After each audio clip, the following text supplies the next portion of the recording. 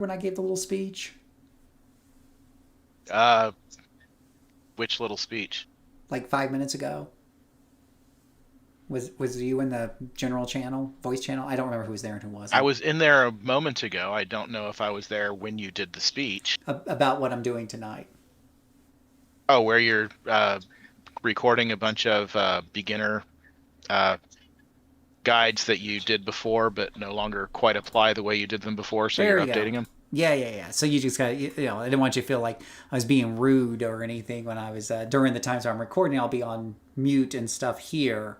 You'll be able to hear me on YouTube. But then when I'm done, I'll pop back in here and stuff. But you're welcome to text while I'm doing the videos if you think I'm missing something, because you can definitely be like, hey, don't forget to tell them about this, Phil. You can certainly jump in the chat. I might see that in real time. My videos aren't exactly the most professional edited things in the world or anything like that. It's most of my videos really are, I turn on the camera, I start blabbing, and I hit send. So yeah, so I'm gonna start off with how to even get started. A lot of people don't know. I think it's like one of the most common questions I get is what is homecoming and how do I download it? So I'll start off with that, and then I'll do a video on like Atlas Park and where to get started there. Um, Unless there's something you want me to do earlier, I can always, if one of those things on the list are really interesting to you, I can always prioritize and do that, because I got to do all these videos sooner or later. So the order that I do them is not particularly important.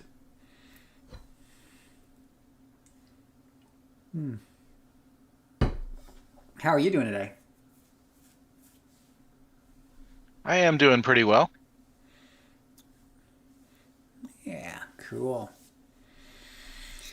Oh I'm yeah, going to try gotcha. running a fire farm at level 18. Oh gosh, that doesn't sound like fun. That sounds painful. It's not like I'm running it at plus 4 times 8. Ah, no. That we only do that for certain task forces. As I got a couple of responses back of like, oh my gosh, that task force that we did the other day was so hard because it's +4. I'm like, well, I know that wasn't one of mine because I don't run +4, so I'll run a +4 when my character can solo a +4. And then I'll feel like I'm pulling my weight if I join a group with +4 turned on. So, alrighty. We got one viewer in the chat so far, so I will do this first video. It shouldn't take too long because this one's an easy one. Testing, 1, 2, 3. I hope y'all are having a good day in the chat. We're doing new player beginner videos more or less throughout the day. And so it's going to be a little bit of a different type of stream, but it gives you guys, a chance to interact while I'm doing these videos and direct me for future video ideas and things like that. So that'll be pretty exciting. Okay, so let's try this right here. Salutations! My name is Phil, aka JCServant, and welcome to our City of Heroes Homecoming, first in a series of videos of how to really get in and play City of Heroes. So I've been doing this for a while. I have a whole bunch of YouTube videos on how to play the game for new players and returning players and casual players and tips and tricks and all that other jazz. But I'm starting a new series, starting over from scratch, and basically re-recording some of the subjects I already covered, because I know a little bit more, I can present a little bit better, I know recording software a little bit better, and I'm doing it right now, today on live stream, so that people can interact as well. So for this video, I just want to start off explaining what is City of Heroes Homecoming. Some people don't know. I have plenty of people who said, I used to play City of Heroes back in the day, but what's a Homecoming? So the original City of Heroes, that would be what we call the live version, and then they closed, and numerous organizations were able to get a copy of the game and run private servers. These servers were private and they were probably borderline illegal, right? So and one of them was Homecoming.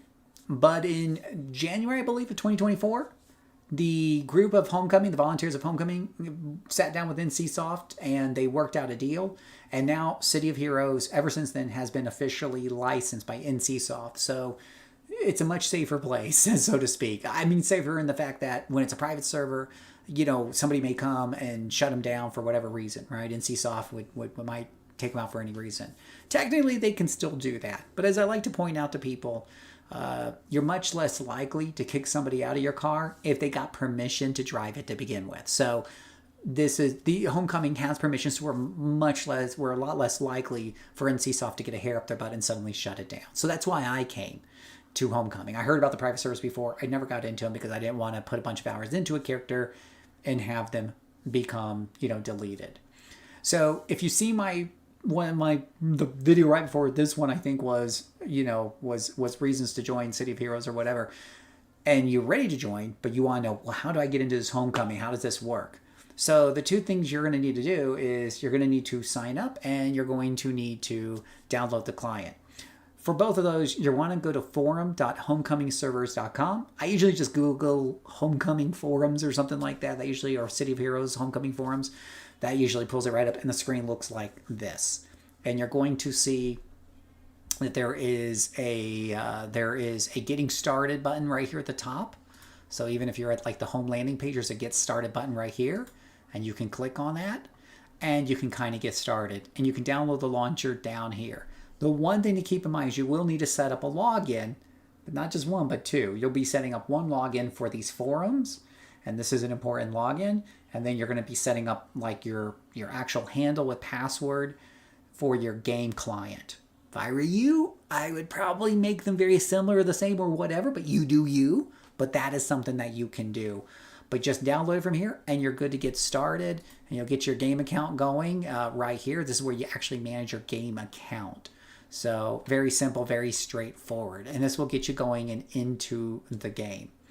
And if you ever have any problems with it, feel free to put something in comments below. Assuming you're not watching this video after I've moved on to other things or from the mortal coil, you're always welcome to come join us on Discord and ask questions as well.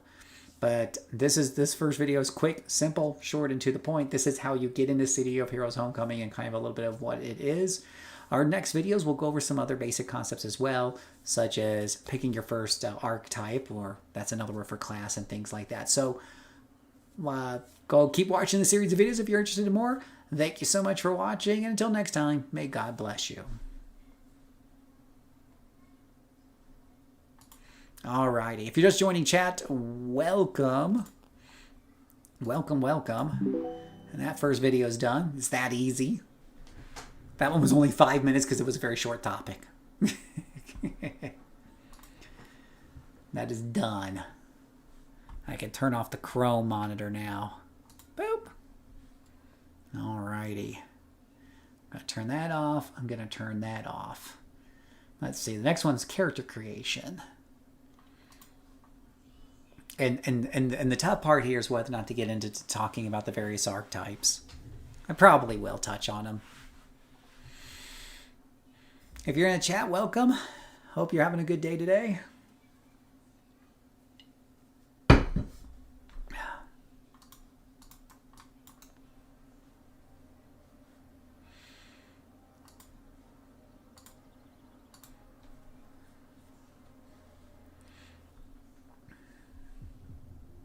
Moncrief, if you got a fire farm going, you definitely aren't new. Oh, definitely not.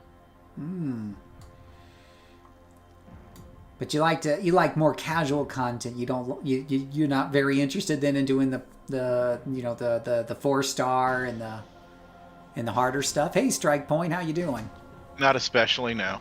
No, I'm with you. I'm with you on that. And people, there seems to be a misunderstanding that that if you're just doing like low-level stuff or Ouroboros and I do some farming now and then, as you know, but that you haven't been playing very long. I've actually had people say to me in my chat channel sometimes, "Oh, you're new to the game?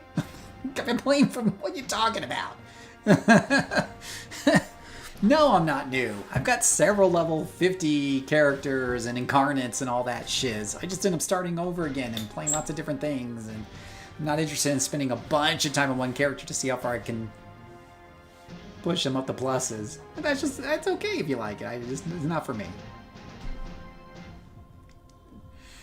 How are you doing, Strike Point? You having a good evening today?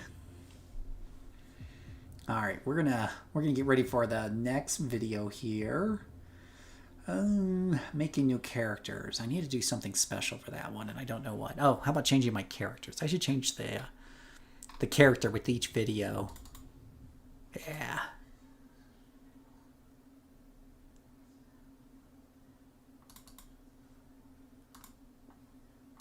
Like that poison lady right there. We don't even know who she is. Going to play as well in a few minutes. Have your stream on a second monitor. Oh, that's great. Are you kind of new to the game, Strike Point? Do you have a lot of history with it? Today I'm going to be doing something a little different. I'm doing a bunch of new player videos, and I'm recording them for future YouTube uploads. But I'm doing it in a live stream at the same time. So that way, if you guys hear something that I miss, you can definitely jump in and say something in the text there, and I might be able to squeeze it in before the end. Or, you know, heaven forbid, I got to redo the video again, which happens sometimes. Sometimes you do 2 takes, 3 takes to get something done. That's I don't do that too often because I usually just fire from the hip and what's there is there. But sometimes you F it up so bad, you got to do more than 1 take. So there's that. But let's see here. So let me change. Let's change to Christmas Cinder Flare. No, we'll switch to Chrono Crossfire.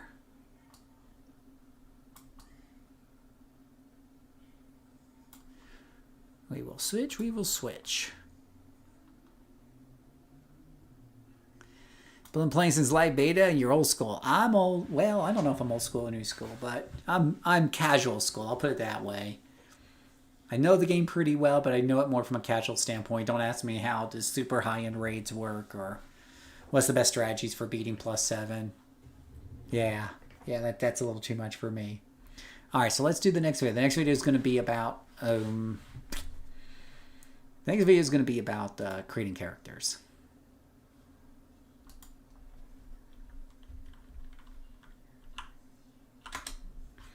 Creating characters. All right.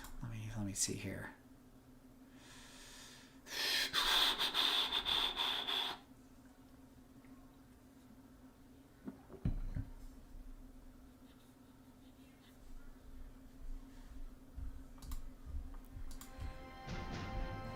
All right. Apparently we got the sound working. Though I wonder if I should do a villain in the villain intro. Because the villain music's different, and I think people like the villain music I have. Hey TV, how you doing? So if you're just joining, welcome. I'm doing new player videos today. So if I miss something while I'm covering a subject, feel free to throw it into the chat. Because these will be videos that I save for a new playlist for new players and returning players. All right. So here we go. New player stuff. Yay.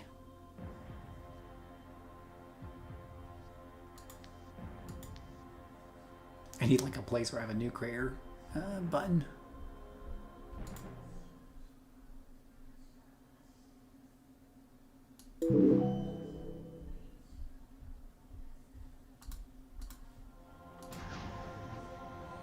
The villain. I'll switch it to villain music. Yeah, I'll switch to villain music. I just have to log into a villain and then log out of a villain. That's how it works. Oh, maybe I should put this villain in Ouroboros. I was doing video content, so I left him parked out here.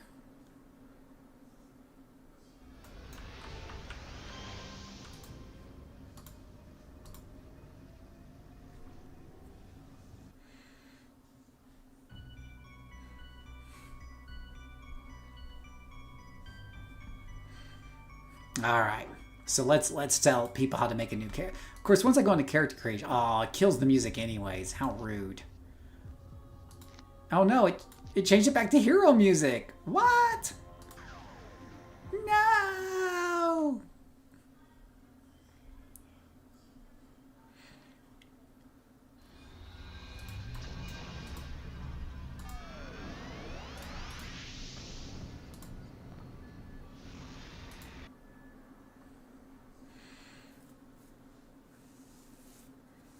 The Khaleesi War fix. It is. It really is. I was just doing a video there, as you might have just seen right there at the end. I was doing a video on that one today too, and it's really pretty good. Yeah, no, they've done really, really good with that Callisti Warfare. I bragged about that during a recent video, that if you're watching the stream tomorrow for our New Year's Eve stream, you're going to have a chance to get on our Cool Fire farm, but more importantly, you're going to get a sneak peek, a premiere showing of a new video, and it does have Callisti Wharf in it. Absolutely. Absolutely. I'm very excited for tomorrow. This is me being excited. Okay, guys? At my age, you don't get excited very often. I'm very excited.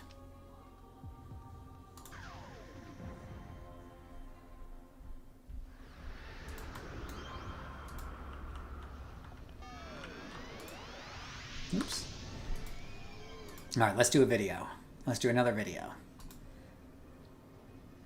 Yeah, so if you're just joining us today, I'm basically streaming myself while I'm recording videos for new and returning players. There'll be some tips and tricks, of course, embedded in that. If you feel like I'm missing something or whatever, feel free to jump into the chat. I'll be eyeballing the chat while I'm making the videos and getting those ready and produced.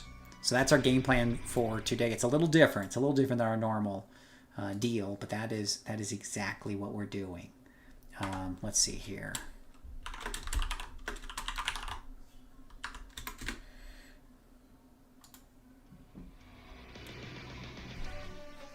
Listen to that villain music there.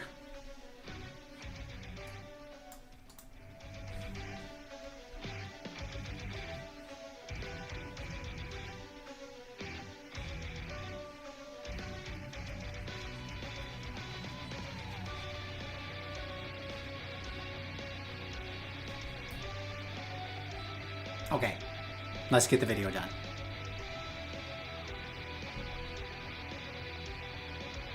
So one of these buttons on here. That music might be a little loud for the video. We'll turn it down just a titch.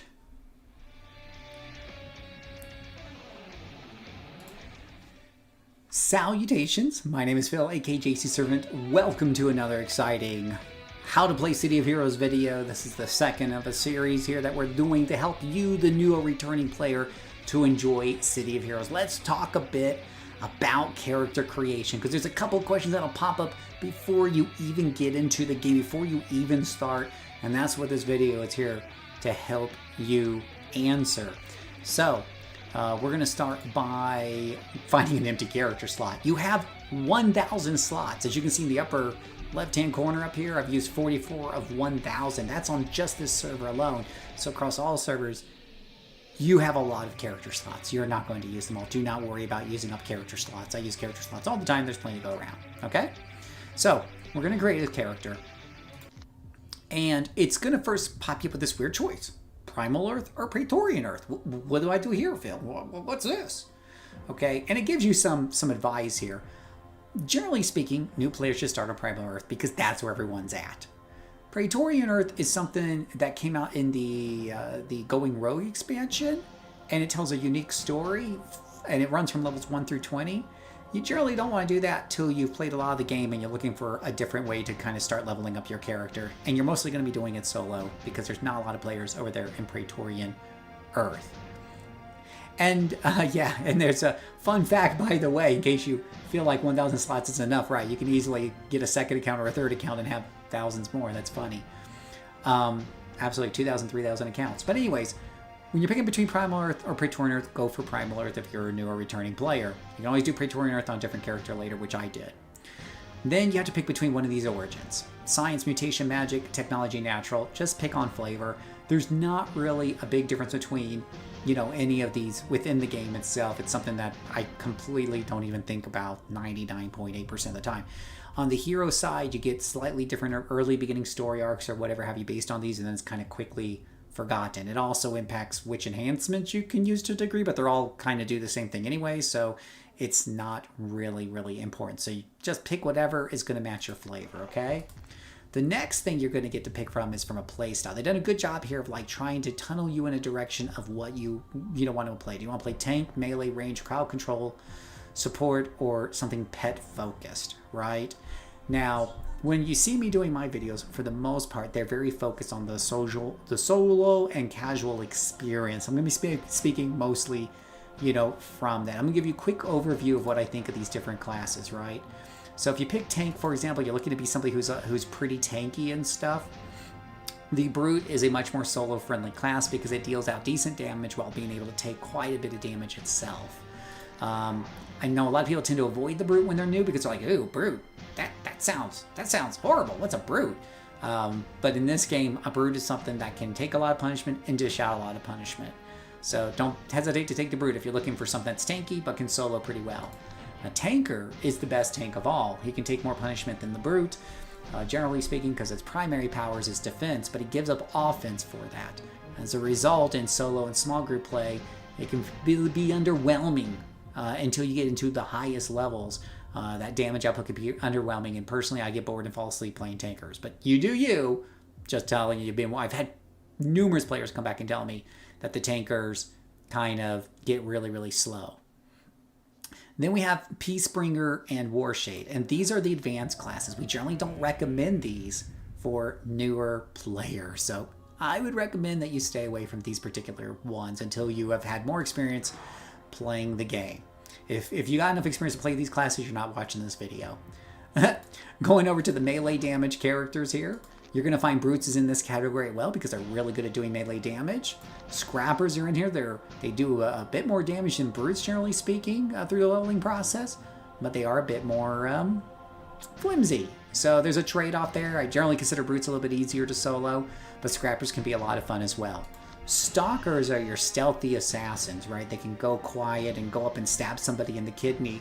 And I enjoy soloing Stalkers. I don't generally recommend them for new and returning players unless you're very comfortable with the idea, because they can be a little bit challenging in certain situations and can be a little bit frustrating. Oh wait, they did put the Tanker here. What do you know? Ignore Tanker. No. And then you have Arachnid Soldier and Widow, which are two more of these advanced classes that we're going to, again, advise you not to play. I have played the Widow quite a bit, and I honestly struggle to solo that character. It is clearly a team-based character, and it gives you some clues about this here at the bottom. Moving on to range damage, we have Blaster. Now, back in Live, Blaster was not something that you could solo very well. They were just so flimsy. They're your glass cannons, and so when left alone, they folded under any pressure. Nowadays, soloing them's a bit easier, partly because they do so much more damage than before. A lot of things do in fact melt before they get to the Blaster. So Blasters can be fun to solo. You are in for a little bit of a challenge in some of the hairy situations. You need to be able to move a lot and get out of the way and use some of your secondary powers to handle some of those rougher situations. But it can be fun if you're returning and you're looking for a little bit of a challenge. Corruptors are kind of underneath the same boat. They're good damage dealers, but and their secondary tends to be support. So you can protect other foes. Basically, some of the defender power sets, you can defend, you can heal other people, you can slow down enemies, you can trip them up. A corruptor, the asterisk for corruptor, if you're going to be planning on soloing a lot, is you want to go for something with a secondary power set that mostly debuffs or hinders enemies, because if you're doing a power set like Empathy that has a lot of healing and buffing, a lot of times it doesn't even apply to yourself, just to your allies. It's going to be hard to solo that Corruptor. But I have solo Corruptors before. I do enjoy them. You just want to pay attention to what secondary you're picking. Defenders are pure support characters. They heal others, they buff others, they debuff enemies, and they can support their allies with other powers and doing some controls as well. Not good for solo, but if you're playing a lot of times with other friends, particularly the more friends the better, a defender can be a really good choice. Sentinel is a class specific to Homecoming as far as I know. It was being developed towards the end of Live and they just never finished it. This is almost like a ranged scrapper. He has some defenses, but he's not going to be a tank, but he has a lot of ranged attacks instead of melee attacks. I love the Sentinel. The Sentinel is really great for soloing because you got plenty of distance between you and the enemies. If they're running away from you, you can pew them down. But if they get in their face, you can stand toe-to-toe long enough to finish them off.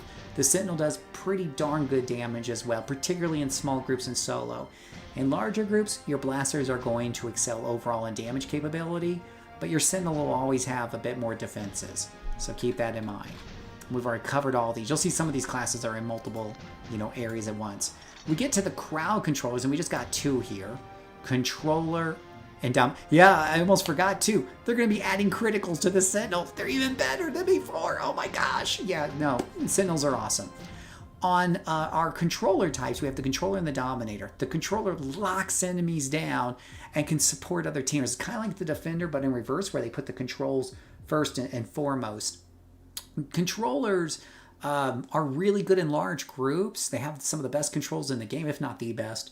But they do struggle in small groups, and particularly in solo. It's like watching paint dry until you get to the higher levels, and you can pick up more attack powers and the such and get a pet. So generally speaking, I don't recommend people solo too many controllers. There are a couple of good solo builds that can get online a bit earlier. But as a general recommendation, if you want to play like that power fantasy where you lock down enemies and then kick the crud out of them, you want to go for the Dominator. The Dominator has very good controls as well, maybe not quite as good until they activate their Domination temporary power. It's temporary until you get to super high levels. That you can use when things get tough to really lock down enemies. At the same time, they do really pretty good damage. They're not doing as much damage as a Blaster or a Sentinel. They don't have as much AoE, but they still do some pretty darn good damage. So while those enemies are locked down, you can go and beat them up. A fun little fact about Dominators is if you pick a melee secondary like martial arts, they actually do really good melee damage. I don't normally like to melee with squishy classes like the Dominator, but since they're all locked down anyways, and it does so much damage, why not? It's a good class it's a good combination to try, but I usually only recommend it for more advanced players. To be fair, the Sentinel and some of these other classes, the Brute, are usually easier recommendations for new and returning players. Speaking of classes that are easy for new and returning players, we have underneath, we're going to go right to pets, because support has a lot of classes we talked about before except for one, and that is the Mastermind. The Mastermind, in my opinion, is one of the best solo classes in the game because you get your own team of things to fight for you, and it puts a lot of buffer between you and the enemy. And if things are getting too hairy and you see your pets going down, you can run. Whereas if you're playing, like, let's say a Scrapper, by the time things getting hairy and you start thinking about running away, you're probably already dead. Okay, so Mastermind gives you that buffer, and the pets tend to be pretty powerful. Overall, in most situations, I just find them to be pretty darn tanky, especially if you're doing your job, because you see, a Mastermind is a support class. Its primary powers have to do with getting your pets up and running, but its secondary powers are support, like healing, debuffing the enemy, buffing your pets, and things like that. You're picking a lot of the same powers as the defender, though they're not as strong. But you got your own entourage. So you can leverage these defensive powers to make your pets even better. If you wanted to play a support character, but you don't like interacting with human beings, the Mastermind can be a class for you. Or if you want to get into the game and play on easy mode, pick the Mastermind. It really, really is that easy. So once you picked your class, you're going to go ahead and pick your power sets. Now, for me to go over all the power sets to help guide you through this would take way too long for a YouTube video. We've got entire videos. I could probably just do one on the Mastermind, but plus we've got forum threads and all kinds of stuff to help guide you through this if you really feel like you need some help. I will tell you that my first Mastermind, just for kicks and giggles, was robotics for the primary power. And then it'll ask you to pick one of these two powers right here. Go ahead and pick whichever powers you want. One thing to keep in mind is that you can respec very easy in this game, except for this choice, the archetype choice and the primary and secondary power set groups that you're choosing. If you choose, for example, robotics Mastermind, you can't switch them later on to a mercenaries Mastermind. But you could switch out pulse rifle blast for battle drones later on. So keep that in mind. Once you have chosen your primary power sets, secondary power sets, the powers themselves aren't that important because they're easy to respec. And you're going to get more choices as you level up anyways. Generally speaking, you want your battle drone as quick as possible. Let's pick that first. And then I went with Dark Miasma for my secondary power. And I love slowing things down in tar patches. Now you're going to pick the way your character looks. And this is a very fun part of the process that can take a lot of time. You can have a ton of fun with this right here. A character creation video could go on for hours, but there's lots of presets for you to play with, lots of ways for you to customize it, different colors for you to pick from. We could be here all night just going through details. I will point out a couple of things though. One is One is they do have this random button here, which comes up with some really crazy crap sometimes. Personally, I've been playing the game for a while, that I will generally either pick a preset or a random, then just touch it up a bit and go play that character for a while, because you can change these looks too once the games get started, and it's very easy to do. So I don't like to spend hours in this when I'm first building a character. But you do you. If you're having fun building the character, spend as long as you want before you go into the game. Put your best foot forward, right? So you do whatever you want here. Another really cool thing is you can hit the save button down here. And I know my character's in the way here, but you get the save button right here, and you can save that character design to your drive. I highly recommend that you do this whenever you finish and you're happy with your character, because I can't tell you how many times I'm like, okay, I started playing it, I started feeling this out, I want to keep this character that I made, but I want a different, power set, so I'm going to rebuild him again.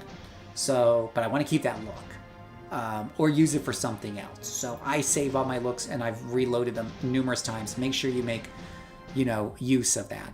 Another really cool thing is, like, if you're using like a weapon, like this character in robotics uses a gun, you can actually pick what kind of gun they're using.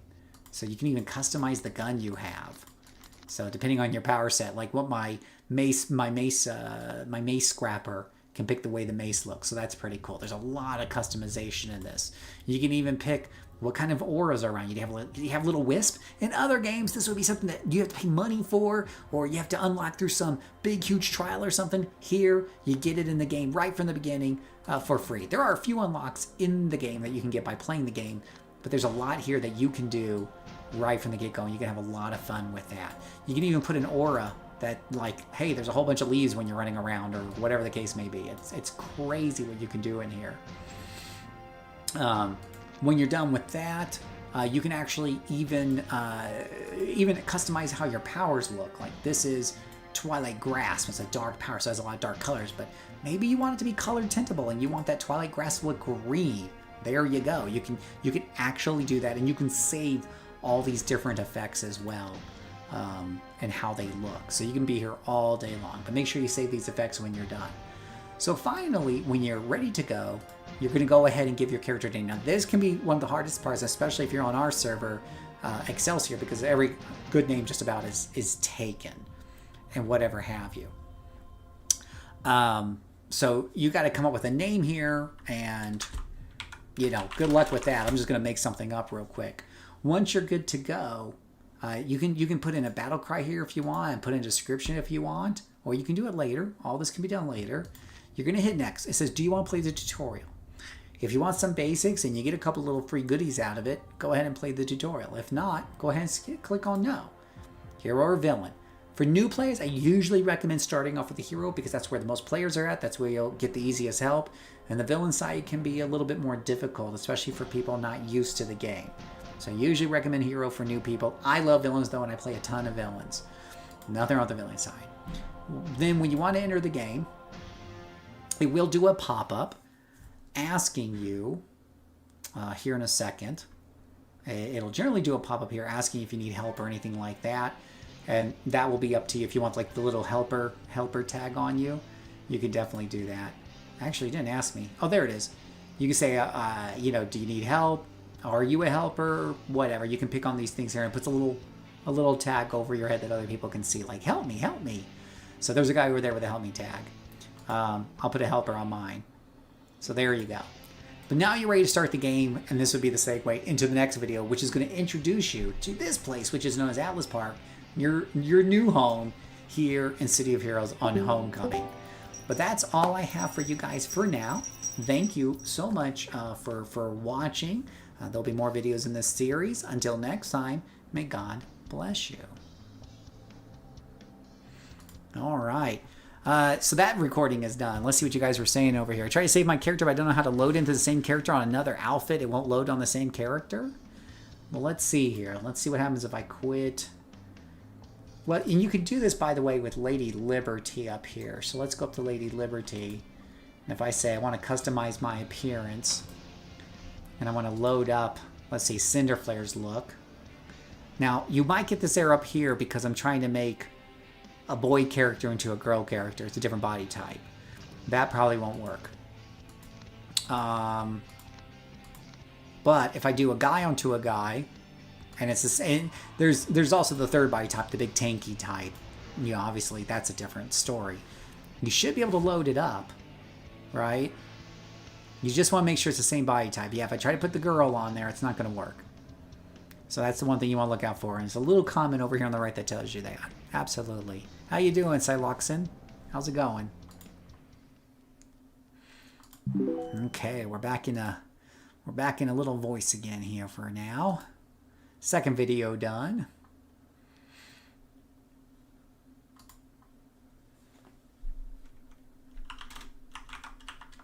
Just wanted to say that Praetoria does go past 20. 20 is just the first level you can escape it. And it pretty much kicked me out. I've never really heard of anybody really leveling like, oh yeah, no, I did this whole Praetorian thing and it takes you 1 to 50. First Ward and Night Ward are part of Praetoria. Pretty much just have to go there. Yeah, but I mean, it's not. But the storyline of the Praetorian starting quests with the Resistance and the Loyalists, that ends at 20. Yeah. And at the end of it, they kick you into Primal Earth, but you can just say, I'm not going to do that, and go off to First Ward instead. And is that 21, 22, 23? Like, I mean, are you going to sit there? First Ward is 20 to 30. Night Ward, I believe, is about 30 to 40. Yeah, because I've never heard of anybody actually doing something like I don't know if it's intuitive. I guess I don't know if the right word is. I did. Is that intuitive? I suppose. Oh, it's definitely not. They definitely are shoveling you off into Primal Earth. Yeah. When it first came out, was that a thing? Was everyone going to do 30 and 20? You know, First Ward, Night Ward. Were they all going to do that, or were they like? I think most people pretty early were like, yeah, I want to get back to Primal Earth where there's actually people. Yeah. Yeah. You don't load that costume screen for some reason? Well, I don't... Yeah, I mean, the costume screens are all the same. For this one, when you say... Whoops, not train a level. Whoops, I didn't mean to click on that. When you click on Lady Liberty, you say customize your appearance. And you go to... This is going to bring you into the exact same screen where you make your character pretty much the tailor. You just hit that load button here, which you can't see because I got City of Heroes logo in the way, but click that. Actually, I can turn that off real quick. Click this load button down here, and it should pull it off your hard drive if you got it saved in the right place. And if I pick a dude, because I don't do the big tanker guys very often, so most of mine are just the skinny guys or the ladies. So I pick like a normal, I'll call them normal guys, not skinny guys. But if I pick a normal guy, I can load that into that model. But if I pick a girl, it's going to say that body type doesn't match. You can change your body type at the icon shop, I believe. Yeah, but you should be able to do it, Flip. You really should. Absolutely. Hey guys, welcome to the stream tonight. If you're just joining, I see a lot of people have joined. Today we're doing something a little different. I'm actually recording a new series of videos, mostly for new people, and I'm doing it on live stream at the same time, so you can definitely comment and stuff, and we might be able to get those comments in there if I miss something, or you think I should put something funny in there or whatever. So it is a kind of a participatory event. This was a joke character I just made up. We'll go ahead and delete him later. That's what we're doing, just a little different. So the interaction with you guys in chat will be a little different than normal, because usually I try to be on top of it. This time I will be keeping an eyeball, but I may not respond to you right away if it's not necessarily something I feel like is fitting into the flow. But at the same time, it might be something I won't respond to you directly, but I'll add in what you're saying into the language I'm saying, because I'm trying to record these videos for future posterity.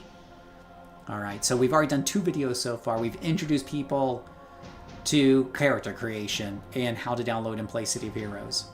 Now I'm going to show them how to get through Atlas Park. It's your first trip into Atlas Park. What do you do, right? How do you get going? Yeah, this is Homecoming. Welcome back home to Homecoming. Let me put the logos back on the screen. Boom! There we go. Let me change that character. We are on Excelsior, Joe Freak. How are you doing today? Welcome to the show. Welcome to the shenanigans. Let me change off my hero here. Let's change off for Cinder Flare. Cinder Flare can introduce everybody. My pyrokineticist can introduce all these new people to Atlas Park, so we'll bring up Cinder Flare here. Wherever I stuck Sunshine at. Hopefully she's not in the middle of a story arc.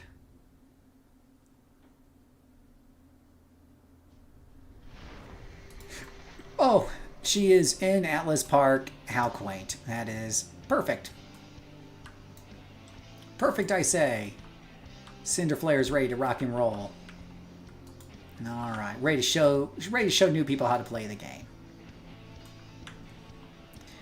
On and off for more than 20 years, I think. Oh, cool. Well, my name is Phil. Welcome to the show. For those of you who've never met me before, I'm Phil, aka JCServant.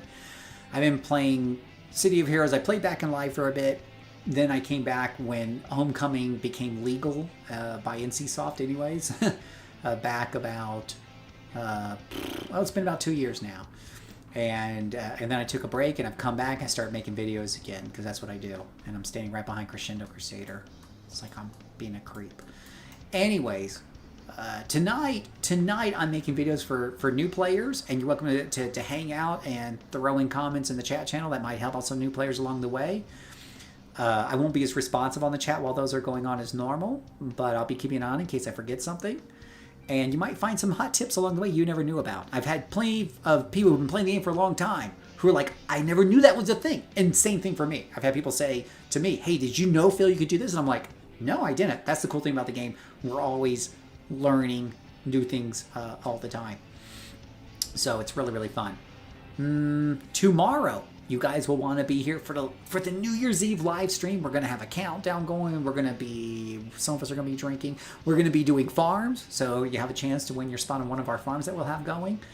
And if you want to run a farm and be part of the Insanity, we'd love for you to help run a farm because I think we're going to have too many people. And the world premiere of my most edited video. And that's saying something, because if you guys have seen my videos, you know I don't really edit them a whole lot. So the bar might seem a little low, but I really did put a lot of time into this next video. It has like text on the screen. It's fancy. It's fancy. It even has changing scenes that match what I'm saying instead of me just talking while I'm playing. It's insane. It's insane.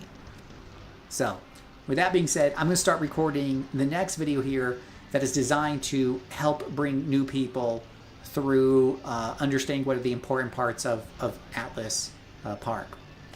So we're going to do that. You forgot how to run a fire farm? Oh my gosh, yeah, fire farms are fun. Any of us who've been around for a while usually have at least some sort of fire farm character. Or some other farming character, Spines farming, or whatever the case may be. Alright. So that being said, I will jump on to the next video. Video. The new farm is much different from the original demon farm I used to run. Oh, yeah, they definitely have changed a bit. Alright. Let's do that next video.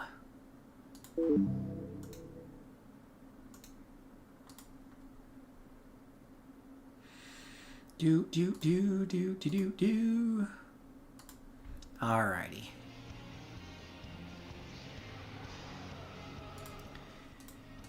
Salutations, my name is Phil, aka JCServant, and welcome to another in the series of videos designed to help you, the new or returning player, out, or if you're just a casual player and you're looking for some extra hot tips, you'll probably find a couple in here you maybe didn't know about before. We'll see.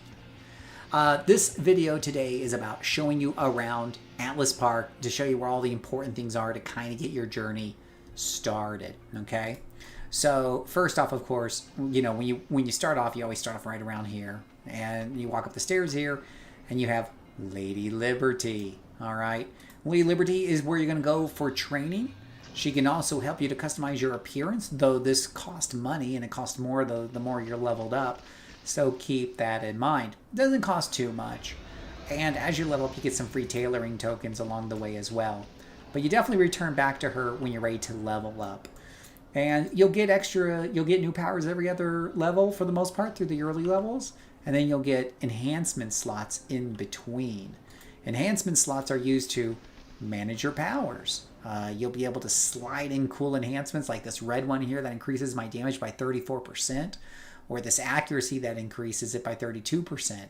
So we'll have videos talking about those enhancements, but one thing you'll want to know is where can you buy them? Okay, now learning how to get the money to buy them is that's a different video. But for now, where do you buy them? There's a trainer right here around the corner from Lady Liberty that will sell you these enhancements. Now, and I probably should have used a low-level character. On a lower-level character, you'll see really cheap ones here, and then if you go about halfway down or so, you'll start seeing expensive ones. You always want to get the expensive ones, because the cheaper ones are what we call DOs that work basically for 2 different types of characters, but they're half as effective.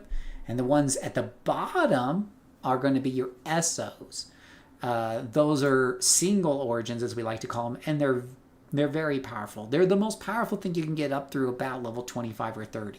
So that's what you're going to want to focus on when you're looking for these enhancements. Now, you're going to notice that these enhancements have all kinds of different things that are attached to them, and we're going to talk more in a separate video how to buy those and what to buy. But know that you get them from the lady right here. She'll also buy some of the stuff that you might have found along the way that you don't need. You can just sell those to her. So feel free to sell her anything you don't need. Oh my gosh, I got a lot on this character.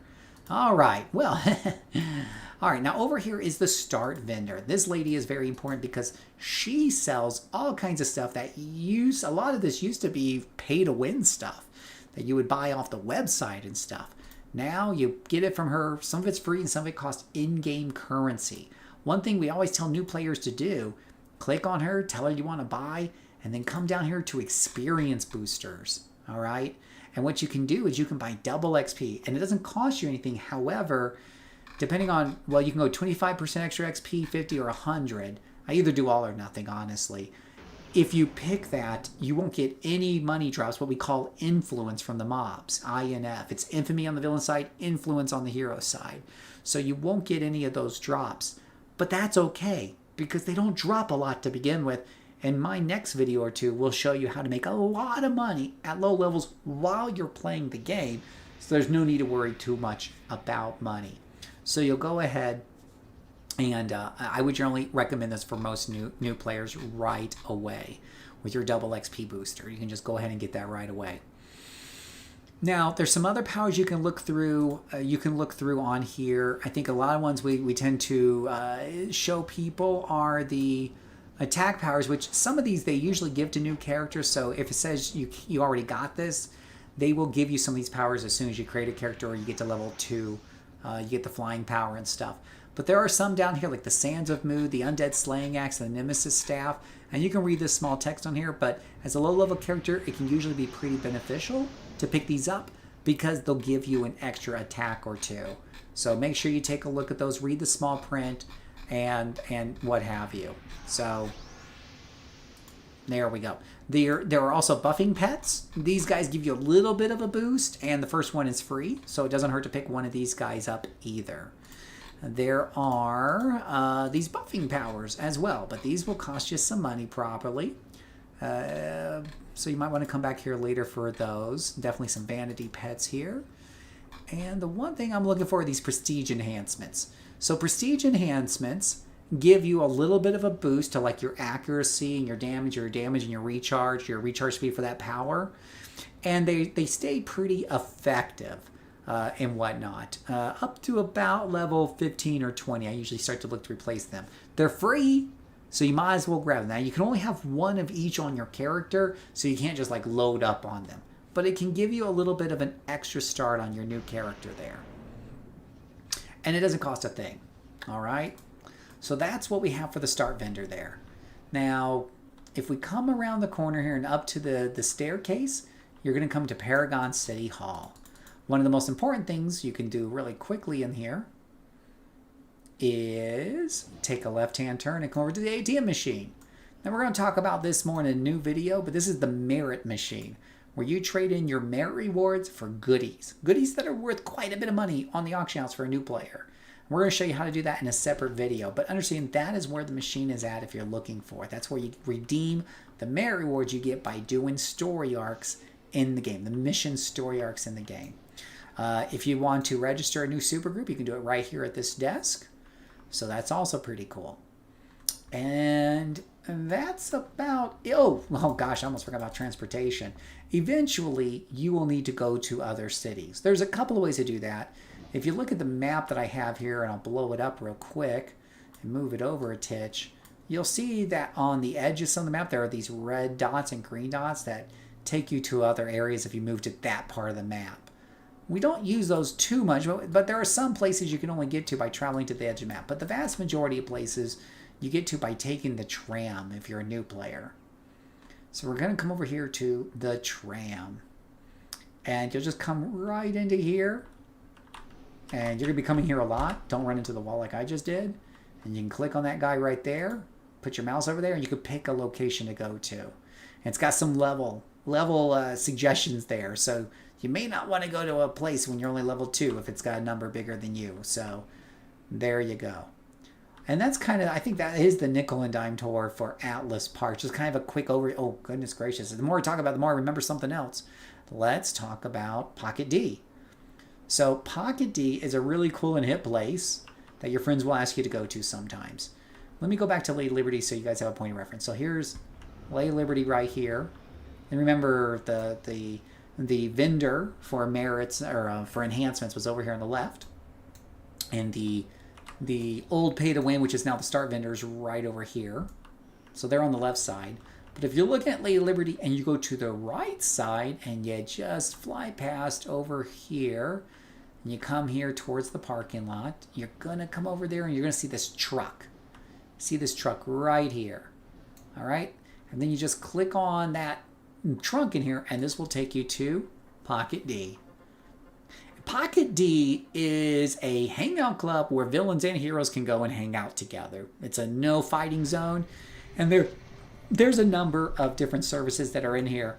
None of them are useful to a brand new player starting right off, but your friends may tell you to meet you in Pocket D or come to do a farm in Pocket D, and this is how you get here. You're going to come down the hallway and hit this elevator, and that will take you to the main area, and hopefully your friend can talk you from there. Getting back to Atlas Park from here can be a little daunting for some people because it is kind of big. It's easy to get lost and whatnot. But remember, if you're playing a hero, there's a blue side and a red side. Red, villain, blue, hero. So to get back to Atlas Park, you're going to come to the blue side.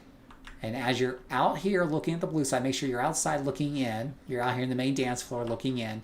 You are looking for that elevator right there. That's where people get confused. Grab that elevator. Boop. You got to put your mouse in the exact right place for it to work. You'll see it turn to a blue hand. Now, if you're looking at your map again, and I'll make it a little big here for you here, you'll see it actually tells you when you mouse over where each of these cities are at. We're going to go to Atlas Park. That's up the hallway to the left. Okay? So we'll go up here to the left and we'll get back to Atlas. It's that easy. All right, so that is our overview of Atlas. I hope that's informative for some of y'all. Kind of get you a little bit started. Our next video will show you how to do your very first story arc and get your very first reward merit so you too can go from rags to riches in a little bit of time. So I hope you'll catch me for that one. Thank you guys so much for watching. I really appreciate it. Thank you for all your kind comments and stuff. It's been a very supportive community. I really do appreciate it. It keeps me encouraged to make more of these videos. Thank you so much. And may God bless you. And boom, another video is done. Yays! We're still here. We're not leaving, guys. We're not leaving. That was just an end of that particular video, but I'm still here on the stream with you. How are you guys doing in the stream? You holding on, or have I put you to sleep yet?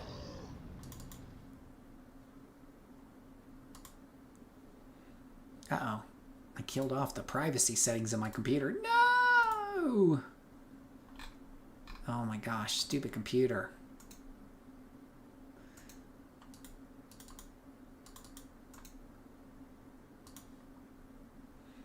No, boop, boop. Alrighty. And we're back. You might dust off the old brute. I'm not sure about what server he's been on in a minute. The nice thing is it's real easy to transfer characters back and forth between the servers. You get 5 transfers every 3 days on the average. Yeah. Yeah, so that should be pretty cool. So, are any of you in the chat, in the labyrinth, oh God bless your heart, are any of you in chat new and returning and you don't even know how to do a story arc, like you're just figuring things out? Are any of you, raise your hand if you've never done, if you haven't done a story arc and you don't know what the hell I'm even talking about? Feel free to raise your hand.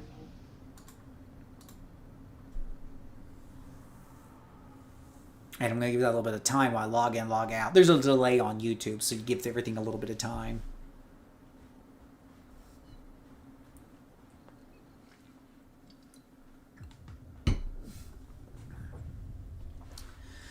Whew. Oh, man. That's some stuff. Whew. Hey, kitty. All right. I wonder if I got like a halfway decent looking new character that I'm not embarrassed to show on TV. Oh, Winter Axe. We'll do Winter Axe. All right, so everybody in chat's pretty familiar with the game I take because no one's raising their hand.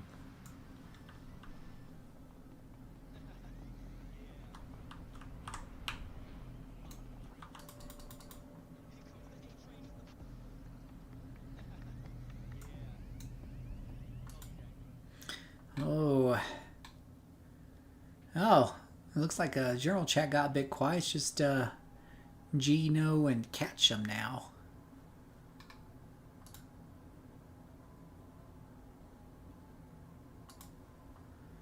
Ooh, that's a nice picture.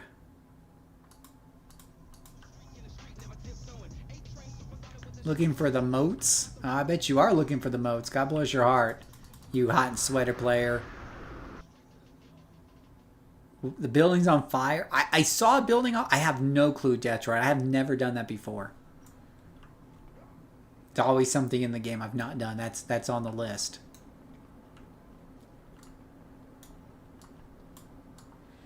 All right, I'm going to do a new player guide for those people who've never done story arcs before. Did you guys know, and you do know if you've been watching all my videos or hanging out with me for a while, did you know that your character can have 1 million influence within the first hour? 2 million if you're on the villain side. You have 1 million influence, no problem. Well, 2 million if you count the exploration badges. I think if you collect all the exploration badges around Atlas Park, which is pretty easy to do. Actually, I should show that on the video too.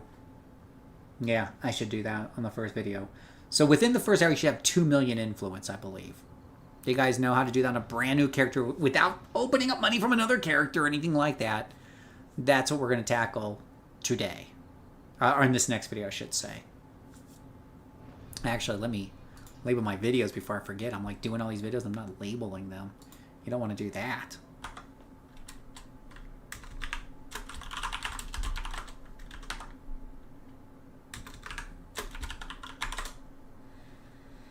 Well, that's interesting how the video for Atlas Park ends up being 1.1.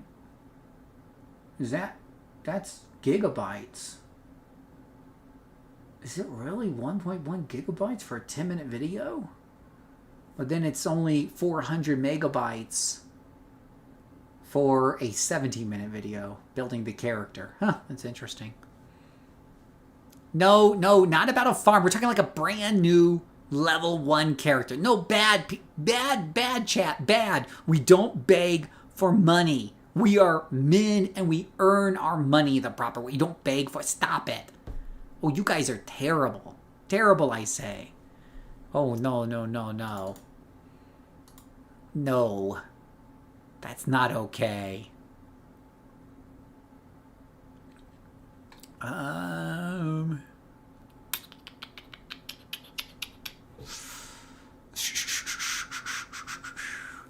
you done the Hero Side, Matthew Habashi story arcs? I don't remember. Because those are the new starting story arcs for Hero Side, and they're pretty similar in speed to the villain side ones. But are they similar in merit badges?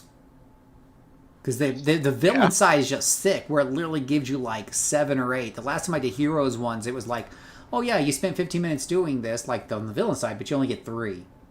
And I'm like, holy shit, I felt like a rich guy. Because I level characters all the time. I'm like, when I first did villain, I was like, holy shit, I'm rich. I had to like double check myself. I then went to like my level 20 villains or so and ran them on Ouroboros just to run those low ones over and over. Just to. It's terrible, Danae. Stop it. You guys are terrible. No, your tune doesn't have a 501c banging at the train station millions of minutes. No, stop that. That is not what we're going to tell our viewers, TV and Big Saw. You two are bad influences. Stop it. Bad. All right, so you said it was Matthew. I'm gonna do it because I want to do a new one. I don't think Matthew. it's worth as much as that.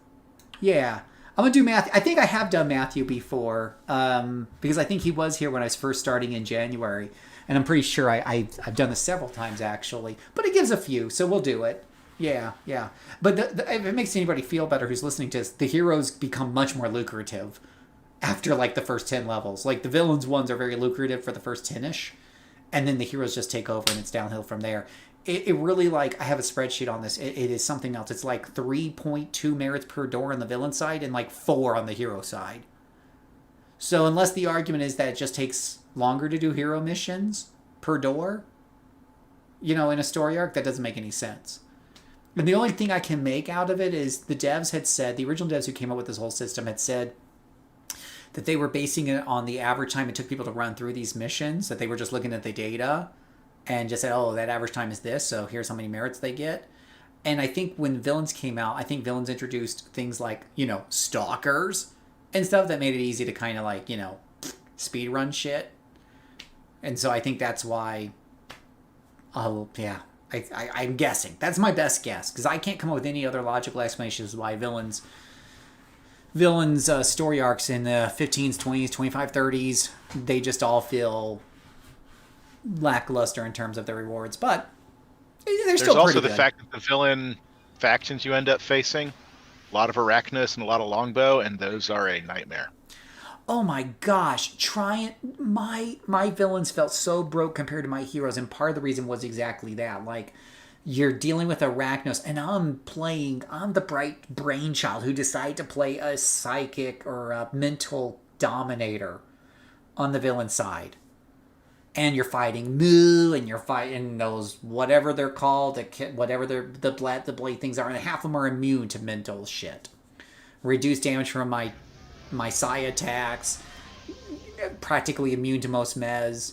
It was so brutal. Draining your endurance. And draining my motherfucking endurance. Oh my gosh. On the hero side, oh yeah, I said influence. On the hero side, it was like the first time I even fought endurance drain. It took me completely by surprise. So fun story there, guys. My first character I got up to 50 was my OG from, I recreated them from live, Wildlight, and Invulnerability Sentinel. And I was pretty invulnerable. It does a really good job. I sold AVs and everything. It was great. Well, elite boss AVs. I don't think they were real AVs. Anyways, you guys get the gist. So I get to level 50 and I buy all these set bonuses. Right? It's the first time I buy sets and I'm like, oh, I'm gonna be so powerful now because I never had set bonuses before. Ever. And the very first, I go into the first Ouroboros I can do. I go into a cave. I get my butt kicked by the first group. Hey, how's it going, Lord Chaos? I get my butt kicked by the first group. I was flabbergasted. I went and I did it again. I died again. Flabbergasted. It finally dawned on me that it's because my endurance was getting drained. And with no endurance, your invulnerability don't mean crap. You know what they were? Sappers. I know what sappers are now. And I know that they are high priority. Fun story? Yeah. When my first character was on back at the beginning of time on live, was a Katana Super Reflexes Scrapper. I legitimately did not know that sappers did anything special. Yeah. Yep. I was with my friends one day, and they were like, "No, let's not do this mission. It's full of Malta," and this was back when you could have multiple sappers per spawn. Oh. And I was like, why? Why do we care? They're just Malta. Mm-hmm. They're just squishy loser Malta. Oh, yeah. Yeah, exactly. Yeah. Oh, yeah. No, we all learned. We all learned about those sappers. Yeah. You're doing a Hey, video. Phil. You're doing a video, TV? What you doing a video about? Hey, Rob. Is that a Rob? Sounds like a Rob. Yeah, Yeah. I was just thinking it would be cool for the community if you built like a starter pack, some way that we could like follow your guides and complete a small entry level type of, I don't know, do like 5 Ouros or something like that, and then you would reward us with like 50,000 influence or something like that, just to get us started. Like it could be a kit of stuff that you get upon kind of graduating the Yeah. build starter classes. I think that would be There cool. you go. Yeah, that might be neat. Oh, yeah. I have definitely. I'll have to give it some thought. I'm working on the new player videos now. That's what tonight's agenda is. I've been, if you see me in mute on here, I'm in the middle of recording a video, but I'm streaming the whole thing so people can chip in along the way. I've done 3 videos so far, getting your character created and showing them around Atlas. The next video we're going to do here in a minute is now you got level 1 character, you know what Atlas is set up. Now, how do you get your first merit? You know, how do you do your first story arc and convert those merits to quick cash?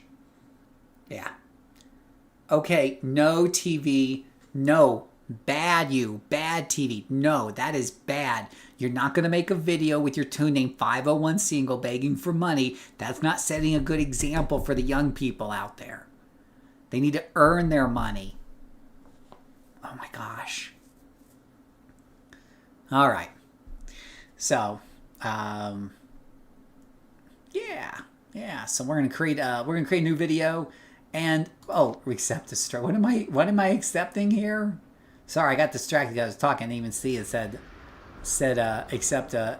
No, I don't need. No, we're not taking your money. Stop it. No, that is terrible. No. We gotta show them. Stop that. We gotta show them how to make the money. We're gonna show them. We're gonna teach them how to fish, guys. We don't want to hand them the fish. We're gonna teach them. What could also be a reward is to be able to run like a duo with you, a couple duos on their new character they just started from your guides. Well, there They you go. could play with the famous Cinder Flare that they see in the videos. Well, there you go. Oh yeah. Well, you should You be gotta able to make get. these You should be able to get to heroes run with the polite Punisher, right? Because he's cool. Oh yeah, the Yeah. polite Punisher. Polite Punisher. He just holds everything down so you can feel special and kill it. Okay, no stimulus packages, guys. You guys in chat are incorrigible. That is not how we want to teach people to play City of Heroes. No, terrible. Oh my gosh, these guys are horrible tonight. Yeah, well, I know we're a friendly community, but no, that doesn't mean we want to teach them to go asking us for money left and right. If I see one more person begging to join a farm in whatchamacallit, I'm gonna smack them side of the head. They're However, silly. if you do like farms, people, he will be hosting one for New Year's Eve. Right, I have to stop being a Grinch for like 4 hours to celebrate New Year's before I go back to being an old man Grinch again. Yeah, absolutely. Here's City of Heroes welcome wagon. Squeegee of Heroes. Okay, alright. So our next video, guys, we're about to start. We'll show people, we'll show everybody how to get a couple of million here within their first hour, I think. I don't know how much Matthew pays out, but I'm sure he gives at least a few reward merits, so... Yeah, we'll definitely do Matthew. I think it's like 3 or 4 max. Cool. That if we can do a couple, we should be able to do a couple in an hour. Between that and the 5 we get around Atlas Park, we should be able to scrounge up a couple million for them in the first hour. The panhandle emote. Oh my gosh. All right. It's Matthew, then he sends you off to one of 2 who have their own story arc for 3 merits. And they send you off to Aaron Theory, who has the final story arc for 3 or 4 merits. Cool. And I'm playing a Bruce. It's just... Hey, is this that? It's just like the starting arc with villains where you talk to what's his name to get rid of the longbow, and then he sends you off to one of two people, and then they send you off to clear out that longbow base for the crazy guy. Mm-hmm. Yeah, and to be fair, it's not all the villain story arcs that are lucrative. It's mainly the snake ones, mongoose. There's a couple that are just more lucrative than the others. Like they kind of, I don't know, people just random prompts taking care of those snakes or whatever. You know what it is? It's probably because I think like the snake one in particular is a kill-all. So it took people a little bit longer. You can't just stealth your way through it. And there's a lot of snakes at the end. So, I don't know. Took me about 15 minutes. Alright, guys. Let's do the... actually, let me go use the little girl's room. I'll be right back. The respec mission guy? I don't know. I just buy respec formula off the internet. It's like $1 million. If I'm out of respecs, which I hardly ever run out of those things. Because you got like a free one every 10 levels, so you better respecing a lot. I'm a content creator. Oh, stop it. I'll be right back in just a minute, guys. I'm going to go powder my nose.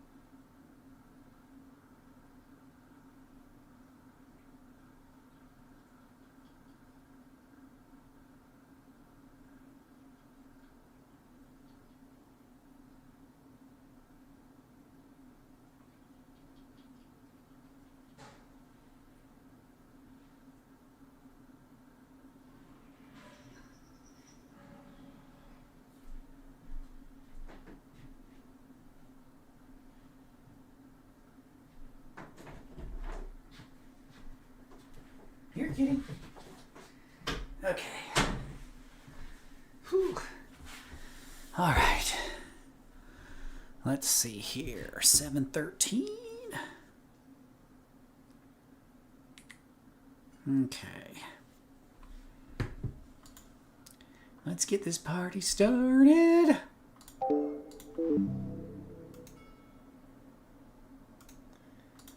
Let's turn this off. Let's turn that off.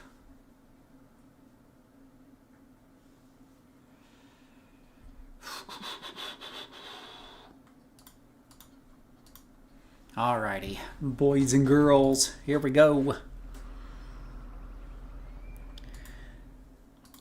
Salutations! My name is Phil, aka JCServant. Welcome to another exciting City of Heroes tutorial video. Last couple of videos, we helped you get your character started, get them built, went over, showed you around City Park. Now the question is, what do you do? What do you do now? How do you really get going, right? How do we really get started? So the first thing, as I mentioned before, the first thing you want to do is come over here to the start vendor here, have her show you the wares, and again, just kind of re-emphasize what I mentioned before, but grab these experience boosters if you haven't done so already, as you've seen me do. And then it doesn't hurt to grab a prestige power or two to help you beat up bad guys. You're going around and doing the thing, right? And I do like my Sansamu here, so I'll go ahead and grab that one there. Maybe an undead slaying axe, who knows? Whatever it takes. All right, so grab a couple of those guys to get you going. Now, if you don't see those powers pop up somewhere on your tray down here, then you can move these icons kind of around. I think my head's in the way, but move these icons around. And if you hit powers here, it'll pop up your powers. And you can find those Sands of Mu, which is just basically a fist attack. And the Ghost Slaying Axe, I'm going to bring those down. These are good beginning powers to kind of get you started. They're not really going to last us in the long run, but they're good for now to help just kind of get you going. The other thing I want is you can pick up these prestige enhancements to help your powers kind of recharge faster. So you can grab those, and we're going to slot those. So what you're going to do is click on the word enhancements and go right here to say manage. Hey, thank you for that, Detroit. I appreciate it. And then you can drag these. These are things that usually help out your powers, your attack power. So I'm going to drag this over to my beheading attack power. All right, it's time to get out there in the street and let's get playing.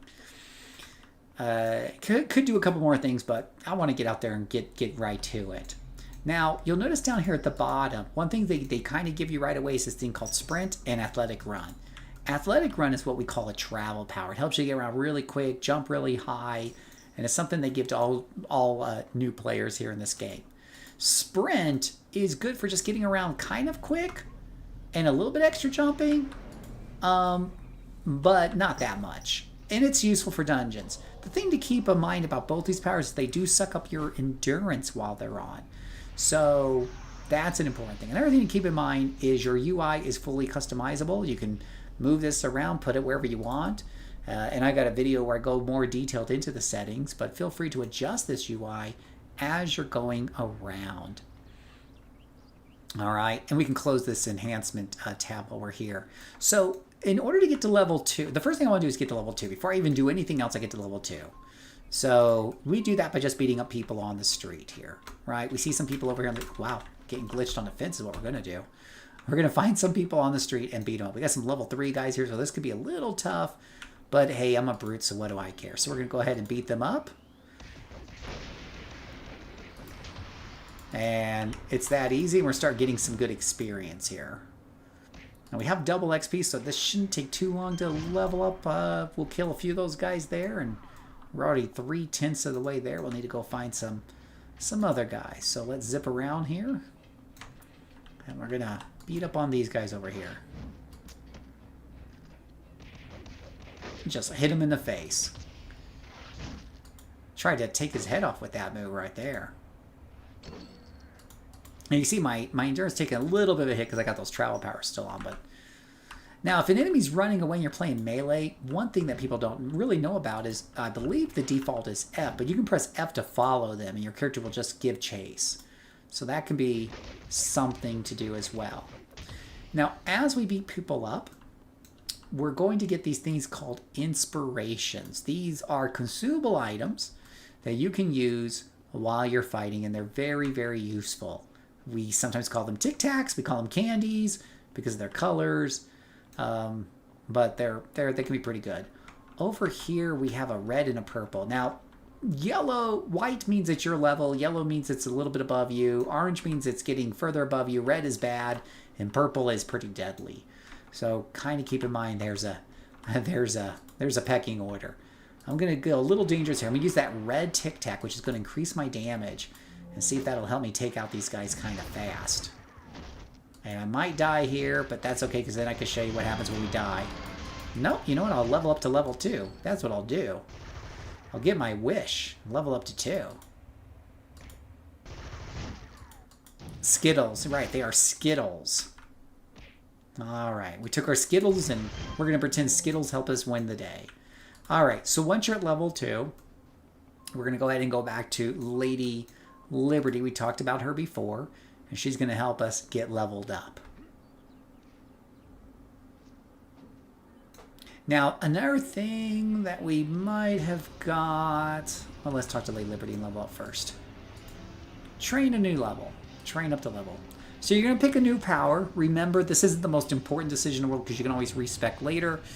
But I usually like to go for more attack powers in my low levels. And these are more defensive powers for this class, the Brute. So I'm going to go for a Chop or a Gash. I'm going to try a Gash. and see where that takes me.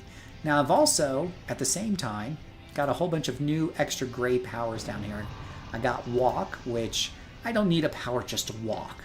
So what I do is I right click on that and I say remove from tray and get rid of that. I've also got this rocket pack. This is what we call a temporary power. It'll let me fly around like so, and it'll work for 30 minutes. 30 minutes. Now, that's 30 minutes of usage. Right now, the clock isn't ticking because I'm not using it. You can buy more of that if you need to later on, or you can just take your very own flying power as you go up in level. It's your choice. We've also got the very important resting button. Now, we're level 2. We could go and beat more mobs on the street, but we're not going to do that because that, my friends, doesn't earn us any money. If you remember, we got the double XP buff, which means we're earning no money from drops. So we need to do things that earn us money. And one of the biggest things that can earn you money as a new player, or as a casual player, or as a solo player, are these things we call story arcs. So at the low levels, we look for guys with these little arrows over them, right? And we're going to talk to them. That's what we call a contact. And he'll give us some story. Now, I'm not going to sit here and read the story, but I'm going to just kind of breeze through this and say, hey, show me where to go. And he's going to say, hey, you need to take out 5 Hellions. All right, so we need to go to a certain part of the city and kill off 5 Hellions. I got the Sands of Mu and a battle axe for now. So I might have just jumped into a whole bunch of Hellions too. So we need to kill 5 of these guys. I like how my auto-targeting went for that guy way over there, so the guy who's like literally right in front of me. We're going to turn around and beat up some more guys over here. It's a free-for-all. What's really funny is if you die on like the newbie scenario. All right. Once you've done what he's asked you to do, you'll see it no longer says hunt anybody else up there. We're going to go ahead. We might as well finish off level 3 over here. What the hell? I'm like that much away from level 3. Let's go ahead and do that. I do like the black one. To be fair, I probably should grab the black one too because it's a good distance attack. I do have throwing knives though. Yay! There's level 3. Go ahead and finish these guys off for pissing me off. Alright. Let's go ahead and go back to Lady Liberty, level up to 3, and then we're going to turn in this mission to Matthew Huckabee over there. Haha. Alright, so go to Lady Liberty, turn this in, train to a new level of power. Now this time, instead of getting new power, we're going to get to put new slots in the powers we already have. Alright, these slots let us equip those enhancements you might recall that make those powers stronger. I'm focusing on offense for now. So I put them into 2 offensive powers. Now, you might recall we did those and we bought some of those enhancements for free earlier. We can go ahead and stick those in to make our powers even more powerful. And whatnot. And we're going to explain a little bit later in a separate video how to get really detailed about these. But for now, we're just going to slide these over where they fit in. Alright. So now we're going to turn in the mission to Matthew Huckabee over here. And he's going to give me a new mission. Okay? And it's speak with Officer Nelson over here. So we'll go ahead and do that. Fly on over here and grab that. Oh, that's coming up later, Laz. Don't spoil it for everybody, because we're going to show you how you should be able to have more than 2 million influence within an hour of first starting a character. And that's going to be part of our strategy. Oh yeah, Mr. Laz in our chat is ahead of me. Alright, so our next mission here is to rescue civilians. You'll notice that at the top it shows me where to go. It's very easy to figure out. So it's in this general area. We need to rescue civilians out here in the park. So this guy looks like he's beating up this poor lady right here. So we're going to show him the business end of my axe. Now in City of Heroes, we don't kill villains, we're arresting them. I am arresting this villain with this extremely strong axe that I'm carrying. This very sharp axe, I should say, that I'm carrying. And I freed up that guy, so he's free. We just need to look for people around here who need our help. Here's another one over here. We'll go ahead and we'll hit him with our very non-lethal axe, because as everyone knows, when you beat somebody with an axe, with the blade of it, it's always a non-lethal attack.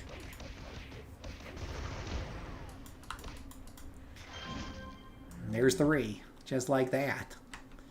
Our brute is being very brutish and doing the brutish things and just beating things up. Whoosh. Alrighty. Now, the next mission says get to the Hellions' underground cavern. That's going to point here. And this is going to take us into our first instance. And if you're familiar with MMOs, you know that instances are basically separate areas of the game where you're usually separated from other players. Unless they're in your group, of course.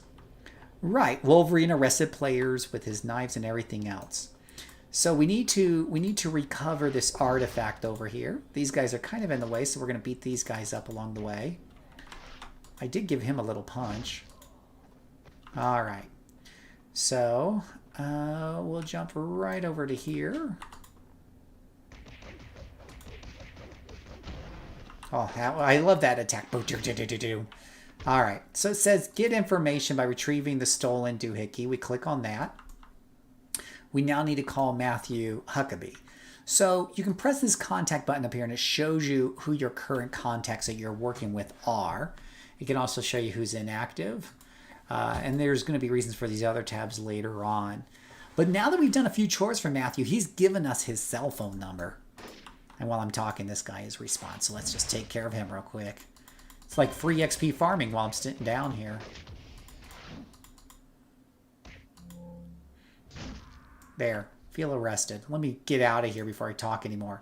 But he's given us his phone number, so we can just give him a call and say, hey, we're turning in the quest. All right, there's some more storyline there. You can read it over. But if you just sit there and say, okay, what do you want us to do next? Get through all of that. He'll give us the next quest, which is find a Hellion informant who has the plan. Now, we're going to need to get back out of this cave in order to see where that goes to. All right. So let us fly on over. We're going to use our jetpack to just fly over there kind of quickly. Or we can just run there very quickly with our running travel power. And we need to defeat Hellions to get the information. So I just need to find a Hellion around here. There's a couple right there. We're going to beat them up here.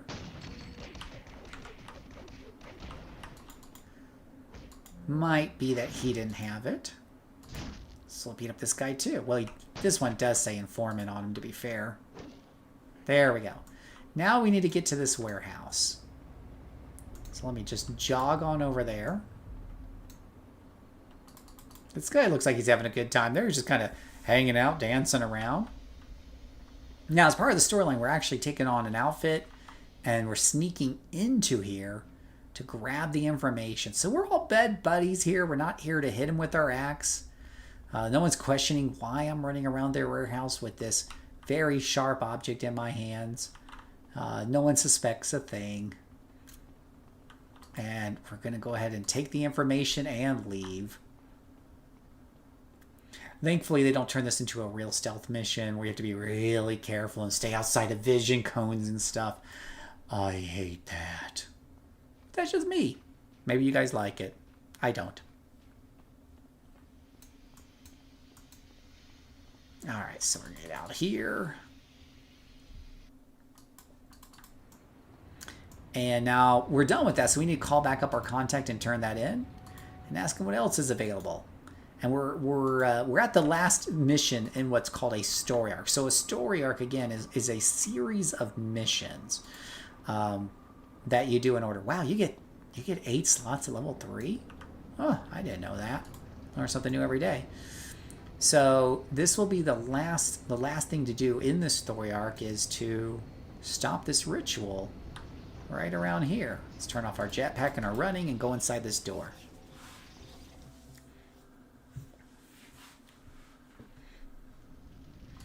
Alright, so we need to rescue some hostages. And we can see there's some bad guys in the way. So let's crack our knuckles and let's get dangerous. Oh, there's level 4, which just made everything in this dungeon easier. Plus, when you level up, you get a whole bunch of inspirations automatically applied to your character. By like any inspiration, that will last for about 60 seconds. So if you can, take advantage of that. Free, it's like drinking a Red Bull. You're just good to go for a while. So let's just beat the shit out of everything. All right, you're down. You're down. Oh, come over here, buddy. We got some fists for you too, bud. We don't want you to feel left out. Is he still alive? Nope, he's gone. Okay. Now you can press the, I think it's the M key to pull up the map of where you've been to in this dungeon so far. So we'll pull that up right there. And this green light here means there's an elevator. So we're going to take that elevator up to the next floor.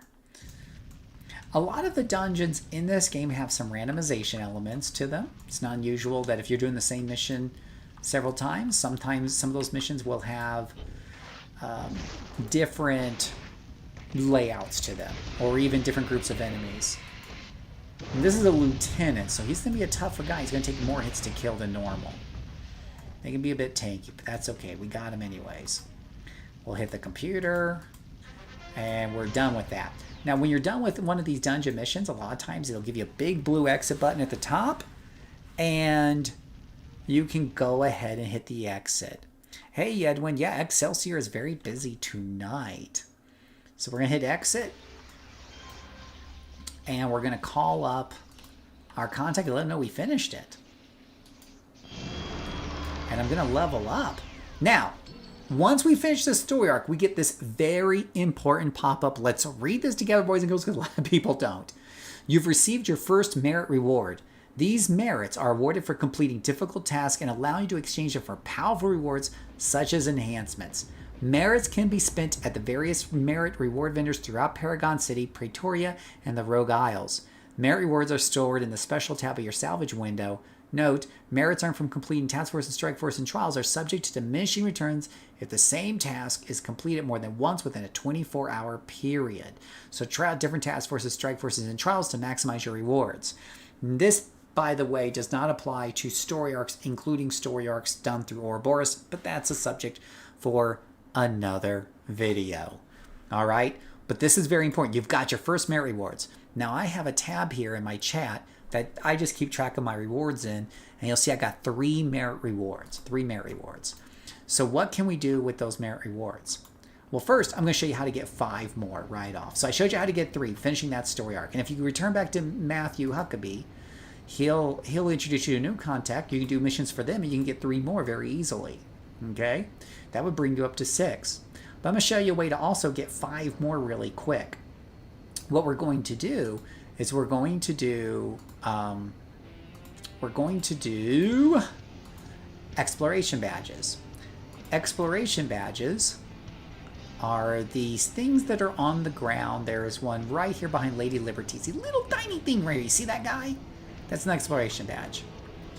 You want to touch that, and if you haven't already touched it, and I probably already touched it, you will get you'll get what's called a badge for it, which is essentially an achievement. There's another one on top of here, on top of this globe, right there. Go ahead and touch that, and you'll see we got a badge earned. Okay? Now, when you find one of these, you'll oftentimes get a tip. This tip is going to tell you where the next one's at. So if you hit investigate, and you say, show me where the next one's at, and I'm just going to kind of go through that, you'll see a yellow marker, just like you're doing a quest, and you'll see it's right there. It points you right to the next one. In most areas, there are 8 of these badges in most areas. So click on the badge right there. I'm also going to show you there's a couple right around here real quick, so we're going to grab. They're inside of the City Hall here. So let's go ahead and grab those. All right, there's one right around here in front of the statuette. And you don't have to remember this because, again, the tips will lead you. Once you find an exploration tip, an exploration badge, you'll get a tip for another one you haven't discovered yet. So it's not hard to keep up. There's another one right here, down on this floor. So if you missed it, let me just show you again real quick. You come in through the front. When you're coming through the front door, you hit that merit reward right there in front of that statue, and then you take a right, and then a left, and you're going to go down the second door on the right. And it's in the back of that room. Again, don't worry too much. You can always find the tips to get those. Now, I still have a tip from the one that I did find. And if I hit investigate, it'll show me where one's at that I haven't found yet. And this one is a little further away. It's over there. So we're going to go and fly over to that one. While enjoying the rock and roll music here a little bit.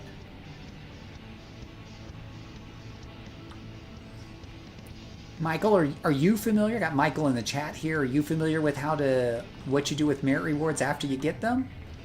Because if you're not, I'm about to show you why these things are very, very useful. Alright, so we got the Atlas Park here. Look for any new entrance. There's one on top of the flag here on top of City Hall.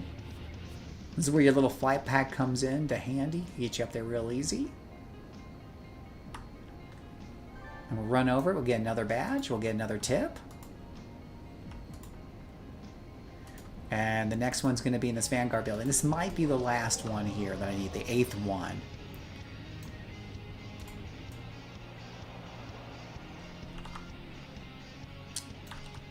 Let's go into here. Let's see some ID. Alright, so we're going to go up here and grab this guy. It's right there on the ground. And we're going to see in our chat channel, or in our reward tab, I got 5 more units of reward merits, which means I have 8 altogether. Now, I'm going to show you guys how to turn that into cold, hard cash. How to make early money for you. Okay? So we're going to go back to that merit reward machine, the ATM.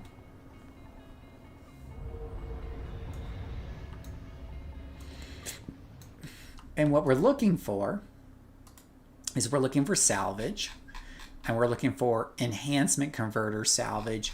You can actually buy almost anything that you can afford. Anything here will just about work. I usually stick with converters, but unslaughters will work. A number of things will work. But let's do enhancement converters. You can see that I get 3 of them for 1 reward merit. So let's buy 3. Now we want to sell them on the auction house. How do we do that? Well, we do that by hitting /AH, pulling up the auction house. /AH pulls up the auction house wherever you're at. Unlike most games, you don't have to go and find the auction house place. There is an auction house place, but you don't have to go and find it. Now, you're going to go to your salvage. You're going to go to enhancement converter right here. And you're going to drag that over to where it says drag items here. But we're just going to put 1. And it's going to attempt to sell one of these enhancement converters. You got to set a price. Right now, the going price is about $50,000 for each one, right? You can set it as low as you are willing to sell it for. I'm going to put this in at 1. And what the system will do is, as long as someone's bidding at least 1, it'll sell. But it will sell to the highest bidder that's sitting there waiting. And there's 194,000 people sitting there waiting. It might be a little bit hard to see on the video, but that's how many people are waiting. It says it right there in tiny print. So if I hit post, it's going to sell to the highest person, which is bidding $49,209. So I get that influence, and boom, I have 44,000. I have 7 more of these left, so if I come over here to sell the rest of these, or I'm sorry, I have 2 more of these left because I bought 2 extras. So I can sell those 2 as well. Post those, sell those. And now I'll walk away with 132,000. All right. So each reward merit right now is worth 132,000. If I take out Yale calculator, now this is a low price, but it is what it is. I take a calculator, I multiply that by the 7 more reward merits I still have. I have 930,000 more plus the 132 I have. I've already earned $1 million in influence. $1 million. So when I say you can have 2 million within 1 hour, you go out there, you do some more story arcs. 2 million might be a little bit stretch since the prices are so low right now. And I didn't check the prices of the other things. But generally speaking, you can have $1 million to 2 million, no problem, in your first hour of play. And that's how you do it. And that's kind of the overview. Since you finish this story arc with Matthew, If you talk to him, he'll offer to introduce you to a new contact. You can pick one of these two guys, and you can click on her, for example, and he'll introduce you to her and show you where she's at on your map, and you can go to her and start getting quests from her and do her story arc and earn some more reward merits. That's how it's done. It's that easy. Rinse and repeat. Now later on, as you get to higher levels, there are some other options you have to earn reward merits through doing story arcs through Ouroboros, but that's a subject for another video. But that's all I have for this particular video for tonight.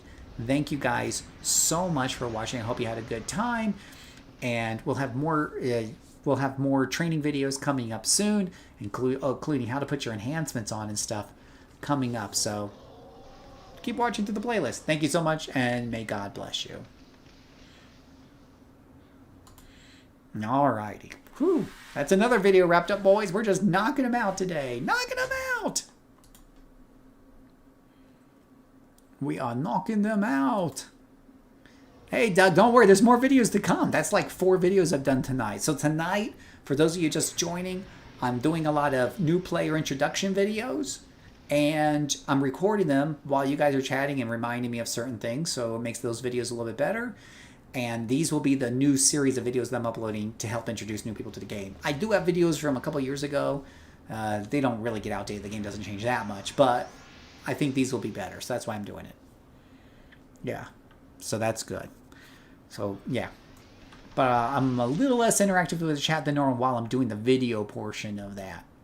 So let me save that video and name that on my file here. So this is 04. This is the 4th video. And this is early leveling. Yeah. I'm a tutorial machine. We are knocking these bad boys out. We are knocking these out. Boom. Like that. Like that. We gotta show them now how to spend that money to put in enhancements. That's the next thing. The enhancement system confuses a lot of people. And it's easy to understand why. Let me see if I have a good character that needs enhancements. Try to pick like something like a sentinel or something.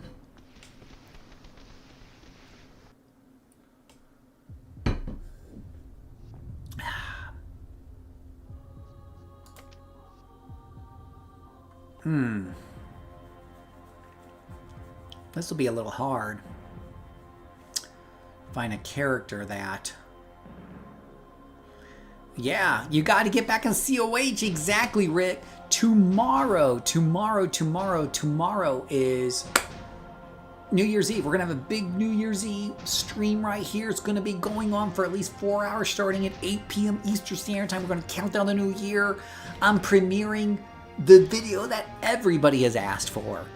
My most highly requested video. Full premiere. Okay, it's really not. But full premiere, fully edited for once. I'm very excited. And we're going to be doing farms. Free money, free XP, level up your characters. It's going to be exciting. It's going to be exciting. You don't want to miss out on it. And I'm making a whole bunch of new player videos. Now, you don't have to wait for these videos to get finished and uploaded to YouTube. I mean, one is you could rewatch the live stream because you can always rewind it and watch it.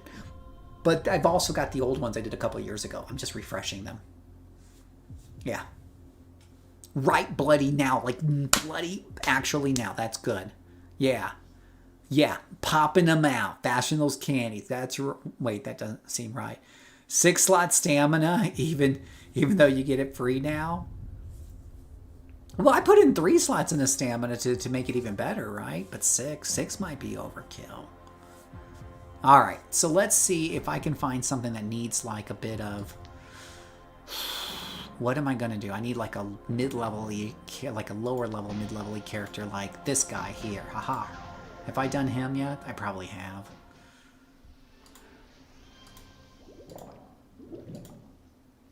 Yeah, I've enhanced him out. This is going to be tough. I could respec, and that would empty out all the enhancements, but I don't know if that's what I want to do.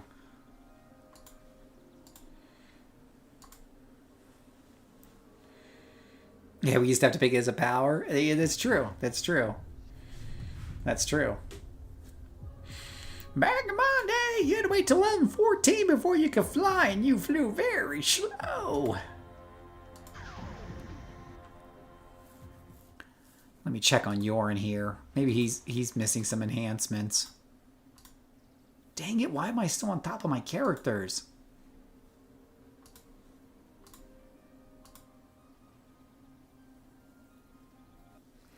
Oh my gosh. Yeah, oh, you know what? I could do the test server. I could do the test server. I mean, I could respec. If I respec, is there a character I want to respec? If I respec a character, it'll dump out all their enhancements for free. And then I could just put them back in. So, oh, wait. The Toilet Tankster. The Toilet Tank. Do I really want to do this character? I think it was a joke one-off that I did. Yeah, I don't think I want to do the Toilet Tankster there. Oh, you know what? Mini Shocker. I've never even messed with this character. This is not going to be the outfit, by the way. But I don't even have artwork for this character. But I bet you she has no slots. Slot walk to 6. No, we're not going to slot walk to 6. We want to teach the new people how to do it right. We don't want to mess them up. What did I pick for power? Oh, there we go. Well, we got Tesla Cage, Electric Control, Electricity Assault. Is this a Dominator or a Corruptor? I don't even know what the hell this character is. I feel like I should know. But we all know I don't know.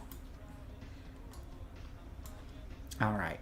Let's do combat. Let's do add a tab.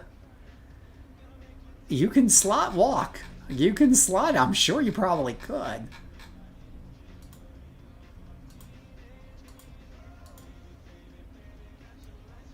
License to drive. Alright, so let's take this character here and go. Yeah, we'll go back to Atlas Park. Let's see. Alright, we're going to talk about slotting right here, Dad. If you don't know about slotting, you've come to the right place, because we're about to do a tutorial video on it. We're going to crank this out. She's got little electric walk and everything. Wow, that's a weird looking character. I'm pretty sure I got this through the randomizer or picking a pre-select or something. I don't know. Weird stuff I come up with some of these characters sometimes.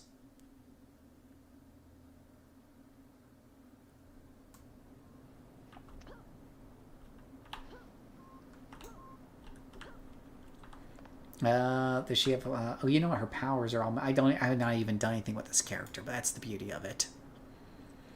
Let's see. Fly. We gotta fly. Whee.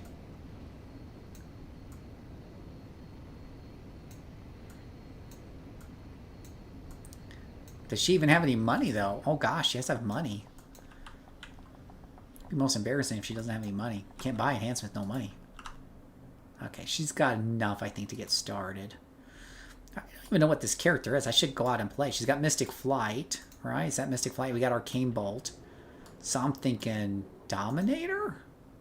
I can't imagine I did a Corruptor or a Controller. Chain Fences. Wow, like all of our powers look the same to me. Wait. Electric Control, Electricity Assault. It's a Dominator, right? That's a Dominator. Pretty sure it's a Dominator. Electric Control, Electric Fences, Tesla Cage. So this is Tesla Cage, Chain Fences, Jolting Chain, Conductive, Static Field. Alright, and we don't get rid of Walk, get rid of Fireworks. And then what do we have? We have Charge Bolts, we have Lightning Bolt, and we have Havoc Punch.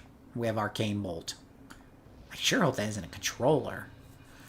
Let's see here. Alright. No panhandle emotes. Stop it, Big Saw. We talked about this. Rick, we're on Excelsior. It is very busy. Don't go to Reunion instead of the Nador Nail. Okay? Domination icons on your tray. Oh, yeah. Okay, so we got Dominator. Okay. All right, cool. All right, let's do a new video, boys. You ready for a new video? I'm ready for a new video if you're ready for a new video. We're going to show people how to slot enhancements for the first time in their lives.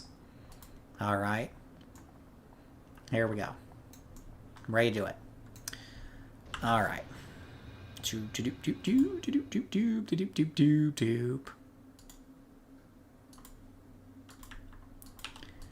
Salutations, my name is Phil, aka JCServant, and welcome to another exciting City of Heroes training video, helping you get along, tutorial video, whatever you want to call it. Today, we're going to show you how to slot your enhancements. All right, so I've mentioned this briefly on some of the, on some of my earlier videos about putting some enhancements in your slots, but knowing which ones to buy and how to buy them, that can be a little cray-cray. So we're going to help you to do that today and understand how to make heads or tails of what you're getting. Now, you want to take a look at your powers first in the enhancement screen. I've got like a level 17 character, so she's got 18 characters, something like that. And she's got lots of powers. We got some attack powers. We got a lot of control powers because this one's a dominator. So lots of control and a little bit of attack. All right. Now, one thing you can do when you're looking at these powers, you can mouse over them. And you're going to see that these powers, for example, this power takes different types of what we call enhancements. This one takes endurance modification.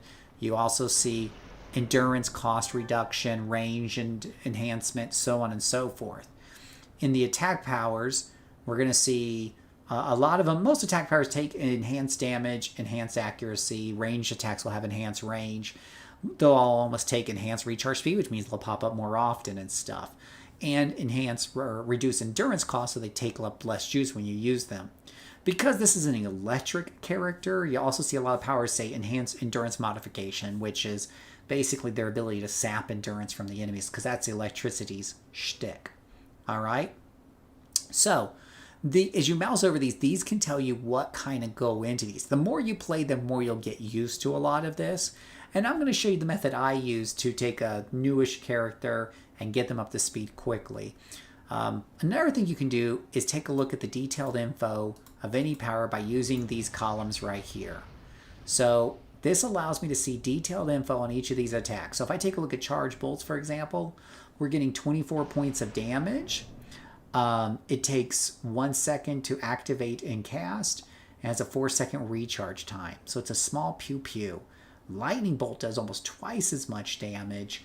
Takes a little bit longer to cast, and it takes twice as long before it recharges. Both of these are single target deals. Havoc Punch is a 53 damage and 1.5 second and 10-second recharge on that. So this will tell me, for example, if where I might want to put some of my powers and how they kind of work. You'll start to learn how to read this and stuff. You'll also notice that these attacks also reduce endurance on the targets because they're energy attacks, so that's what they're going to kind of do. Electric Fence, for example, now this one here does a immobilization on enemies for 17 seconds of 4 magnitude, and it reduces some of their endurance. This also reduces their recovery rate so they don't keep getting back endurance for 2 seconds. And this has a bit of a chance to give you a little bit of that endurance back as well. So learning to read over these is really important because they're going to help you to start sussing out where you want to put things at, right? It is very helpful for that. Now, what I usually do in playing a character, and most of my characters have attack powers. I'm soloing a lot, so I don't play pure support characters very often. So the first thing I will usually buy when I come to this enhancement vendor is I'll buy a number of damages and a number of accuracies to kind of get me started. And you'll notice that, remember what I told you before, there's 2 sets of powers. The top ones are your DOs, or dual origins. And if you look at the info, right click and go to info, you'll see this accuracy increases accuracy by 18%. But if you go down halfway, you'll see that accuracy come up again. These are in alphabetical order by what's in the parentheses. And if I right click and say info on that, it'll increase it by 36%. Twice the benefit for over twice the cost, but definitely worth it. Definitely worth it. We have plenty of money because we've been doing story arcs, so we're going to go ahead and buy some of these, and we'll go ahead and buy some of the damage ones. Okay? Now, that's how I get started, and I start putting them into my slots. When it comes to my damaging powers, my general rule of thumb is, generally speaking, red, yellow, red, yellow. Everyone has their own little theory craft on what they do. I like to do red, yellow, red, yellow. And the reason for that is the red increases your damage by 36%. The yellows increase your accuracy by 36%. But math and how it works. Generally speaking, when you're fighting the same level enemy, you got like a 75% chance to hit them anyways. A yellow for 36% will bring that up to 95%. And another yellow on top of that won't help you because you're always going to have a 5% miss chance. So we'll go ahead and put that in there. And I still got a couple of reds and maybe a couple of yellows. I got tabs over here. I got another yellow over here on this tab. Some of these powers that are on my control side do some damage. So if I take a look here, Jolting Chain actually does a nice chunk of damage at 29. So I'll put an extra little damage or two in there, make it more of a damaging power. You basically are controlling, in a way, what these powers do or how well they're going to work in certain areas by what you slot into them. Okay? Why you skip between reds? Well, I put the yellow in between reds usually. I put red, yellow on most damaging powers. If it's a control power, I might go hold yellow, or whatever the color is for yellow. Right? Now, on chain fences here, it doesn't do a lot of damage, right? Jolting Chain does 29 points of damage per cast, and this is going to hit a chain of enemies. Chain Fences also hits a group of enemies, but it's only doing 14 points of damage, right? So this is going to be more useful. Chain Fences is going to be more useful for its ability to drain endurance or immobilize enemies. You can see here there's a 3 magnitude immobilize and whatnot. So we're going to go ahead and, so for Chain Fences, I'm mousing over and saying, okay, what does it take? You know, what kind of enhancements does it take? And I can see in the list here, it takes accuracy, it takes endurance modification. We can enhance the range, the recharge speed, enhance immobilization. That's what I'm kind of looking for. With an 8-second recharge time, it's going to recharge fast enough for me. So I'm looking for something that's going to make sure that hold really sticks when it grabs a hold of somebody. So I might go for an extra hold here to make that hold last longer. It's also a little bit costly too at 15 endurance, so I might want to reduce the endurance cost with an endurance modification, right? So mouse. So what I usually do is I'll mouse over a couple of these, kind of decide what I want to put into them, and then go and buy what I want on here. This one is a single target doing 24, so it might be good with an extra damage. It's decent-ish damage for a single target attack, and it's going to hold them. Or I could increase the hold. I don't know. I could go either way. We'll do a damage accuracy there and 2 holds there. So I'll come over to the trainer, and I'll say, hey, give me another damage, another accuracy, and I want to enhance the hold on the character. So paralyzation of Jewel, the hold, or immobilize. Actually, so here's a good question. Does it take hold or immobilize? If I go back here and mouse over the Chain Fences, it says in the print there, enhance immobilization. But I don't see where it takes enhance hold. So I want to make sure I buy immobilization for this one. Okay, so buy some immobilization there. And I want to get an endurance reduction. Endurance reduction is under E for endurance right there. So I'll go ahead and pop those in. So I'll pop, I want to put this right here for more damage, make that more accurate, and then increase that immobilize. And you can see there, the cool thing is as you're going to put it in, you hold it here, it shows you how it's going to increase the values right there as you're popping them in. As you're popping them in. So here's a question from the chat. I think it's a good question to address while we're talking about this. So does the game check your enhancements from left to right to see what you will do when your exemplar down? Now, for those of you who are new watching the video, exemplar down means Let's say you're at level 30 and your friend's level 20, and so you exemplar down to help him out with his level 20 missions. The answer is no. The game doesn't know what order you put the slots in, nor does it care. You know this when you respec because you can put them all over the place. It doesn't care what's on the left or what's on the right. What the game does is it does a mathematical formula to reduce your enhancements down so it feels like you're more like a level 20 character. Though you'll always feel a little bit more powerful. The math is in your favor. So that it's on the forums. I actually pasted this in our chat channel the other day. But the formula is interesting. If you're 50 exemplaring down to 33, no changes. No changes.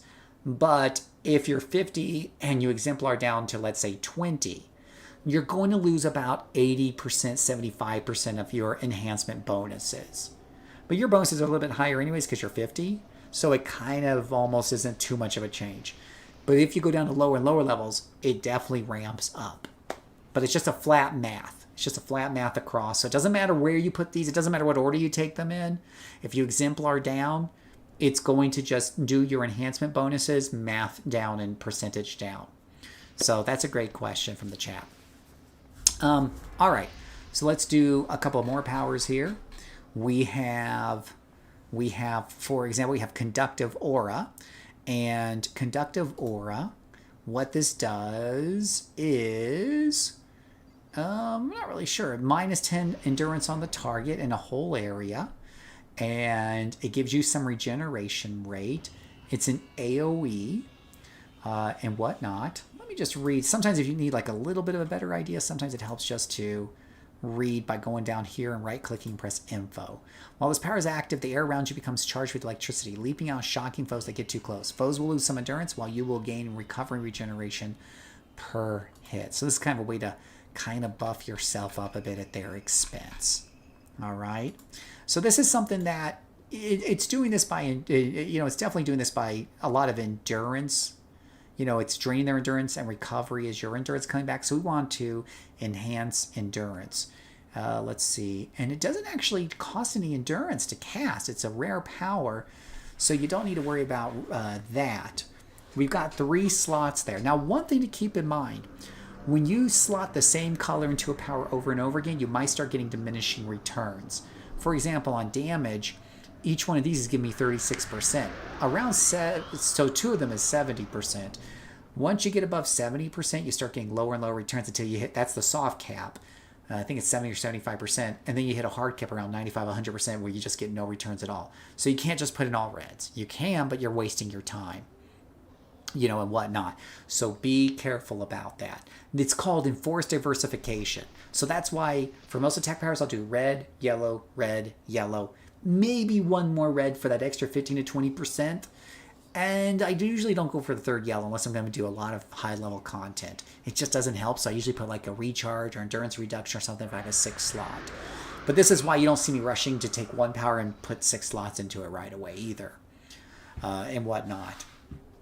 So, thank you for that, Moto. I appreciate that comment. Absolutely. I'm happy to help.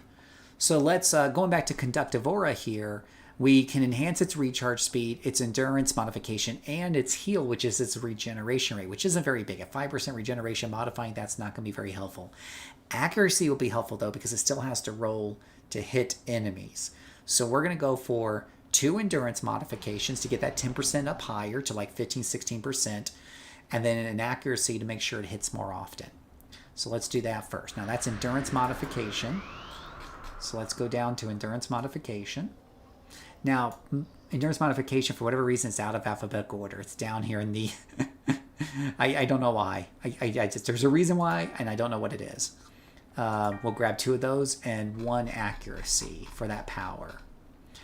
While I'm here, I'm also going to grab 3 flies because I have a fly speed on this character and I love flying fast. This is probably the least optimized thing you can ever do for your character in low levels, and I don't care because I love flying fast. So I always buy 3 flies for my flying characters. And you can see my flying speed goes up from 160 all the way up to 316. I literally double my flying speed by putting 3 flies in there. Absolutely. Absolutely. So, we're going to go ahead and put those endurance ins. And what you're going to see here is when I put this endurance in, is you're going to see that the endurance, that the decrease from the enemies goes from negative 10% to negative 13%. So if you hit an enemy with this power, he'll lose 13% of endurance. Your recovery rate will increase from 3% to 4%. So, and I imagine that's per mob hit. So there you go. We're going to slap that boy in there, and we're going to do another one, which will take it up to 17%. So instead of losing 10%, he's going to lose over a sixth of his endurance. So we're going to pop that in there. And then an accuracy to make sure it hits more often. Okay? And, oh, I forgot we had arcane bolt that needs to be done. This is a power I put over here. Arcane bolt has a recharge time of 7 seconds, does quite a bit of damage. So I think two reds and a yellow for that one. So we'll do 2 reds and a yellow real quick for that one. 2 damages and an accuracy in English. I'm almost running out of money in this character, so let's see here. Red, yellow. Wait, did I pick up the red or the yellow? Red, okay. And then yellow. And the only reason I space them like this is it just keeps things, and I messed up on, just keeps things even in my head. Usually I put red, yellow, red, yellow. That's just something I do. I'm OCD about that and whatnot. Okay. So this character is kind of almost done. We got Electric Fence here, which could use a little bit of something. Pretty good damage at 24 for a quick, fast attack power. Also has an Immobilize. Endurance cost on this is 7. It's a little high for a quick power.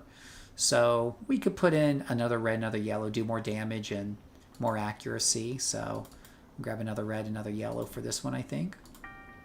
We're going to have fun until we run out of money. I think that's the last of my money there on that character. I could grab, oops, I forgot to put the red first. I could grab money from another character, or just, I actually got merit rewards, so I could just exchange in. But you guys get the gist. This is pretty much done, and she's ready to go. Oh, the last thing I should mention here, and it's kind of important, stamina and health. You can put an endurance modification stamina to help how fast your endurance is coming back. I generally recommend that for many characters. If you're starting to struggle a lot with stamina or with endurance, next time you level up, put a couple extra slots in here, make sure you have a total of 3, and put endurance modifications in all of them, or at least 2. You get a really big benefit out of those first 2. The third one, not as much, but it's still pretty good. With health, I don't normally put a lot of extra slots in there at the low levels, but you can slot in a heal enhancement, because you see it takes enhance heal, and that will help your health recovery rate. So I'll usually do that most characters. But this is how you get like a low-level character kind of up and going once you get past those first handful of levels. And you're ready to go out there and start zapping bad guys. And that's pretty much all for this particular video.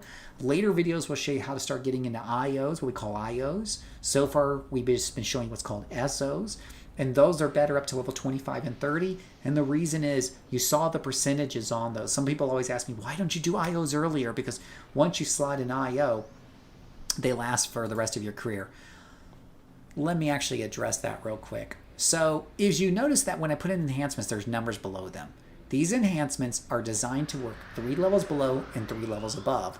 When this character hits 24, these numbers will all turn red, which means they're doing nothing. They're broken.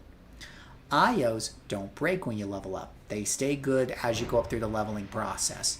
Now, they won't get any better as you level up, not the normal IOs, but they won't break either. So if you buy them once, you buy them for life. So why not buy level 20 IOs? Let me explain this one really quick before we leave this video. If you mouse over this level 20 SO, you can see here that it's giving me a 36% boost. Okay, let's take a look by using our auction house command.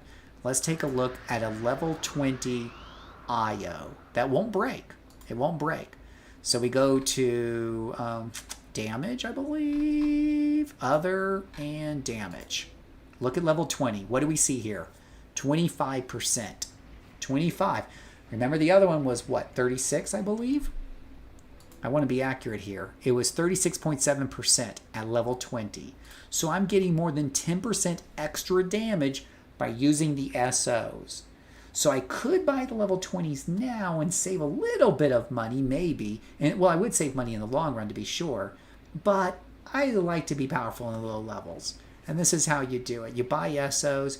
And around 25, especially 30, you're hitting a break point where these IOs start to catch up. At 30, you can see here the bonus is 34.8, but your SOs at level 30 really aren't going up that much, if at all. So there's a graph that shows this where they just kind of break off. Hey, Robert.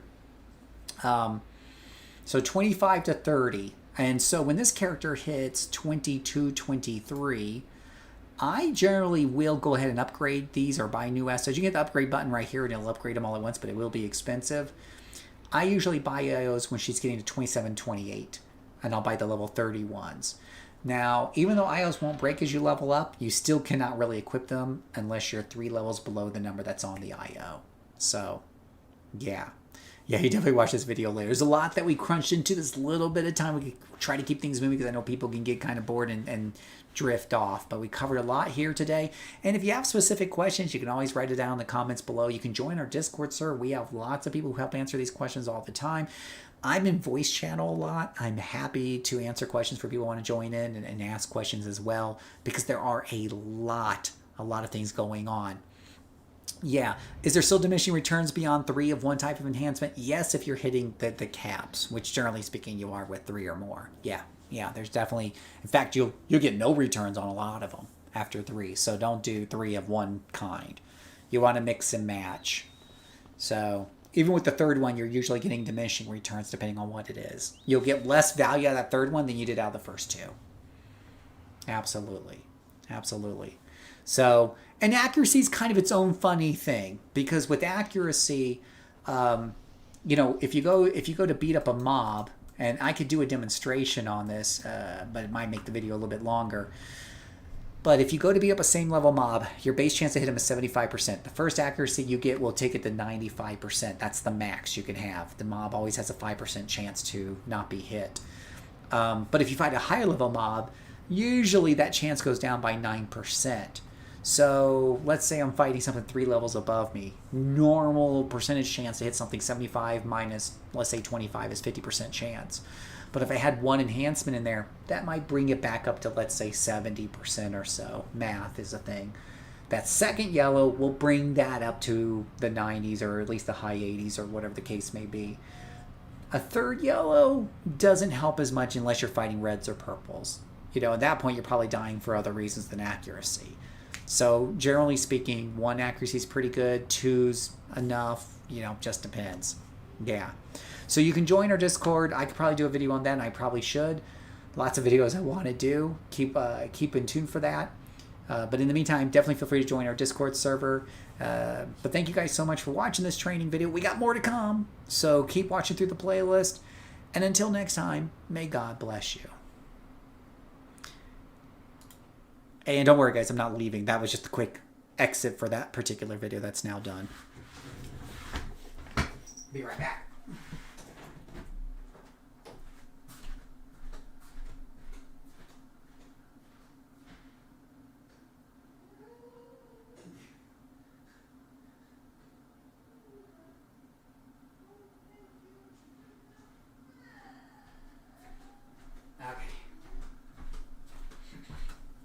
All right, sorry, I had to fix something real quick. Accuracy can help. Yeah, there's certain situations where accuracy... is it not in the description, Detroit? The description for Discord should be in the link. Let me know if it's not working. So, yes, accuracy helps against higher levels or certain situations where you run into things where they have extra defense or they're debuffing you or whatever have you. It's just diminishing returns. Like a lot of things in this game is diminishing returns. Most of the audience I'm talking to is just fighting same level monsters for the most part, or maybe some yellows here and there like lieutenants and whatever have you. So they're getting a lot of value out of that first one. And that first one, of course, is going to help you against everything in the game. That second one only really comes into play if you're fighting either something that has some sort of weird ass thing going on, or you're fighting a red, right? And these things happen less often. So you think about a pyramid, and you think about like the average new player playing especially. Down here at the bottom of the pyramid is the yellows and the whites and the weaker things in life, which is what you're fighting most of the time. Then right above it is the oranges and the reds. And at the top are the purples or these really weird enemy combinations that you run into once in a while. That first one will apply to the whole pyramid. That first yellow you get helps the whole pyramid. The second yellow you get helps only this part. It misses this whole section down here because the second yellow does not help you against most enemies that you fight leveling up, but it does help with this part of the triangle. And the red one, it's only for the tip of the triangle when you run into these weird situations. Now, if you live in +4 land, then by all means, make sure you put 3 accuracies in there because that's what you're mostly going to be fighting. But for most people leveling up, they don't do that. And if you're leveling up, generally speaking, like I was saying before, you don't want to put it on +4 because you'll just die too fast from the other problems in life, like not having enough defenses and stuff. So there is that. Did you find that Discord link, by the way, Detroit? I know there's a little bit of a lag here. Give me 1 second real quick.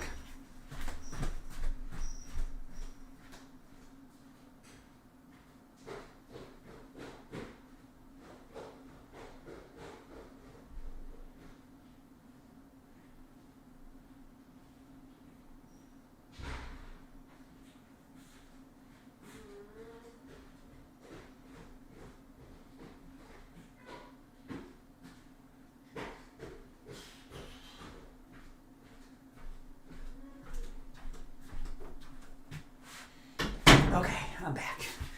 Whew. All right. Alrighty. Yay. Oh, let's take a look. Let's take a look.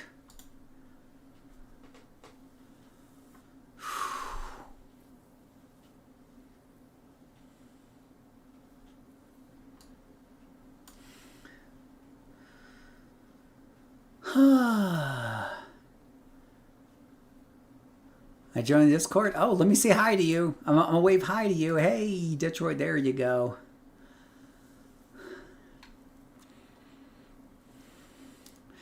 Well, thank you for joining, Detroit, and I hope we're going to be helpful. I'll be in the voice chat soon, so we can even talk and say hi here after I do another video or 3.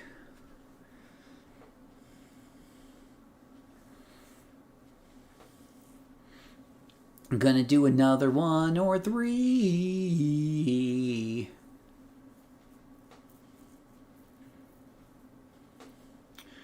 Oh, let's see. Another video or 3. All right. Oh, I like how I did a whole video with the axe guy and I was playing the shocking person. Oops. Well, I guess I got better problems to worry about, but that's unfortunate. I should have turned them off.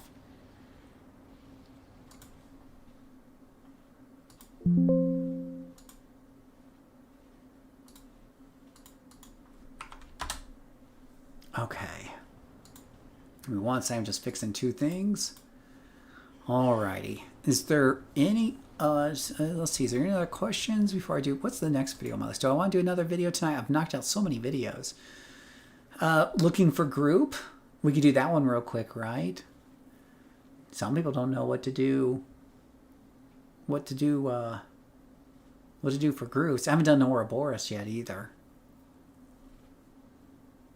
Alright, let's do looking for group real quick. Salutations, my name is Phil, aka JCServant. Welcome to a quick video on looking for groups and whatever have you. Hope you're having a great day.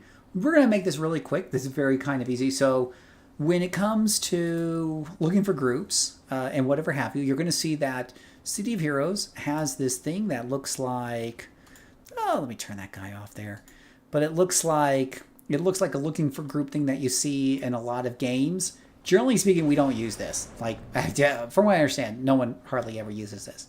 What you want to do is you actually want to go to your chat channels, and you want to look for the looking for group channel.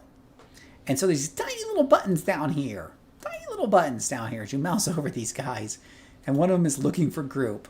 And here you can type into here and you can say, hey, I'm looking for this or whatever. And people will generally be talking in here all the time. In fact, you can add a tab here just for looking for group, I believe. So you can hit a tab, add that, hit OK. You can have a tab just for looking for group. And people will be advertising here a lot. So you just want to keep an eyeball on that. And if you see something that interests you, just write back to that person and looking for group down here and type in and say, hey, I want to join that. So a lot of that will just pop up here. And you can see right here, Mission Team Farming, Melee Tunes Welcome, things like that. And if you want to start one, you can start one really easy right over here. It's very easy to do. but that's what people do. That's how we do in City of Heroes. It really is that easy. I do like, there are some different things here, but from what I understand, this doesn't get used nearly as much as it probably people wish it would get used. The looking for group thing there. So there you go. That's easy. That was the video. Let me know if you have any questions or you have other ways you look for group. But that's, most of us just use Discord, honestly, to form our groups within our clan. But if you just want to play with some random people, that's how you do it. So thank you guys so much for watching, and may God bless you. Hey, Octavice, how are you doing? I actually do have a level 50 guide. In fact, a couple up. I just did, let me see if I can find the video. I did not too long ago. Let's see here. So I did a video about Dark Astoria, which is easy incarnate salvage, because you know that's useful for buying your doohickeys. Also in my playlist, my City of Heroes playlist, I believe it's the last. Oh gosh. You got to go back to March of last year, February, March of last year. I have, yeah, here it is right here. Level 50 gearing. I have a video on level 50 gearing. The video after that's the incarnate system. And I'm remaking some of those videos now. That was kind of the point tonight, is I'm getting that started. And I've done 4 or 5 videos. I'm remaking a lot of these videos right here tonight. I don't know if I'm going to get the level 51.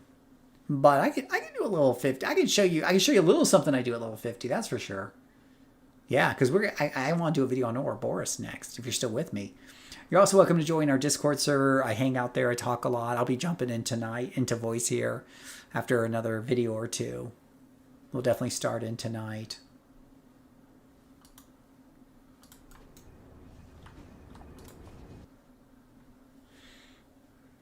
Oh, well, and you know, let's talk about some of the things you can do, right? So, just real quick, are you familiar with Ouroboros? So Ouroboros, in case you're not familiar, oh, you're doing Ouroboros Dark Astoria now, Rob. Rob is doing that. Yeah, it's a fun one to do.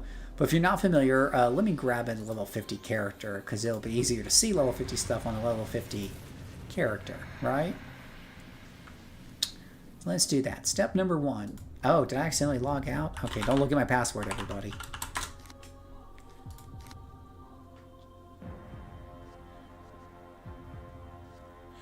Oh, where can we find level 50? Oh, where can they be?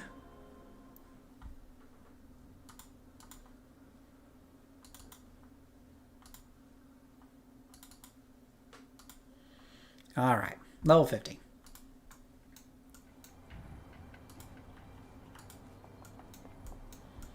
Oh, let me see here. Where am I at here? All right. Ouroboros.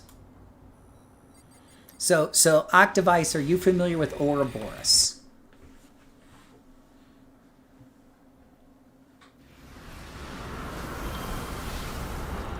Now, I will give you the disclaimer. I play solo and small groups, like 1 or 2 people here and there, quite a bit. I don't like to do large groups. So if you're a large group person, there's probably other things to do that I will glaze over or not even know about because it's kind of a blind spot for me.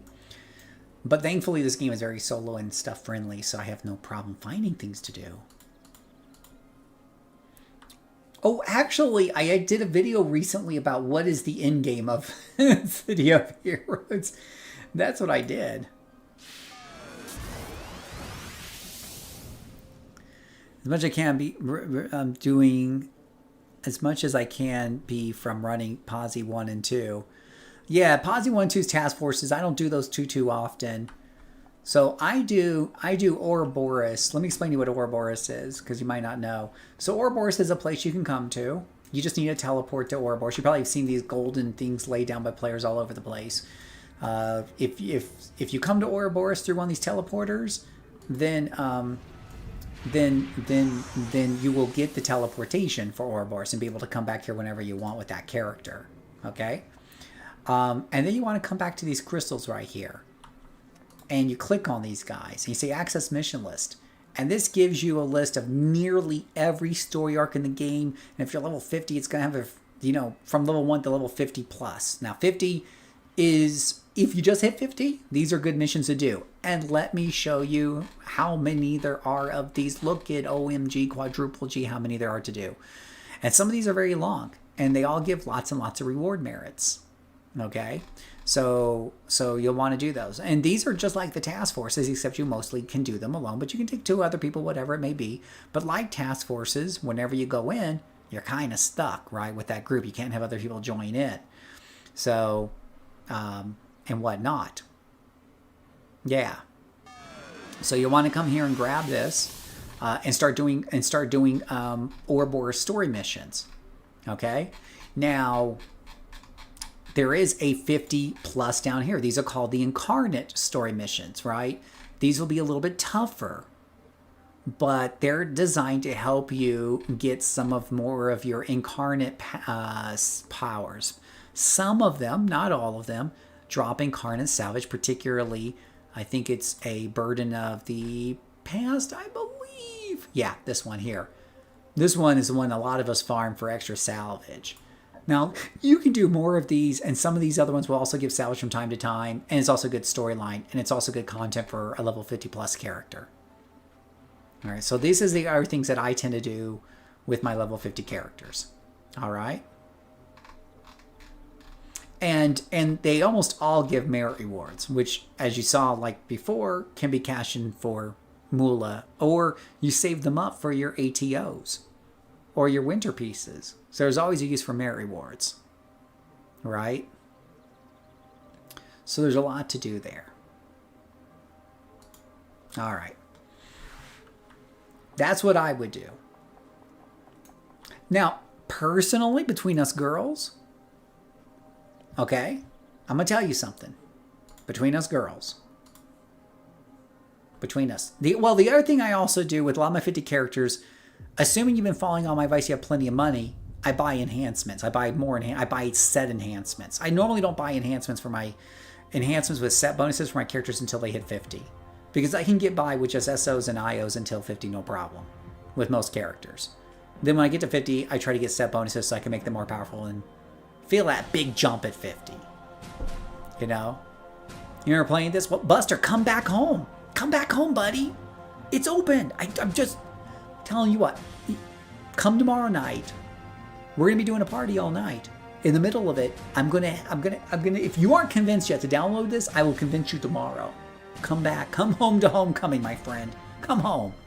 Come home. Come home. All right. You're playing now. Okay. Whew. All right. You had me worried. Had me worried. I thought you weren't playing. All right. Whew. That's a load off my mind. All right. Cool, guys.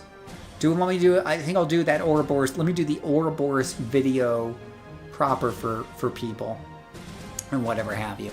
I know there's a way to get to Ouroboros through other methods. I always just use an Ouroboros portal. There's like 18 million of things lying around, and I can always log into a character and use another one to get them in if I have to, but... Yeah, oh, right. The real in-game octave, what you really do when you hit level 50 is you make another character. Look at this, page after page after page after page after page. That's what you do when you hit 50. We do, Joe. It's right there in the description. Let me know if it doesn't work. I'll be in voice here. I'm gonna do one more video and then I'm gonna jump into voice. So actually, I'm in the voice. I'll be in the voice channel soon. The YouTube, Twitch, and stream chat channel soon. There in voice. Yeah. Let me know if it doesn't work. Yeah. But anyway, let me do one more video, guys. Let's do one more video. Anyway, one more video. I'm gonna just talk about Ouroboros and stuff for another hot minute. Let me just take the videos I have right now. What did I just do? I did a video on...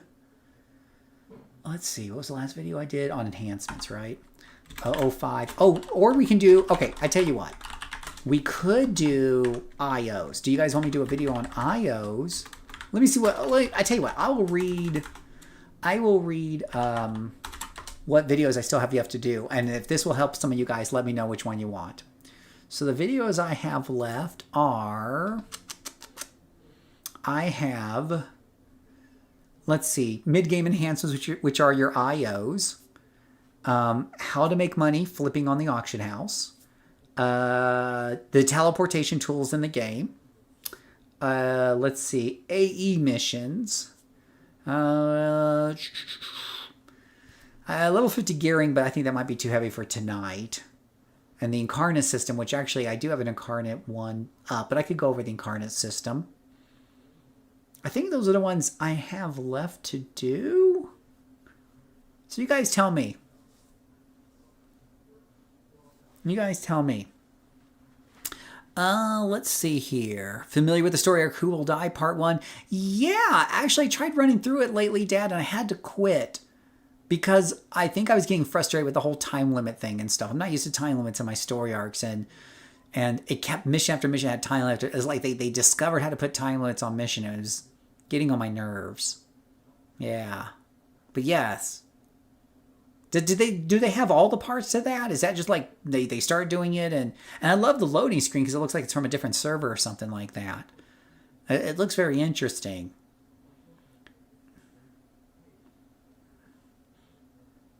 About 10 pages right now, 25 plus. Yeah, no, it's crazy. A good IO video. All right, let's do a video on IOs, right? Yeah, I'm pretty sure I thought it had Who Will Die, or maybe it was part 2 that had the time limits. But one of the ones had time limits. It was driving bananas. I thought it was Who Will Die. I could load it back up. I thought it was Who Will Die. Let's do some IO video, and then maybe that can be the mission I run while we open up the microphone. Because I will, if you're in the voice chat, or if you're on our Discord server, I will open up the mic after I do these last video or two. We'll jump in a voice chat and you can jump in. You know. Well, but does it have a time limit? Does it have a time limit? You know, that's the $1 million question. No, stop it, TV. I'm watching you. All right, let's do an IO video, okay? I think I have a character that might be ready for IOs. Let me see here. Chrono Crossfire probably already got her IOs. Blue Lazuli, did you get your IOs yet? You're at that magic level 27 where IOs start to come online. All right, my Symphony martial arts controller. I never thought I would get her this far, and she is just so much fun. Oh yeah, she's ready for IOs. Oh yeah, ready for an IO video. All right, let's teleport to Pocket D.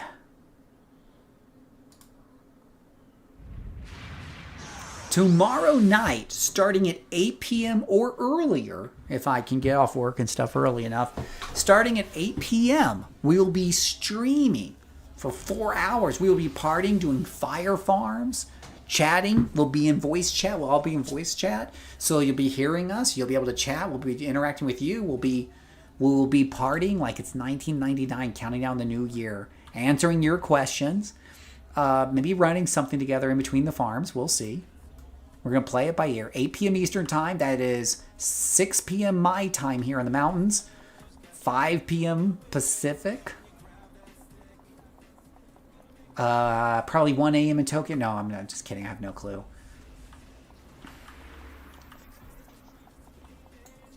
I've really no clue here. Let's put up the graphic for Blue Lazuli. And I'll be in voice, in and out in voice all day tomorrow too. If you're on our server, I hang out in voice a lot when I'm not working, you know. But tomorrow should be a slow day, so I'll probably be in voice a bit more. Oh, gosh, that picture looks terrible. That ain't the right picture, Blue Lazuli. What's that? Oh, I picked the wrong button there. Where's Lazuli? Lazuli, there she is. We want the transparent picture. Yeah, I worked hard on that. Yeah, I like how all my characters have their own individual artwork, right? All right, let's talk about trying to figure out when you are on. I usually, when it comes to streaming, I've been pretty good about being on Mondays and Fridays, usually around, I would say it's around 9 p.m. Eastern. And then on, or if you want to tell me the time zone, I can translate it, but 9 p.m. Eastern, and then on the weekends just sporadically as my time allows. Sometimes Saturday mornings and Sundays anytime. Just I'm not doing chores, I'll jump on. Sometimes just stream. I'm on Discord a lot more though in the voice. You'll just see me hanging out on voice. You'll be like, "Hey Phil," so you can definitely come on and join me as well in voice. And I can stream. I sometimes stream to Discord. You know, like I don't feel like jumping on a YouTube, and I'll just have the stream on of me playing the game or whatever have you, or playing some other game. But usually City of Heroes, yeah. Yep. But we're streaming tonight because I had to record these videos for you guys. Let's do some IO videos, right? Let's show people how to do IO videos. I just realized I have a whole bunch of extra enhancements in my enhancement doodads here I don't want. Let me go sell those real quick. We do check out the description. The link should be in the description there. Let me know if it doesn't work. But last time I checked, I think we've already had several people join tonight. It has been working. That should be a public server. You should be able to join right off that link. You guys yell at me and tell me if that link isn't working. I paid a lot of money for that. Okay, I didn't pay any money for the link. I'm not lying. But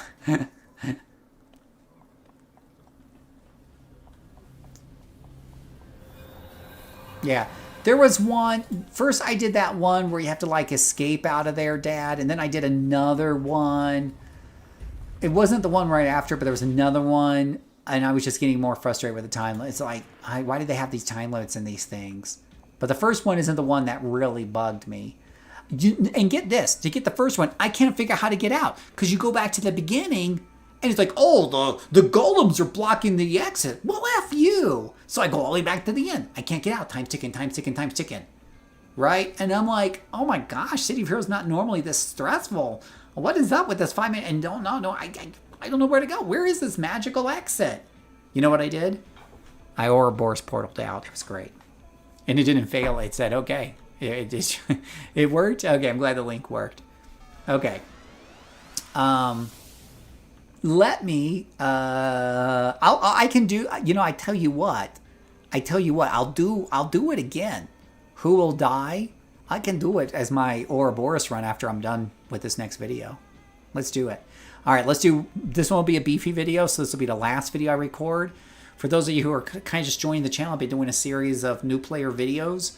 I'm recording them live, so while I'm recording the video, I got my eye on comments in case you guys say something and point out something I'm missing up on, or I'm missing. I can kind of slide it in, but I won't be responding to you directly a whole lot unless it's like really pertinent. So because we're going to stick that on there. Yes, we do have a base. We do have an SG and a base and everything. And I'll be able to get people in after I'm done with this video. I can log into Firebug is the SG leader, and she can get anybody in who wants to be in. All right, let's talk about IOs real quick though, because a lot of people don't know about IOs and exactly how those work. So let's get them up to speed. Salutations, my name is Phil, aka JCServant, and welcome to another exciting adventure in learning how to play City of Heroes. So, you probably know about SOs if you see my prior videos, but maybe you need to know about IOs. What's an IO? What makes it different? How do you get them? How do they work? Let's talk about it right here, right now. So, as I've mentioned before, levels 1 through 25-ish, give or take a couple levels, you're going to be using what we call SOs, single origins. The thing with single origins, they're very powerful for those levels, but they do break if you're 3 levels above them. Once you out-level them, you gotta buy new ones or upgrade them from within the enhancement screen. And the price keeps going up and up and up. It's expensive. If only there was a way you could just buy an enhancement and have it work for the rest of your life. Well, that's where IOs come into play. Around the high 20s into the 30s, IOs and SOs start becoming a lot more even Stevens, and the IOs will work throughout level 50. Okay, they won't break. Now you cannot equip an IO unless you're within 3 levels. So let's say your IO is level 30, you have to be at least level 27 to equip it. If you're level 26, you won't be able to equip it. So you have to be at least 3 levels under the IO. But then you can keep it equipped till 50, and it will work just fine, no problem. Okay, so keep that in mind. That's an important thing. All right, so we're going to talk about how we can get some IOs going on, right? How can we do that? So let's take a look at this character right here. Okay. So this character is using SOs, and we can tell because there's numbers at the bottom telling you what those levels are, and they're kind of yellow. They're warning me, hey, a couple more levels, it's going to turn red and break. All right. And that would be most unfortunate. I could hit this upgrade button right here, and if I try to do that, it's going to warn me. That's going to cost me a lot of money, over 1 million influence, right? And stuff. And that price only goes up the higher level you get. You can do that. There's nothing wrong with doing it. It's probably not the most efficient use of your money. So let's get some IOs in here. All right. Now, very similar to my approach with SOs, I like to start with the attack powers. And for the most part, we got red, yellow, red, yellow, red, and a lot of my attack powers. This is a dominator, so her main thing is really holding people down with symphony control. And then she kicks the ever-living crud out of them with her martial powers. So we're going to go ahead and pop some reds and yellows into here. So I need at least 8 reds, as we can see here, and 4 yellows. I actually need a whole bunch of yellows if you're going to count all these up, because I just want to replace all these with IOs, right? So to do this, we're going to go to the auction house. Now, you can craft your own IOs from scratch. Generally speaking, I rarely do that. I just buy them off the auction house. But occasionally what I'm looking for is not on sale at the auction house. So we will cover how to craft them just in case you can't find what you want or it's costing too much money.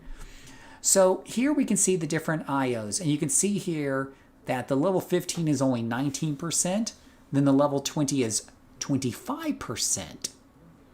And then the level 25 jumps up to 32%. The level 30 slows down, only going up 3 more points to 34.8%. And then when you go from 30 to 35, it's only going up like not even 2 whole percent now. It's 1.9%. The increase for the next 5 levels is 1.9%. So, from 15 to 20, we had a 6% increase, more than 6%. From 20 to 25, we had another 6%. From 25 to 30, you're now down to 3. And then from then on out, you're only getting 2%. That's why 25 or 30 tends to be a good break point for a lot of people, right?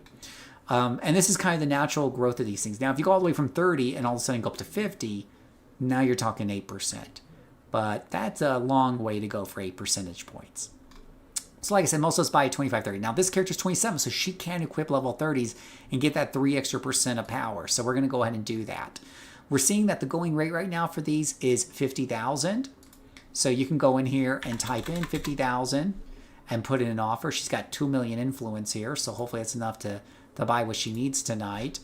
And it sold right away, or it bought right away. I wonder if I could have bought it for less. Let's try to put it in a lower offer and see if that works. It does not. So 50 is our magic number. Now, we know we need a bunch of these. So you can actually come in here and put in like 7 more I need and hit make offer. And it'll go ahead and start chewing through that. Chew, chew, chew. Chew, chew, chew, chew, chew. Yum, yum, yum. Yum, yum, yum. And I've got a lot of damages there. So same thing with accuracy. Now, there's only 30 of these for sale. There's only 30 for sale. So, and then we're going for 40,000. So I don't know if I'm going to get all the accuracies I need because I need quite a few of these. So I'm going to do 4 at a time and see what I get. Now, we're chewing through that, but we're depleting the amount for sale. We're down to 24 for sale. And we've hit a brick wall. That last one wouldn't buy out. So I might need to up that to 50,000. Make offer. And I'm getting them for 50,000. Okay? Now, I've bought a whole bunch at this point. So let's go ahead and grab all these guys and start slotting them in just to clear some things up, right? I got this recharge one from who knows where. All right. So I'm going to put yellows where I have yellows right now. Now, this is going to destroy these guys right here. All right. So I'm not going to get any money back for these. One way to get around this, by the way, if you did want to resell these, now you could pop them out with what we call unslaughters. Unslaughters are worth 70 to 100,000 each. You can buy them with merit rewards, and then these things don't sell for that much. So it's not generally worth it to unslot your old SOs. However, if you wanted to respec anyways, respecing pulls all of these enhancements out and gives you an opportunity to put them back in or put them into your storage. As long as you have enough room in your storage, you could store them and then sell them and get some money back for them. So I've done that before, and it can get you some moolah back. It's pretty nice. All right. I'm just going to replace these here, and you're going to see I'm getting a slight improvement by putting a 30 IO over the SO. I'm going from 0.36 to 0.42, so I'm getting a little bit of an increase out of that. So we'll go ahead and pop those in. Now you'll notice that with these IOs, there's a blue number that says 30. That's telling me that thing's going to keep working all day long. If I level up, it's not going to break. It's permanent. The 30 is just indicating its relative kind of strength at this point. That's all it's reminding me of.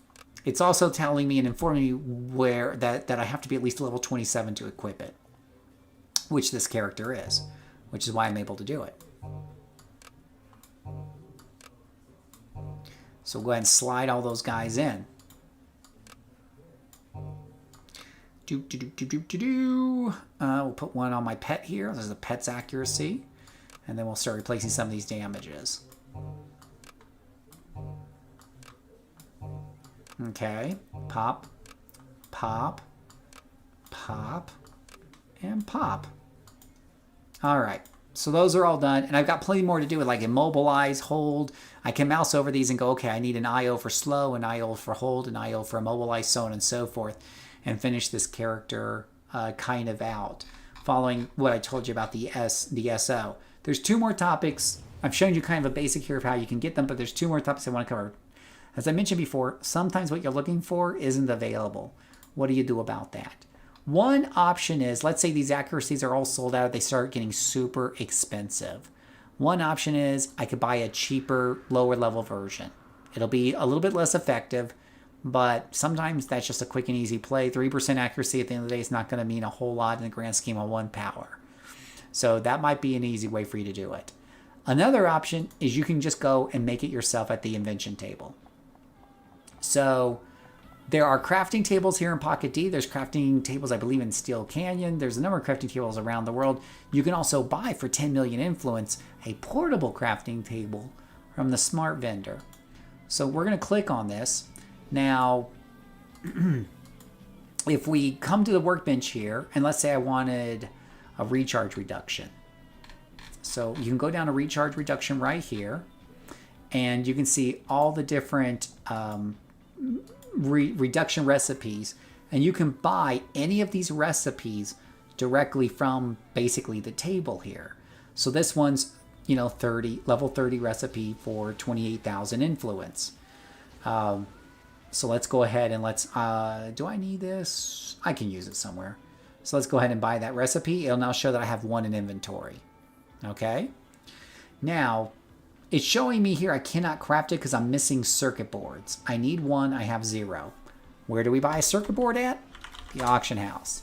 Come to the auction house and type in circuit board. All right. They're right here for 250 is what they've been going for. I could probably get it for 100. And boom, there we go. We get a circuit board. We hit get. And now we have what we need to craft this. And boom, we did it. Now, we were paying 50,000 before for a lot of those. This one we bought for 28. But you keep in mind that you see right here that in order to craft it, the recipe was 28,000. But notice that the influence to put it together was another 38,000. So I just paid 60,000, right, for that. Whereas on the auction house, a lot of times these things are 50,000, 40,000, 30,000 because people are just trying to dump them. So generally speaking, using the auction house is not only more convenient because I don't have to sit here and put together things, it can actually be cheaper.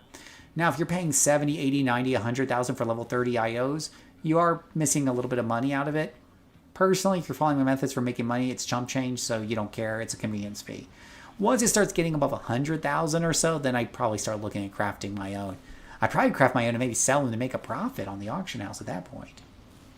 So crafting, this is how you do the crafting. It's right here. Okay? And I guess one other subject we could cover is IO sets. Now, I talk about more about this in my level 50 video, but I would be remiss if I didn't touch it on here. Generally speaking, I personally, when I'm leveling my characters, I only use what we call basic IOs or non-set IOs. Those are the ones that you've seen me use so far.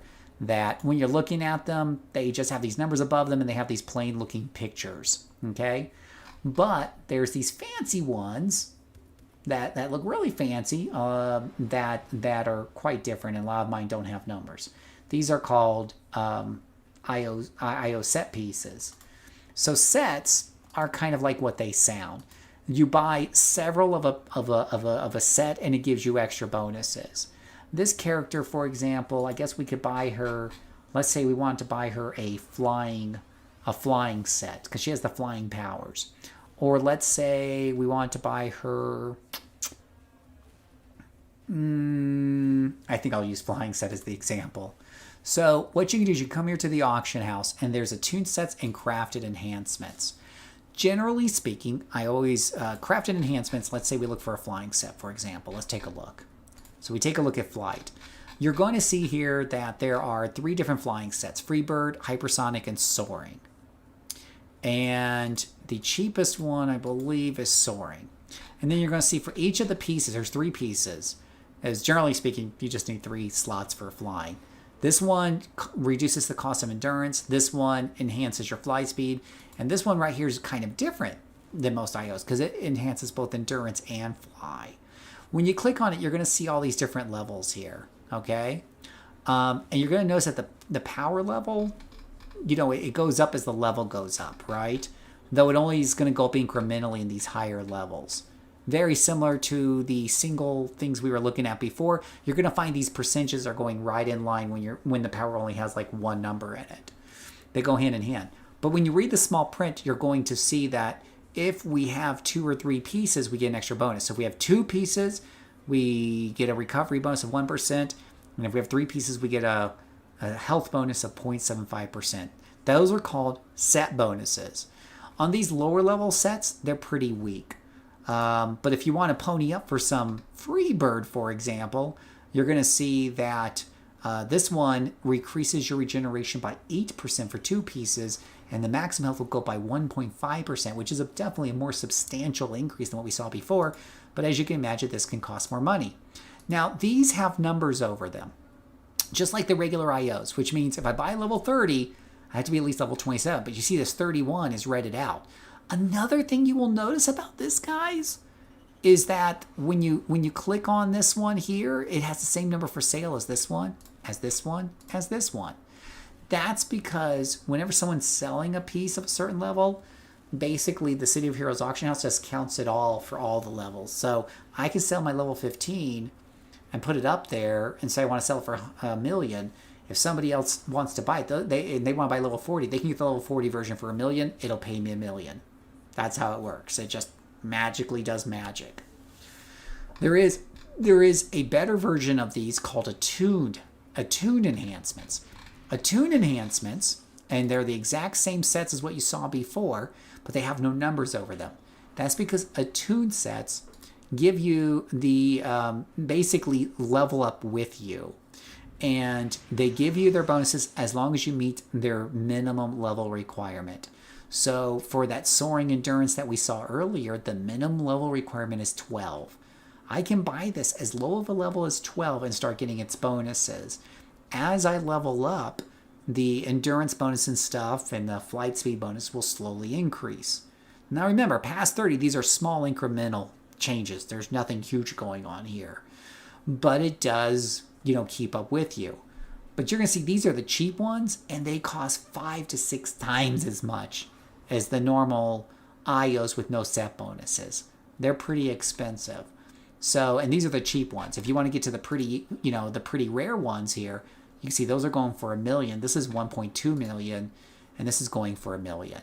So you want to make sure that you really want it before you buy these with their set bonuses.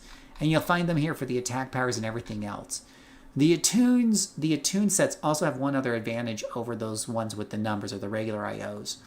That is, when you exemplar down, they allow you to keep your set bonuses as long as you're within the minimum level requirement. So if I exemplar down to level 12, I still get to keep my whopping 8% regeneration bonus or whatever the case may be.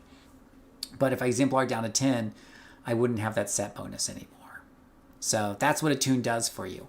Whereas with the other non-attuned sets with the numbers above them, if I exemplar more than 3 levels down below it, so if it has a 27 or it has a 30 on it, because I was level 27, I bought level 30. If I go down to 25, no set bonuses. So generally speaking, attune is better.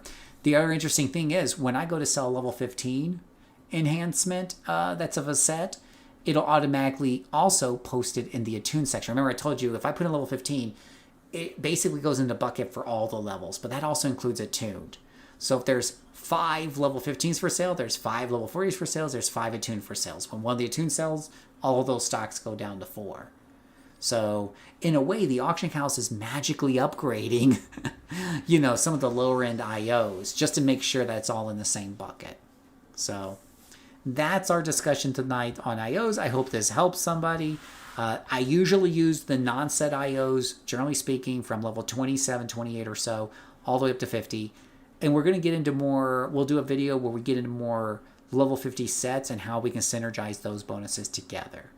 So hopefully this video has helped somebody. I hope y'all are having a good time watching this. Let me know if you have any questions or anything like that. Thank you so much for watching. And by all means, join us in the community. The link is in the description on our Discord server. We'd love to help you out and answer any questions you have. But until next time, may God bless you. Okay, guys, I'm done talking about IOs. Woo! It's all done. Woo!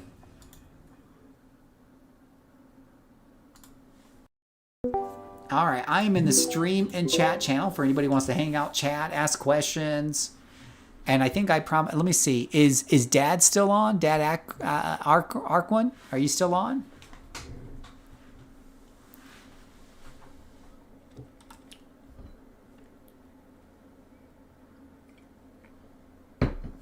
All right, you're back on. All right, we're gonna do No One Dies. Do I want to do it with my Dom? I can do it with my Dom. We just bought her some stuff. We didn't buy her a lot of stuff though. She still has some yellows in here. Let's pick a character who's kind of dying to come back and finish her up. Yeah, I can talk. I'm in the voice channel now, guys. So if you've been patient with me, you can feel free to jump into voice. You will be live on YouTube. Make sure you mute YouTube before joining in so you don't get double voices. But you can definitely join in and stuff. That is perfectly fine and dandy. What do I want to play right now? Ooh, let's see here. No, we mean stealth is a must. See, if you're telling me stealth is a must, that's going to make me cranky because you should be able to play whatever character you want these things without feeling like, oh my gosh, I got to play stealth in 7 minutes, 7 minutes. Who comes up with this stuff? Well, I thought the first Who Will Die was low level. Let's see.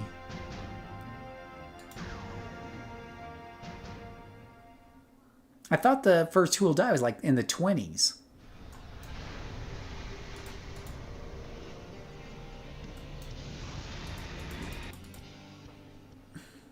Let's take a look.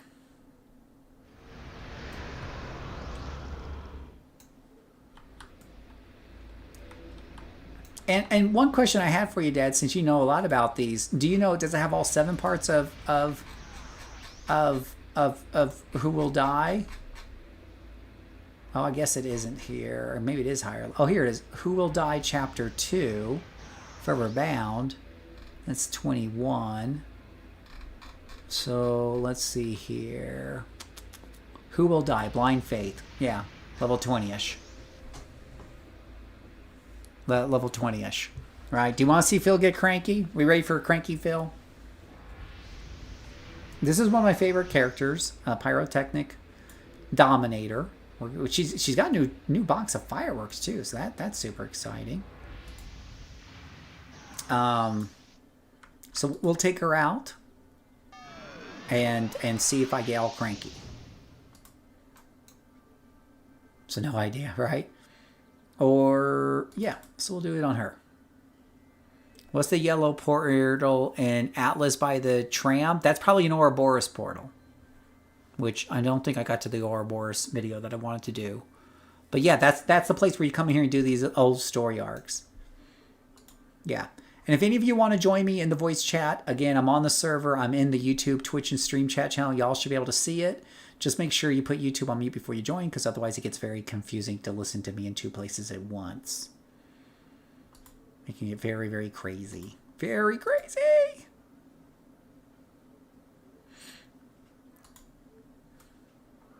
You can end up memorizing the recipe and not needing to buy the recipe. That's true. I don't do that very often because I don't probably bring up things I never do, and I just never see the point of doing I don't do IOs like that much, so like crafting them hardly ever. Yeah. How many do you have to do? Gosh. I think the most I ever buy on a character is maybe like something like a little over a dozen. If you're going for like damages on like a brute or something, I'll buy a lot of damages. But yeah, I know that's a thing. I did hear about that.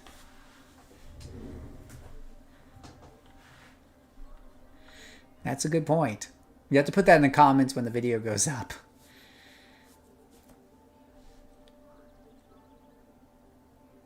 All right, Dad wants to see me get cranky on this mission. I swear I did this the other day and I got all cranky. Now, I think what's really kind of cool about this is, at first, I was kind of excited about this because the loading screens are so cool for it. They are so very cool.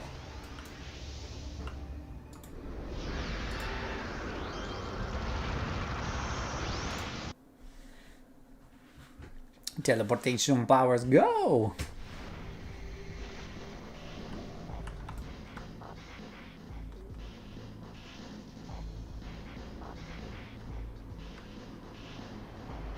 Oh, the tunnel teleporter. Yeah, that's a teleporter that goes to some different places that the tram doesn't always hit.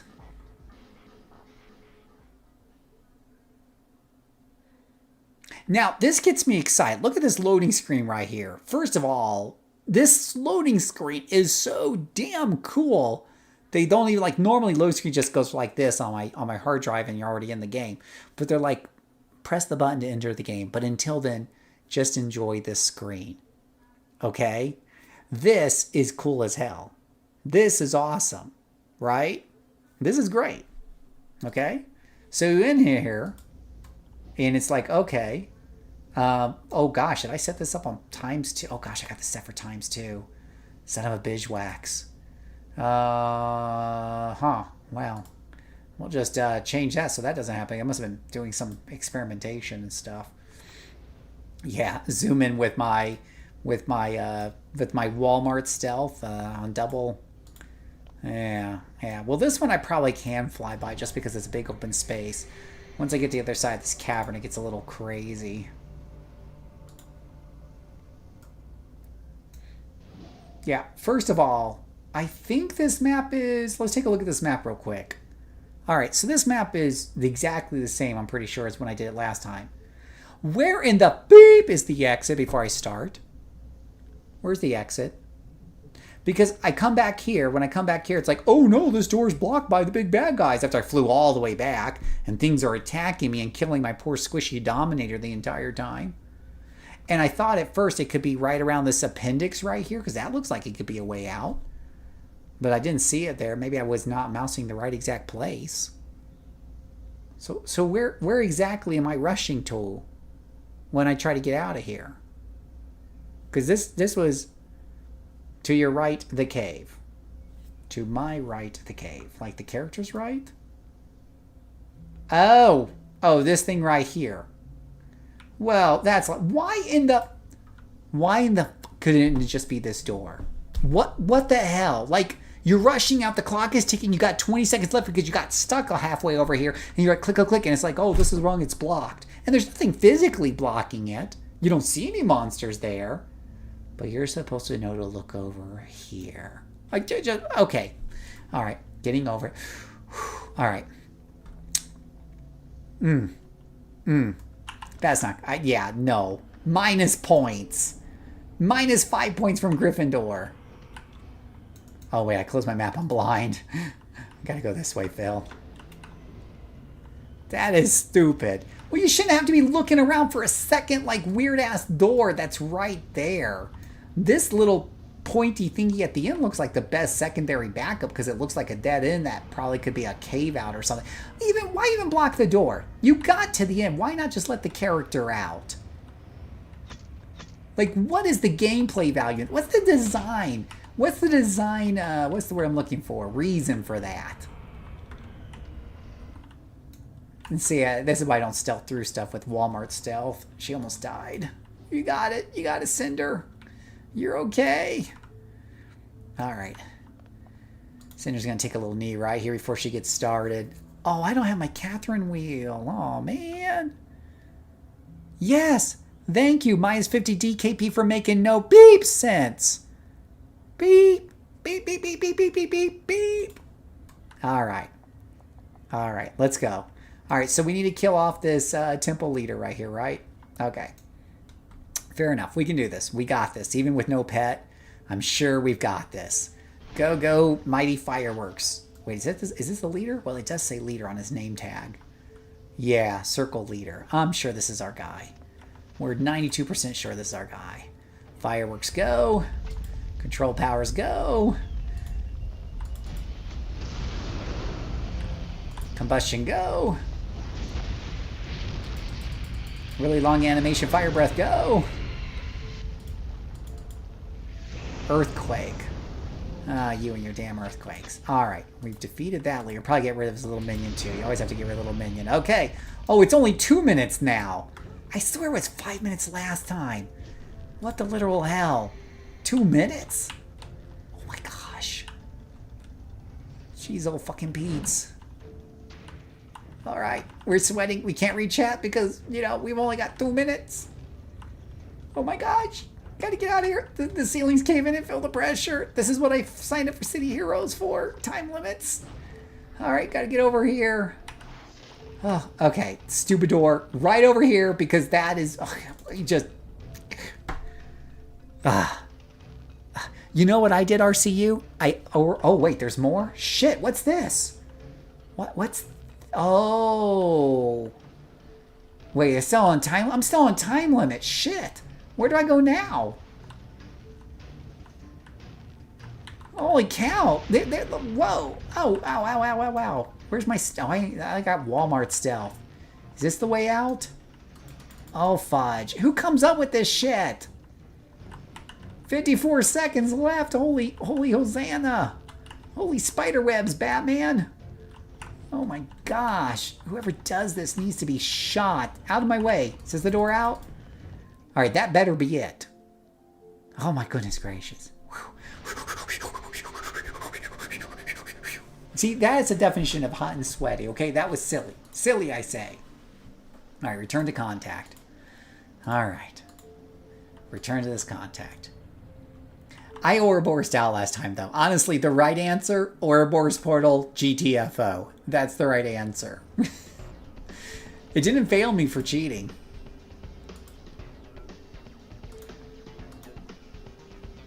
Alright, catch up with the Lost Skyway City. Alright, let's see if this is a fun mission or not. Alright. Got my little rock and roll music while we're here. Boom. Oh, listen to you rush to the boss. You've seen Cinderflare's stealth score? It's like an English. Oh, you know, I did hear that you can buy a consumable item from. I need to go back to Pocket D. I hear there's a smart vendor item that stacks with your little running stealth thingy that gives you greater stealth. Because half the time they shoot her, so I'm not a big fan of rushing through because I don't like to die. I get very frustrated when I die. I'm not an adult. All right. Well, this isn't too big. Oh, this isn't too big, anyways.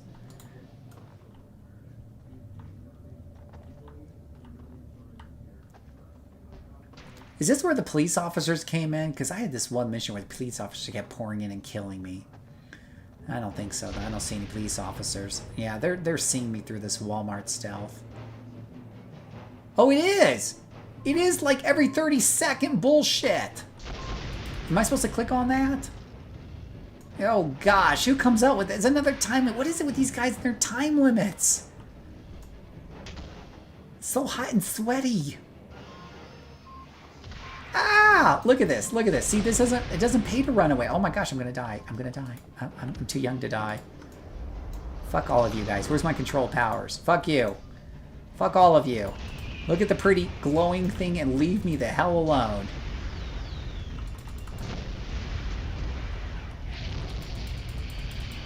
Son of a gun.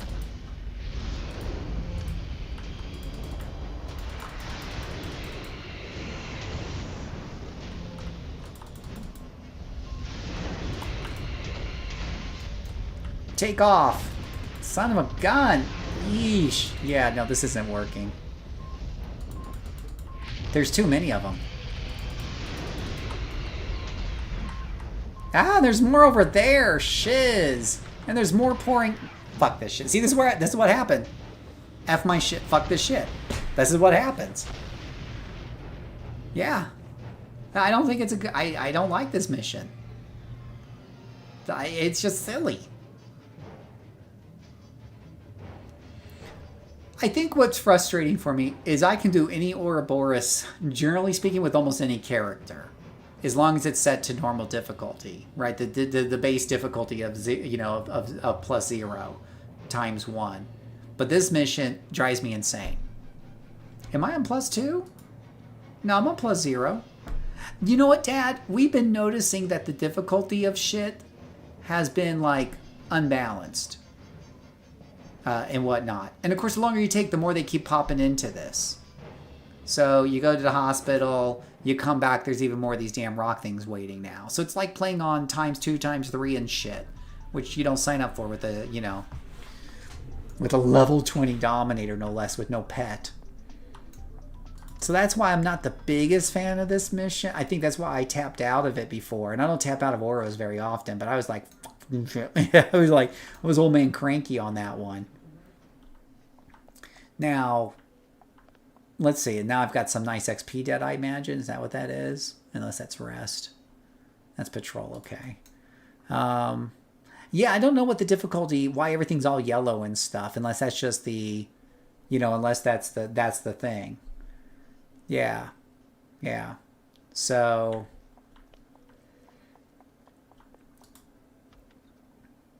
Well, are you talking about a level 50 Sentinel that's just exemplaring down? Or are you talking about a legitimate level 20 Sentinel? Because there's a huge difference.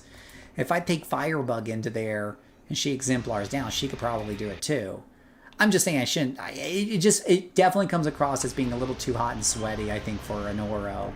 But that's just me. At least if you want higher difficulties, that's what the higher difficulties are for. I think the time limit is really what the longer you take to kill things, the harder it gets, right? Because it's constantly throwing in waves, and I generally don't play to play quick.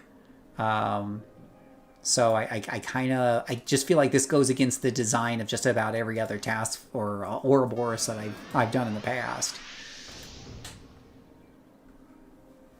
A level 17, well, good for you. I mean, if you're rushing and you're doing and if you're doing the objectives, sure, maybe if you could just zip in there and get those objectives with really good stealth, I guess.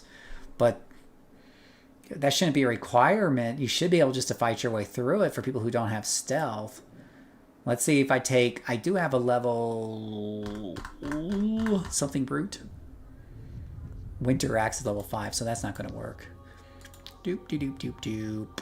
Falcon Force is 20. I wonder if she could try it. So I can get angry twice. I can get all rage. I can be like one of those YouTubers that like start throwing things at the ceiling and stuff, right? So, this is a scrapper though. This is not. This is a brute. This isn't a brute I want to level though.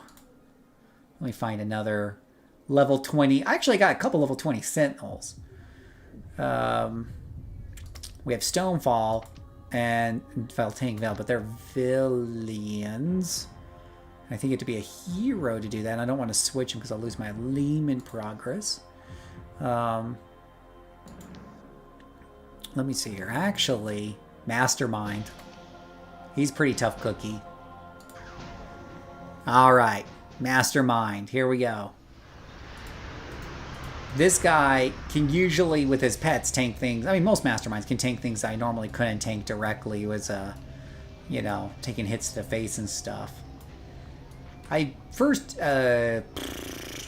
City of Villains, I did so much solo on a mastermind, it's not even funny. So we totally got this, right, with the mastermind. But the question is, am I going to sit there and kill everything? You know, or am I going to... I don't think I'm going to try to rush it because I'm just going to get ganged up on. And that's what it kind of feels like. Unless I do super stealth, which I could go back to Pocket D by the super stealth thing. I don't want to beat it that way, though. I mean, I could. I could take your advice, and I'm pretty sure it would work. I could super stealth my way. I could go my Stalker. My Stalker has really good stealth. I could. And I think you're right. Obviously, it can be beat. And you're probably right. But I want to know, can it just be beat by going through it normally with, generally speaking, you know, it should be, you know, because normally my advice to people is when it comes to Mastermind, Sentinels, and Brutes, you can easily do any Ouro. You'll be a little roughed up against the Archvillains because that's, you know, their elite bosses in solo, because that's kind of par for the course. But you won't have nearly as hard of a problem as the poor Dominators and stuff have. So let's try this. Let's try... Well, if I can. Oh, he may not be able to do it yet. I think to do the level 20 quest lines, you have to be like 25 or 6 or 7. Well, screw you, evil game. He's not high enough.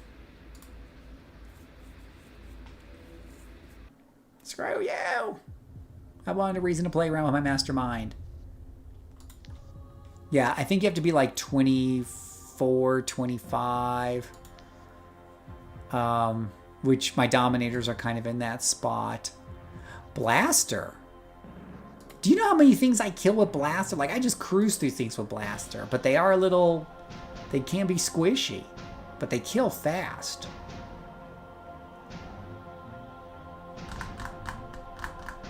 Blaster.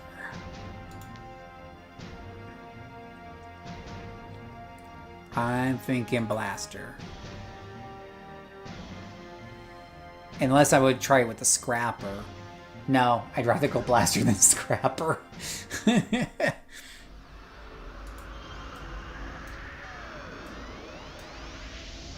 Oh, let's see here. I've not... Whoa. I didn't do enhancements. I know one of y'all said enhancements. I didn't do enhancement combinations. I don't use it outside of like later on in the end game for conversions and stuff.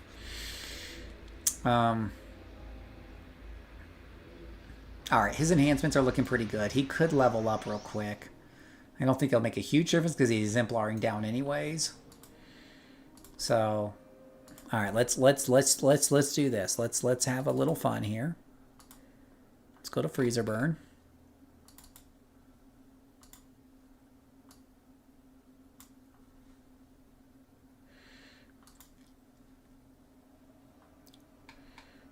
And we're doing the level 20. Oh, by the way, Dad, I know you might have answered this before, maybe I missed it, but do they have all of these? Is it a full 7 series? Because it says 1 of 7. Is there like other things that finish the whole story? Does it go all the way to chapter 7?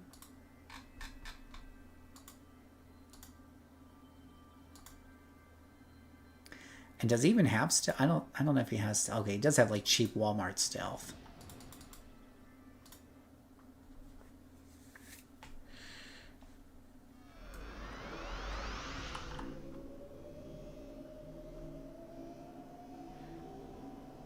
All right, so they do have them all. I do like how this one's in a different place here. Yeah, I was gonna say it looks very interesting. Like this whole thing looks so cool and interesting. And it's from the Freedom server. Is that server still up and running? And see how these guys are still +1 to me, by the way? I don't know if that's normal. He's not set to +1. I don't know if there's a bug here. But have you guys noticed that the missions seem to be, I don't know. I mean, some story arcs do exemplar you and put enemies above your level. So it's hard for me to tell if this is a bug or a feature. Usually when you have a 3-pack of minions in a normal, like, newspaper mission, they should all be your level. If there's 2 minions, they might be a little freaky. But there's 1... Yeah. No clue about freedom? Okay.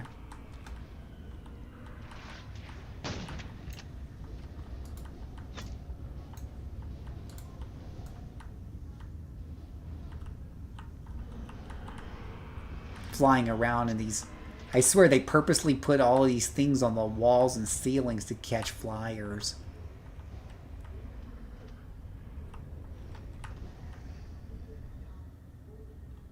Alright, so I made it over here.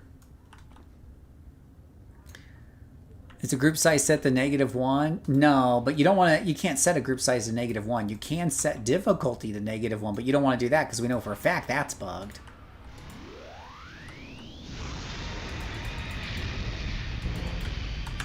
Come here, buddy. You want some? Come get some.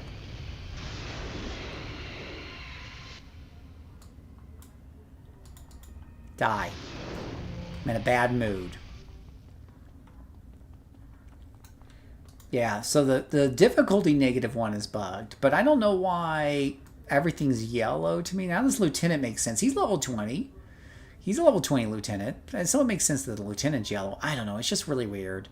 It's just really kind of weird lately.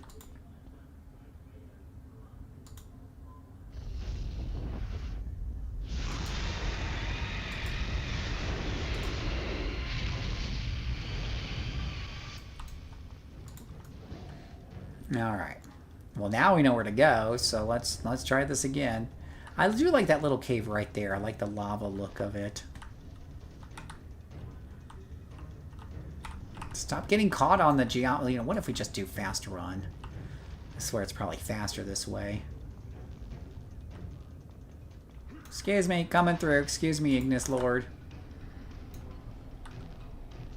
Ouch, don't hit me in the air. Ow, ow, ow, ow, ow, ow. I'm too young to die.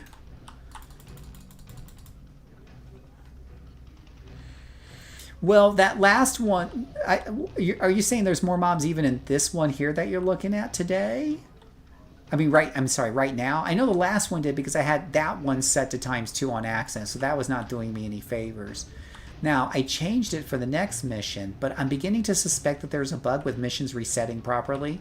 So it's possible that difficulty on that one that I got all cranky on was too high. But what about this, like the one I just did with Freezer Burn here? Does that still look like too many mobs to you?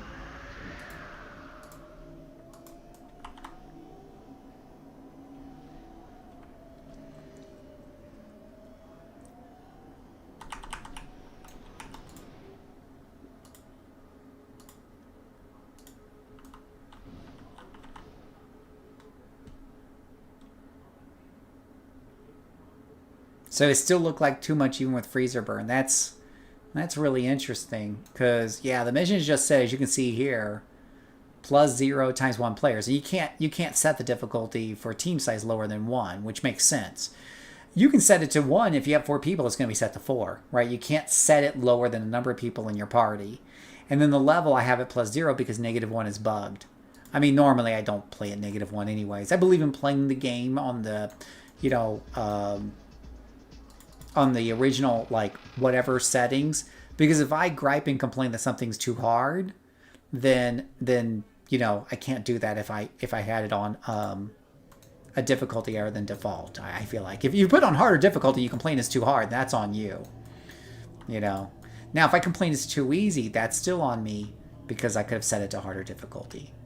So let's take a look at what's here. I'm going to go through this mission. We got a couple... We do have a couple of minions here, but they are 1 level higher than me, right?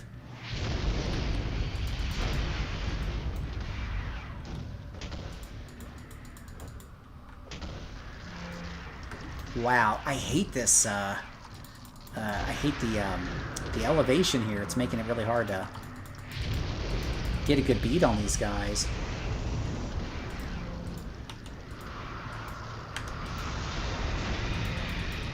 Are these guys immune to being held or what? Die!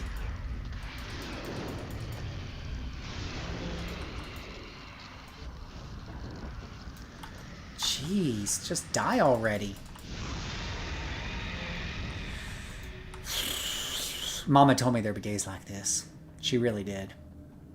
Now these are white. These are like normal level.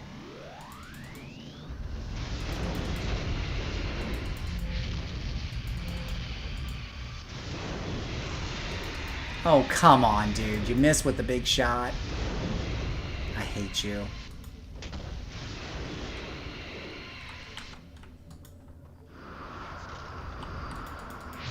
Yeah, I think they're like immune to being held or something. My chill bond doesn't seem to be working, which is most unfortunate.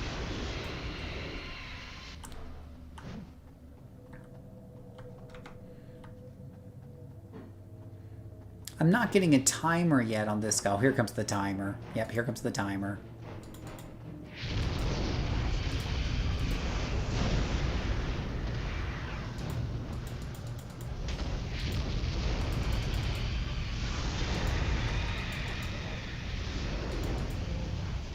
So we're going to send stuff at you every 30 seconds because life isn't difficult enough already.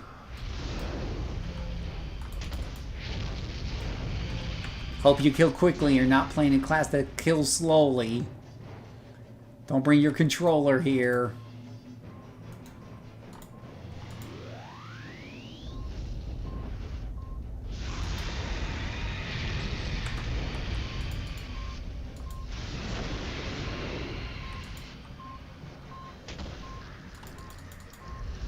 Are these things just immune to CC? Oh, you son of a guns.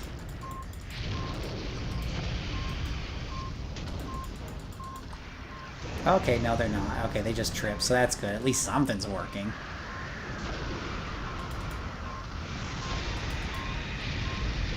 Clearly not my accuracy, though.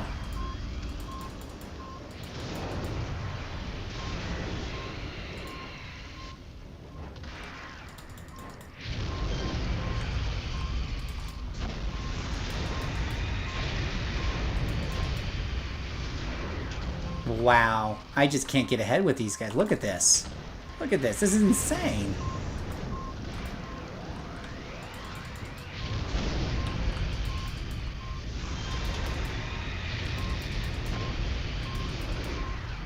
Phew.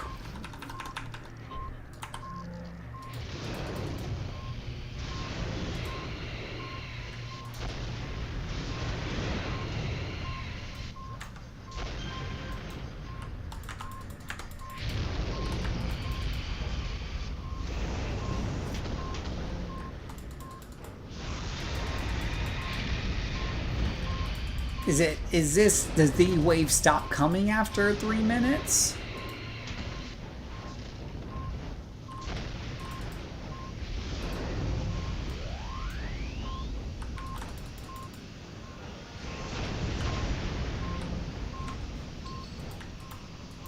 Oh my gosh. Tell me these waves stop coming after 3 minutes is up.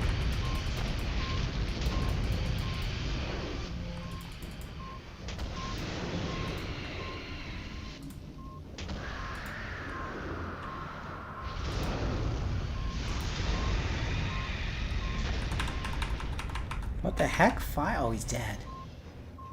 Rest. Oh, shit. Really? Oh, come on, dudes. I can't even get, like, a quick knee in.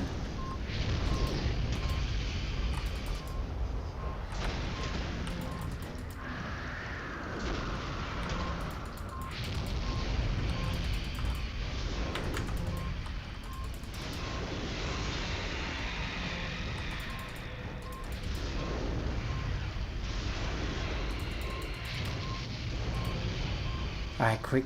Oh, son of a gun! I killed that last group really quick, and they're like, oh yeah, no, here's another one for you. Ha ha ha ha. This is, man, this is some bullshit.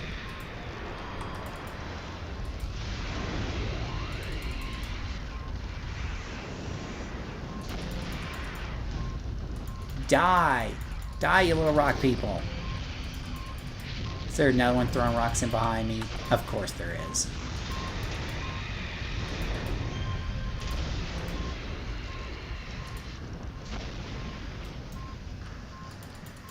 Wow. Wow, wow, wow, wow, wow. This is incredible.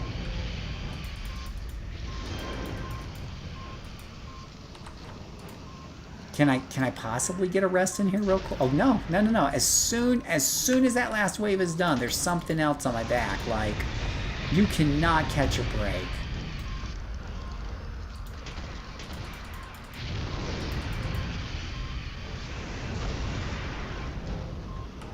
So much knockback.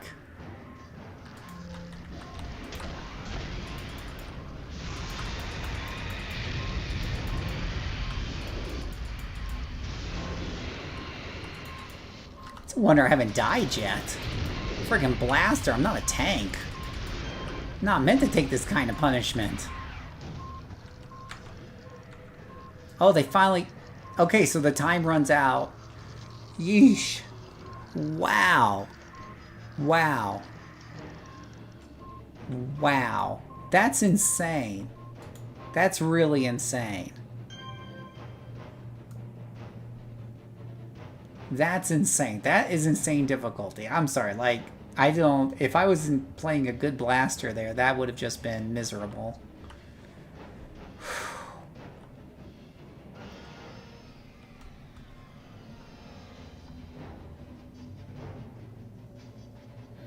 And I felt like, you know, they said a pile of rock every 30 minutes, but I felt like, or every 30 seconds, I should say, and I felt like I was killing them faster than that to try to give myself time for a break. No, no break. You uncharted territory? Well, again, like, I think, like, I occasionally play things for speedrunning, but very rarely, right? I will occasionally stealth through stuff, like...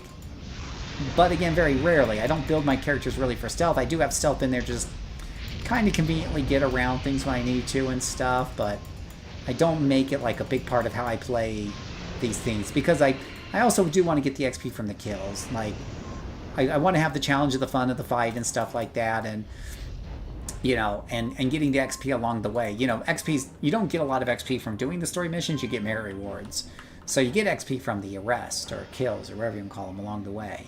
So I usually make a point to at least kill the stuff I usually come to along the way, and I usually just take my time with stuff to a degree, but I don't go out of my way either to farm everything, right? In fact, I just did a video on that. So, generally speaking, and most, as you probably know from running a bunch of these, the pacing in a lot of these is a lot different, right? Now, there'll be some where there's an escort mission, where as soon as you start the escort, they'll send 2 or 3 waves of reinforcements after you, and you got to deal with those waves one after the other. That, though, back there was pretty brutal. That must have been 10 waves? That was brutal.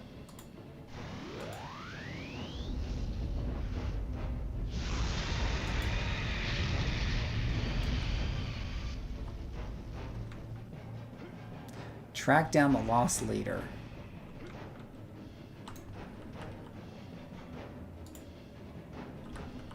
Target blocked. Block this.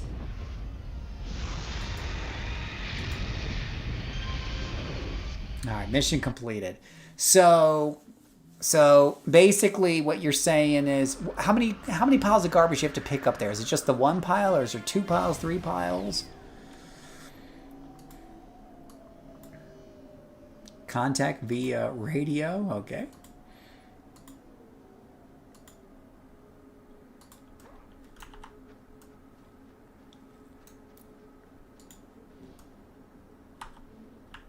He did not block this. Block what? 3. So there's 3 piles of trash you got to pick up on, and if you're using cheap-ass stealth and they spot you, that could be a bit rough to pick those up, and then you got to rush to the boss. Yeah, I mean, I can see how you can use this for speedrunning merits, especially if it's 20. This, so far, is pretty easy for, I mean, you know, pretty fast, I should say. Maybe easy is the right word. Oh, hello. No map. I like how it says map unavailable in the font. That's pretty cool.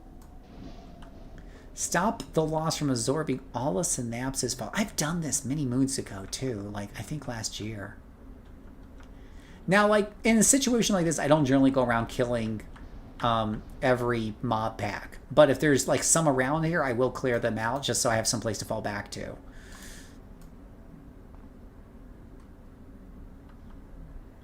You run back to re-click it, then run to the next one? Interesting. Alright, let's see if we can get this guy here. Oh, he's a boss. Lovely.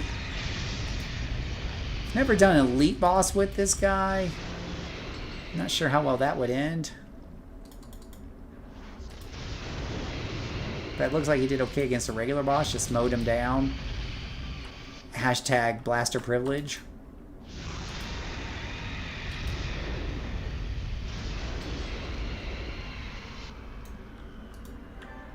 Clue found. Stop the loss from absorbing all the synapses power. Is this a cutscene? Just kind of hang out here.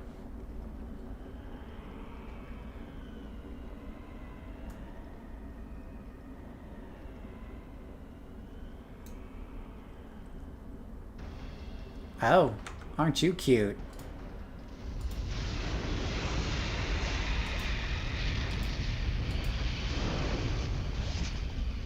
Okay, you're dead before you even made it to the blaster. Who's next?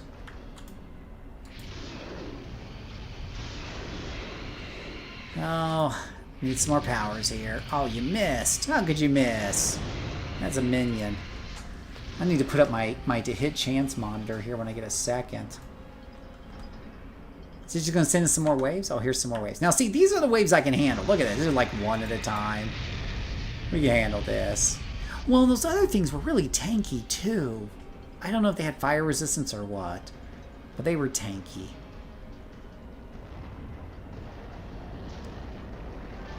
Okay, that's pretty cool. All right, now what? Oh, it's all dark. Ooh.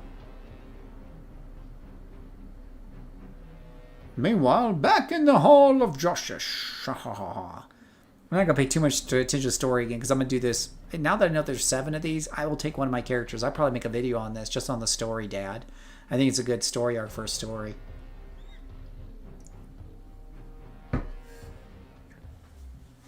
Can you escape out of it? Yeah, City of Heroes doesn't believe in letting you skip cutscenes. It's called check your phone, check your messages. Ha ha ha. Ha ha. Ha ha ha.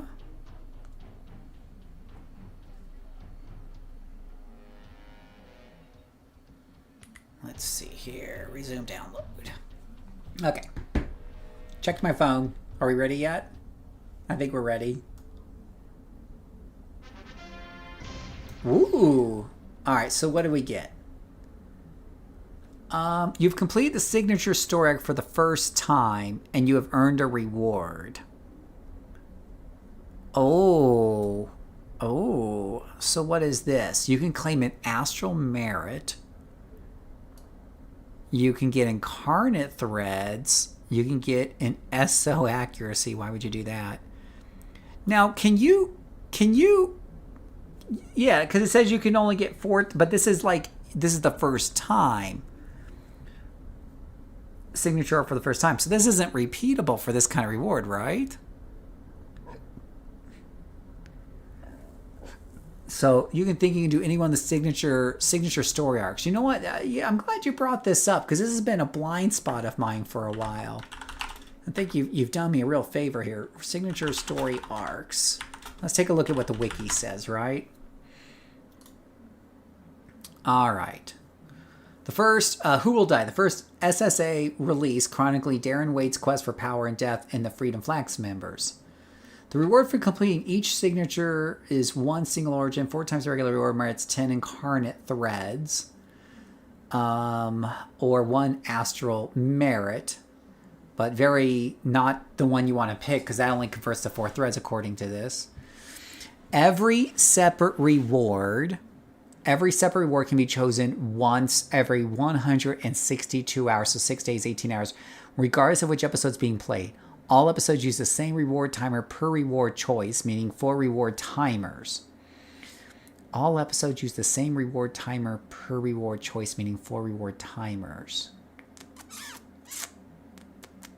All right. However, each episode also grants 1 reward choice for free the first time it's ever played, which is outside the reward timer. Please note that the freebie choice is once ever, not once per reward type. After a character selects their free weekly reward, this option cannot be selected again until the weekly timer resets.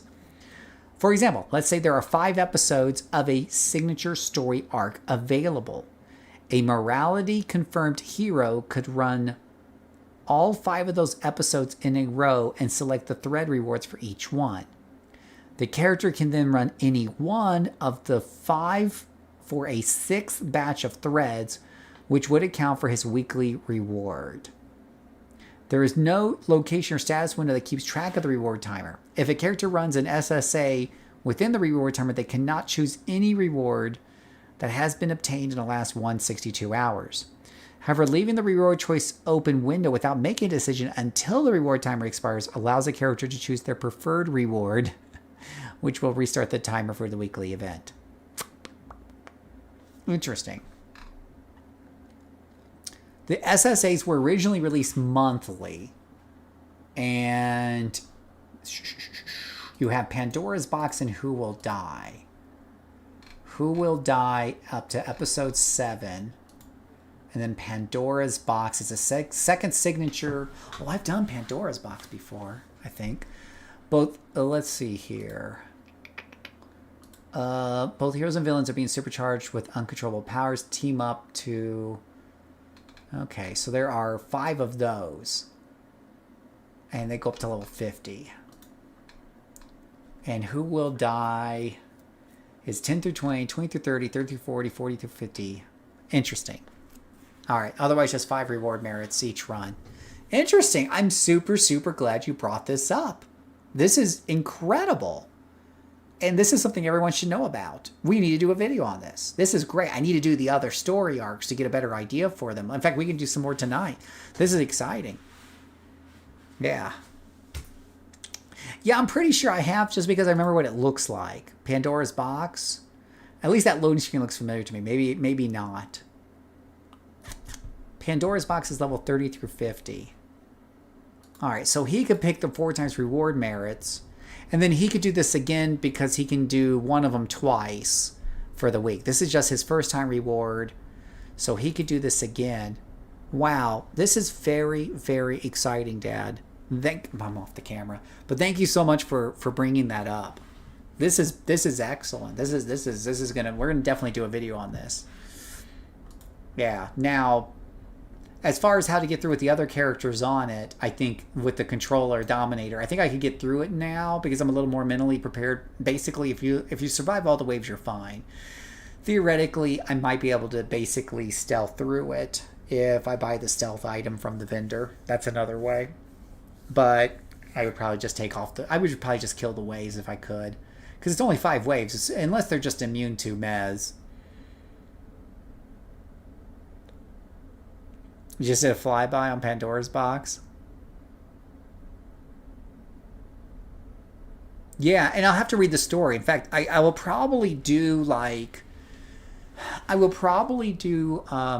video for each one, and just you can watch my reactions as I go through it and stuff. Because I think I've done this first one. I don't think I've done many of the others, if any of them, in this story arc. And because I didn't know about this, I would have remembered about the extra rewards if I had done a few of them. So I think I'll do some videos on these.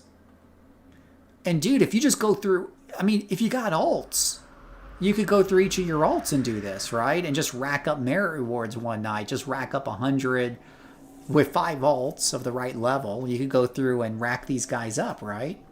No reason not to.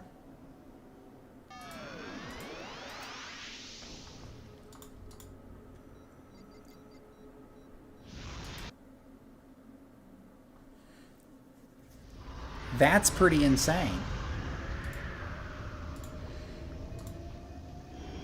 Let me take a look at my villain real quick, because now you got me kind of curious.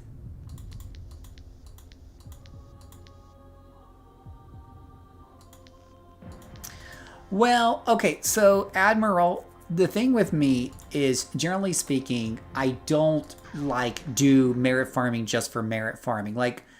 It's definitely occurred to me that there are certain There are certain story arcs that are much, or there are certain story arcs in Ouroboros that are much more profitable and could be sped run much easier. I have a spreadsheet on all the Ouroboroses. I've not completed the spreadsheet. I have many, many empty holes on it that I'm working on. But I point out like the snake one, the lower levels of the villains can be run in under 15 minutes and gives you 8 per run, things like that. I don't usually get so focused on it. I just want to know how much they are, and I want to know what those things are to me.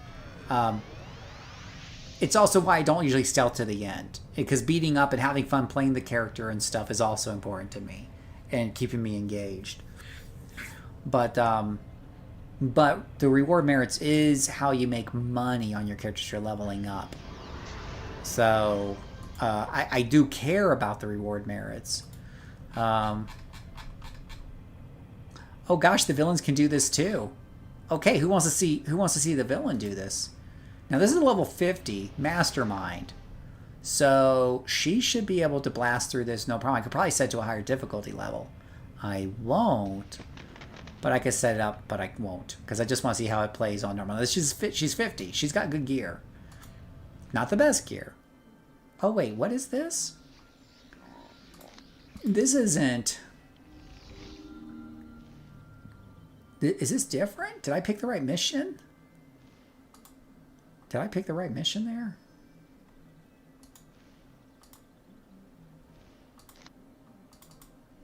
Wait, it was level 20. Who will die? So is it a different... It was Who Will Die, right? Is it different on the villain side? Yeah, it's Who Will Die. Part 1. Is it different on the villain side? Of course it would have to be, because you can't go to the same cities. Oh, but are the missions any different? Let's find out. Capadable.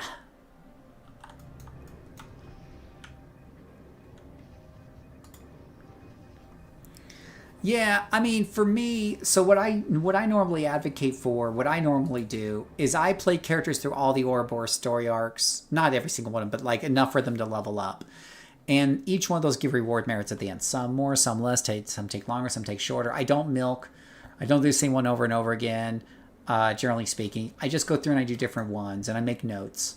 And by the time they get up to a high level, by leveling this way, they got quite a few reward merits that can be cashed out or buy their ATOs or whatever the case may be. And that's how you accrue 200, 300 million or so worth on a character before they hit 50.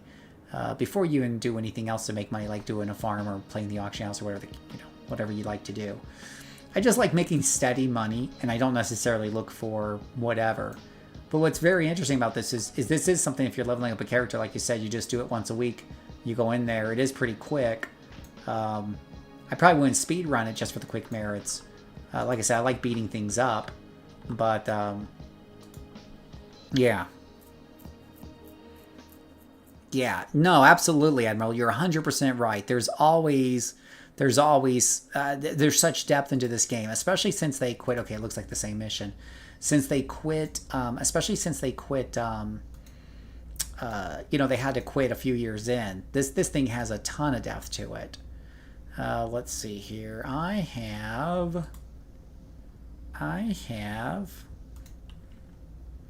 really don't like it when they put new powers into my tray. I have a group stealth here somewhere. Equip robot, JCServant, upgrade robot. Here we go, Shadowfall. Alright, team stealth. We'll see if this doesn't get me to the end. Whoa, whoa, whoa, gotta fly, girl, gotta fly. Okay. Whew. I was a little worried there.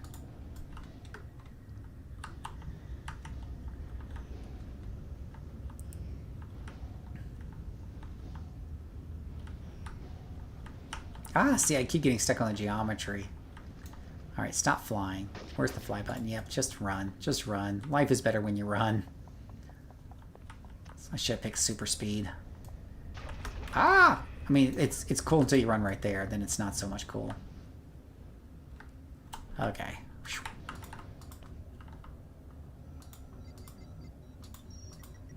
I don't even know if it's worth calling all the robots just to deal with one boss, but we'll find out. Oh, wait, he's an ally here. Look at that. There's a difference. He's an ally.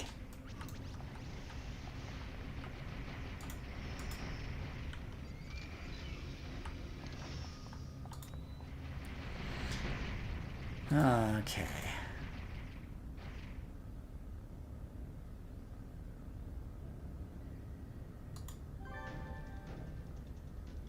Oh, it looks like we're still going to get collapsing tunnel. Because of course we are. Why wouldn't we get collapsing tunnel? Excuse me, coming through, guys. That's what I get for not taking like a faster run speed. Coming through, coming through.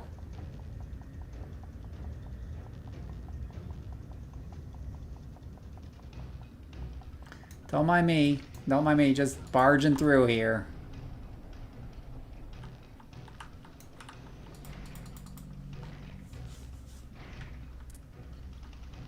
Now what happens if I forget what happens if the tunnel collapses on you?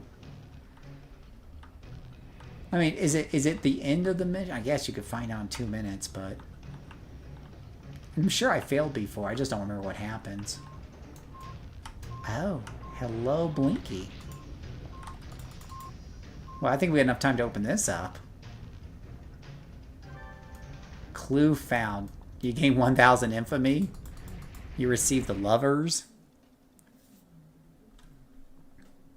I mean, the funny thing is you don't have to actually run out either. I'm pretty sure you can just Ouro out of there.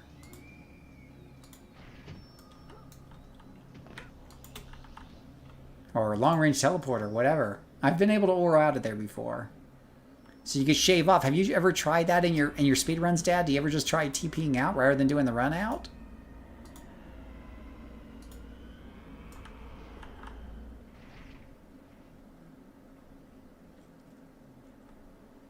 It just kicks you out. So it's not a bad deal. You could probably just Ouro out. You could probably just, yeah, kick you out.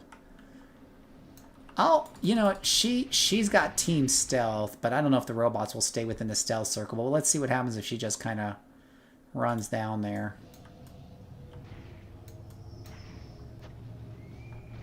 The PPD, you'll have to act fast to prevent them from gaining the upper hand. I don't know, should I beat him up?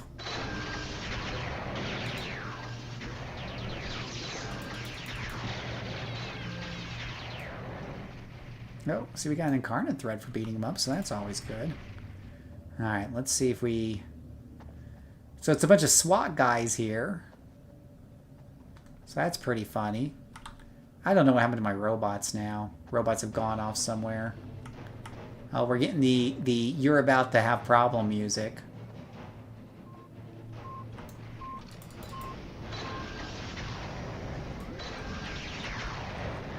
Two runes? Where are the other two runes at?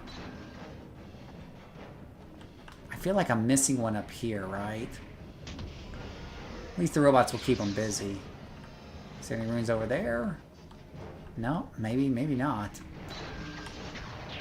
I mean, the robots will probably die. Where's their health bars at? Okay, they're up there.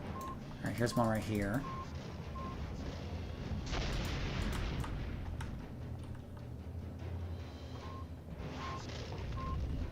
Looks like my stealth isn't really holding up.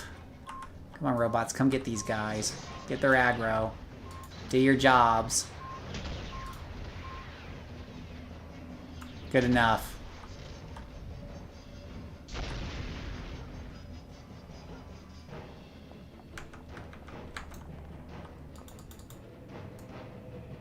Go over there, robots. Don't worry about those guys.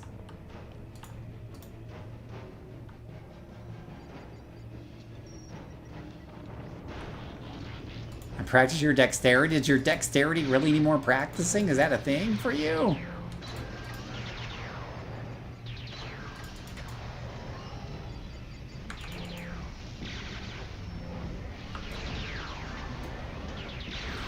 Alright, so that one's an easy peasy done. Not too shabby.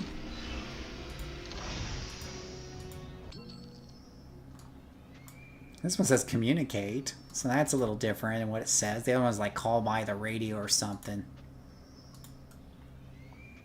So this is pretty interesting. Yeah, you just jump on your characters once a week and do one of these.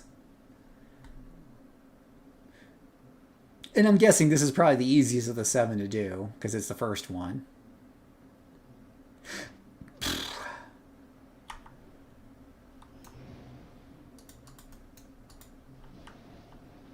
Where's the... There it is, right there.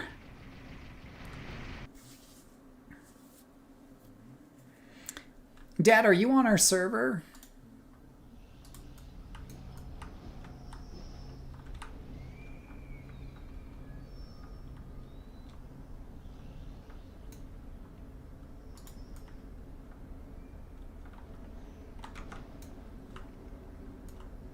See if my robots aggro half the map when they come over here or not.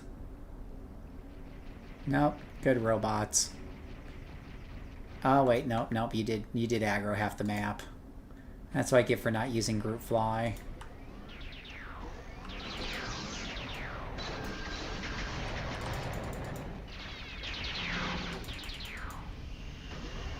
Yeah, he's in the lava.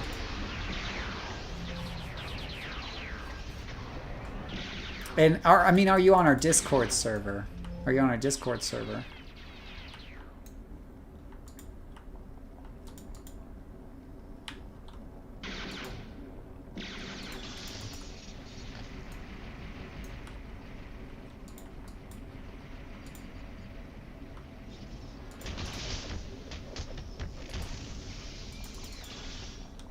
That hurt.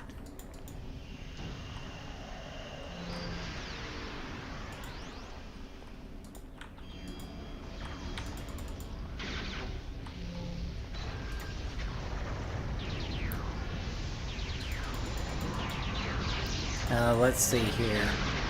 Homecoming's made progress. A mastermind's not as hateful. What do you mean by that, Admiral? What do you mean by hateful? No Discord here? Well, I hope you can join us one day, because I'd love to talk to you in person and get to know you better, but I really appreciate your help tonight, because that has been good. And in the back of my head a couple of weeks ago, I remember hearing something about signature story arcs, and I made a mental note that I was going to look into the whole thing, and I never got around to it. So I'm glad you called me out on that today.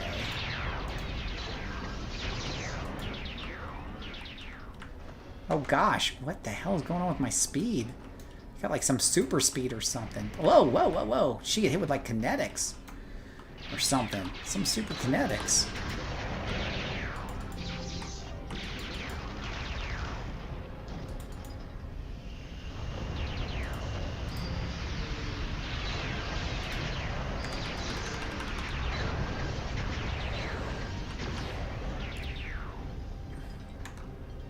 So I'm kind of curious for more details, Admiral. What do you mean by annoying but not as annoying right now?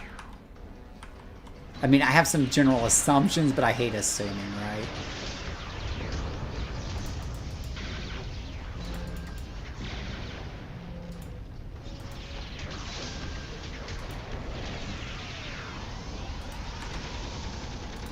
Get him, robots.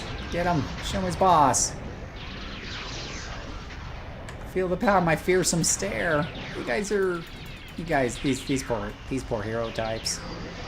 These don't stand a chance.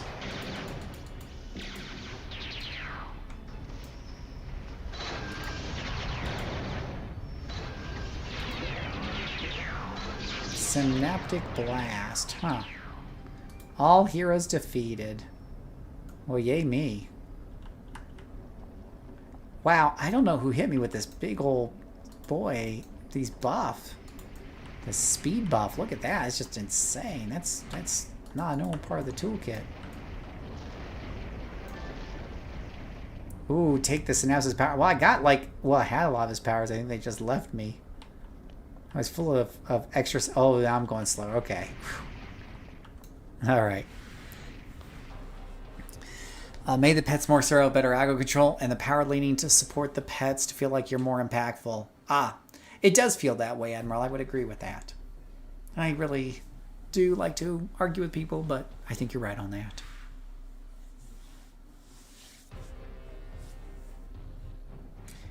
Do wish there was a way to skip this, though, but small price to pay, I suppose.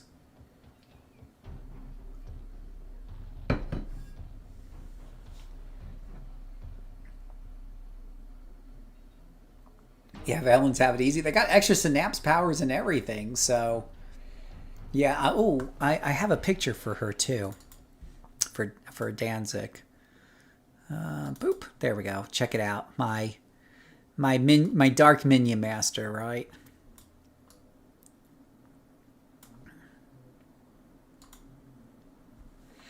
And there we go. 13 minutes for 20 reward merits. That is super, super nice. Even at just once a week times all your characters, that's not a bad way to get some extras there. Definitely good to know.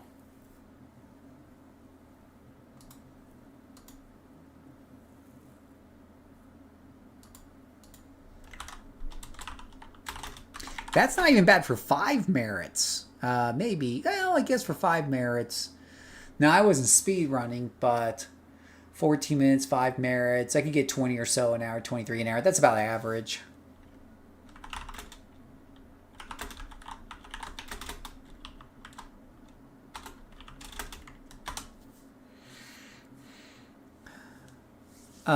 Let's see. And they spawn in at your level, so you miss way less. I think it's also... Whoa, whoa, whoa, whoa, whoa. Whoa, I'm dead. What the hell? Oh gosh, look at this. The heroes show up and kick your butt if you take too long. They're like level 40 or something. That's Positron, Numina, Statesman. Holy cow. That's what you get for goofing off. I wonder if they spawn at the level just because of the fact I'm a level 50 and stuff like that. Also, actually, Admiral, I was wondering too if the spawning issue had to do with the fact that I had the difficulty set wrong on the other characters. So I have a growing suspicion, and I need to science this out more. Normally, if you go from mission to mission and you change the difficulty, let's say I'm in mission number 1 and the difficulty is really hard, so I decide to lower it by lowering the number of enemies. That won't affect mission number 1 generally, unless I log out and log back in. That's supposed to reset the mission if I'm soloing. But if I go to mission number 2, it should definitely, that change should have taken. I have this new theory that says that it doesn't really happen that way. That you have to leave the Ouroboros and start it all over again. So let's take a look at another hero that could do it.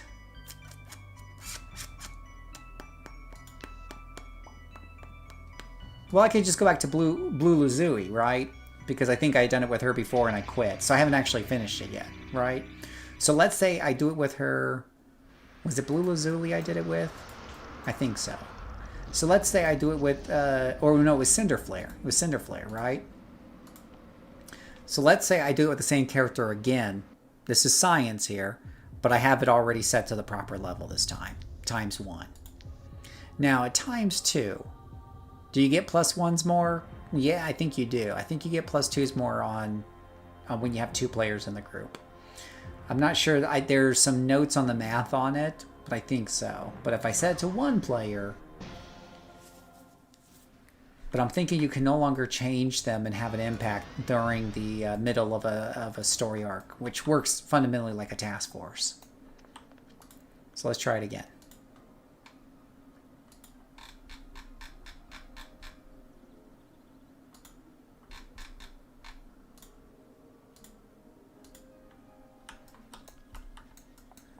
Yeah, because I remember doing her. I remember saying, "Oh my gosh, fireworks, fireworks!" Yeah. This is all for science. I do so much sciencing in this game. Max farming is essentially broken. Now masterminds always have -1. That one level makes a huge difference. Oh yeah. No, you're absolutely right. The mastermind definitely feels a lot more solid against tougher level things. Now that's what I was trying to explain to people was. You know, in some normal content you're going to notice, but as you get up into higher level, like you're pushing difficulty and stuff, where you're dealing with certain bosses and whatever have you, you're going to definitely feel, you know, a difference there. Okay, somebody else is going at the same time. I have to wait my turn. I have to wait my turn in battle there. Yeah, but you're right. The masterminds feel better now. I need to give them more of a test. Well, then again, let's see here. What are we doing here with yellows right at the front? 3 yellows right at the front. Look at that. Yay for us. Yay. All right, you know what I'm going to do on this is I am going to fight my way through. And just so we can kind of see him without like zipping through real quick. I can handle 3+1s. It ain't the end of the world. It just takes longer.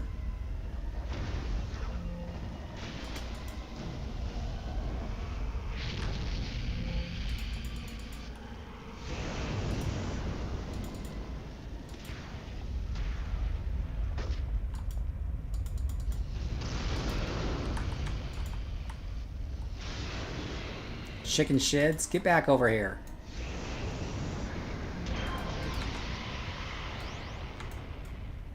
Okay. So, let's fly a little here. More yellows. Look at that. Yellows to the left, yellows to the right. +1s for everybody. But there's some whites up here. So that's not too shabby. 3+1s is generally your average kind of pack that you see on a single player normal level mission. You'll see packs of +1 or packs of +0 minions, and then if there's like a lieutenant, there's only 1 minion with them. But of course, when they set up the story arc, you know, if you're talking about like pure story arcs, it can definitely be different, and that's what makes it hard to science out. I'd have to do paper missions or something that are supposed to be a little bit less, you know, preset in stone.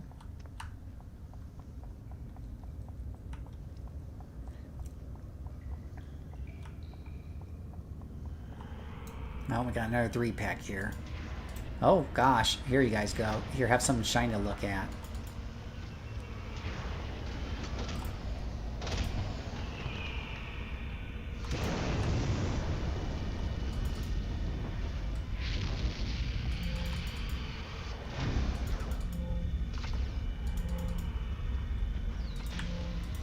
Ah, that camera. Killing me, camera, killing me.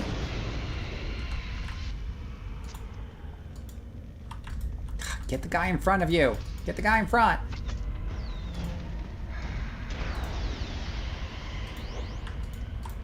Pay attention to the pretty thing. Ignore me. I think these things have mez resistance.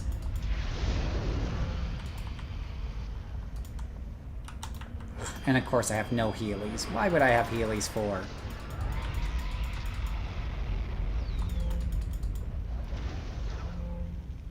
Jeez, oh fucking Peach, just die!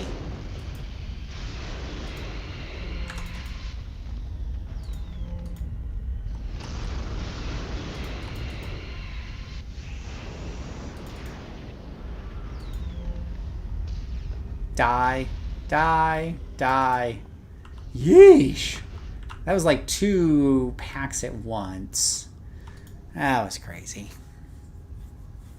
The COT keeps kill all metrics. This is true. That's their magic power, right? They break the levels. They break all your metrics and stuff like that. You know, and I think even if you go through this normally, I don't think it takes too much time. You know, obviously you can speedrun and get through it faster, but I usually like to beat things up along the way for the XP normally. And to play the, you know, like to really feel like I'm truly playing the game. And get to some hairy situations like that with your Dominator.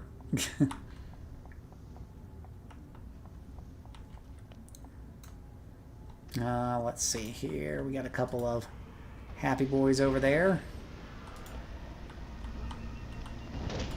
Give them a little explosive bouquet.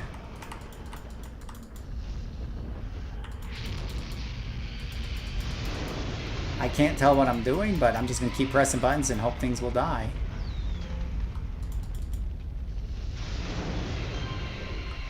Alright. Do we get everything? Oh, there's still like a runner over there. You can come back here? Yeah, you are. Bye. So I like this. I mean, this isn't too shabby, you know, for just Nice little pack. See, this is another thing I've noticed, and again, it's just kind of weird. It gets easier the further you get in. We're now facing whites. It started out with yellows, and now we're just facing a bunch of whites.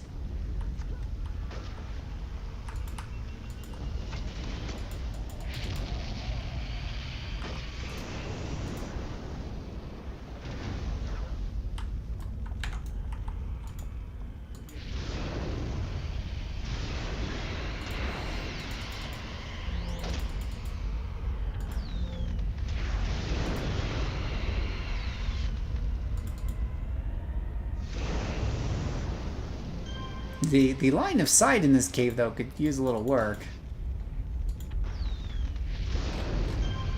Alright, let me pull the camera back. That would help. Ah, these guys, I tell ya.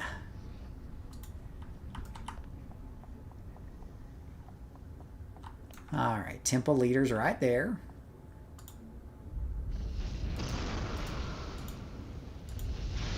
It's like I hit my really powerful frost ray, or my fire ray.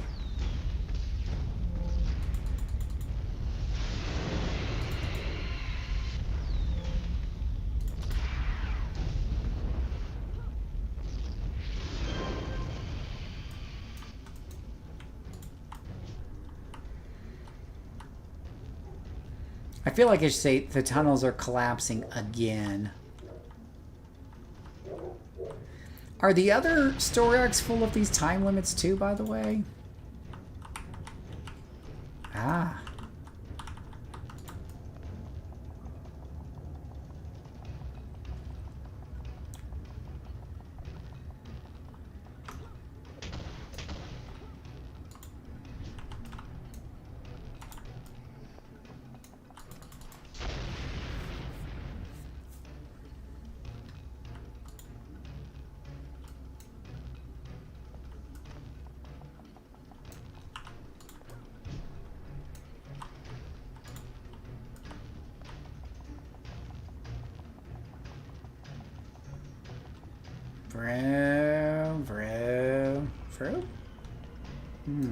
Vroom. Bye. Not that you recall. Oh, yeah. Wonder if it's an idea that just didn't age too well, and they were like, okay, for the next month we better taper it back a bit.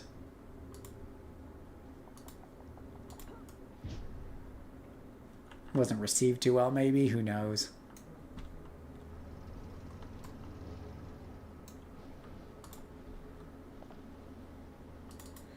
Who knows? Who knows?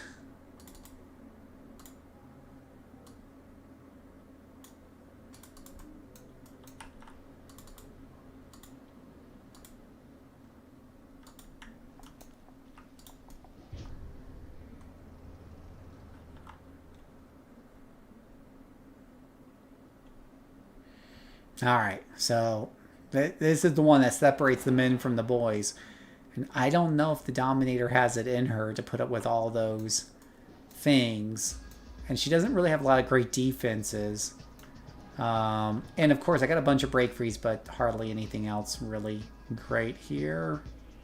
I don't know if I need 800 accuracies.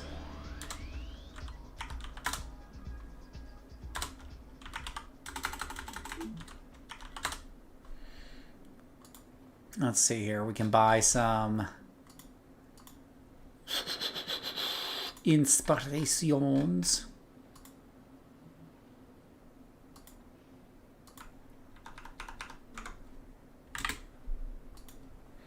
Like to have a whole bunch of those just sitting in the old stash there in case you need them.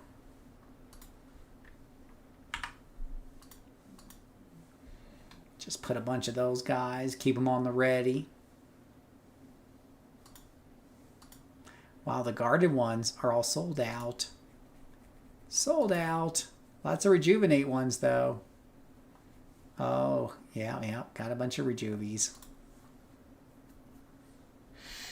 Okay, well, that should do for now. Here we go.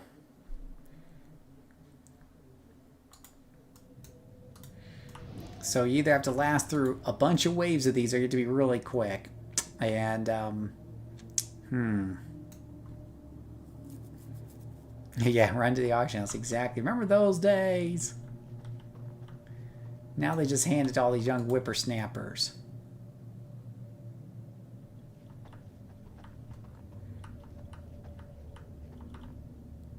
Oh, we're back to yellows again. Think I'll take them out because I don't want them behind me.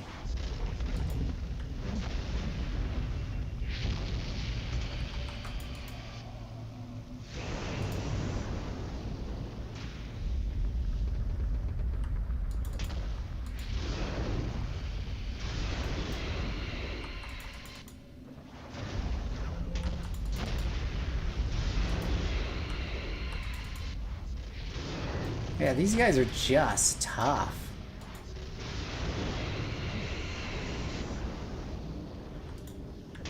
Like, holy cow. These are minions? I mean, they're tanking at least like lieutenants. What the fudge?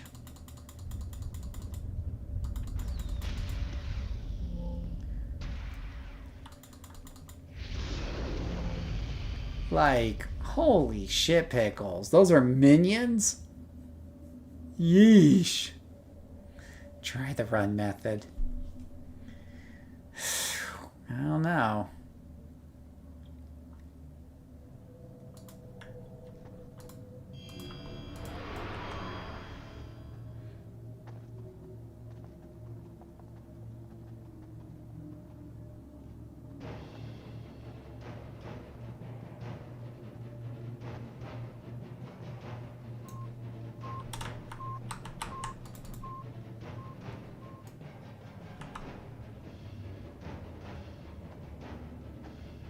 Okay, we're trying it.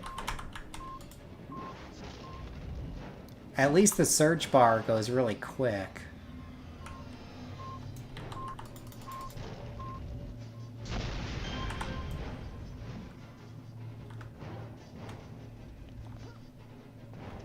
Yeah, her Walmart stealth, not super great for this.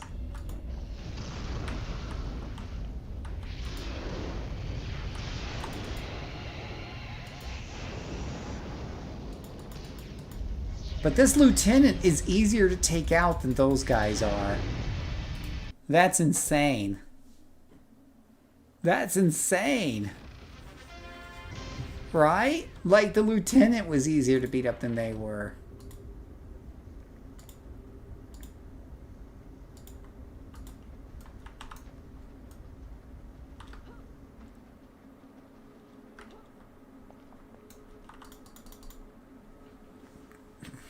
How do I fit the rock? Why are those rocks are broken? Get it? Rocks broken? No? Okay.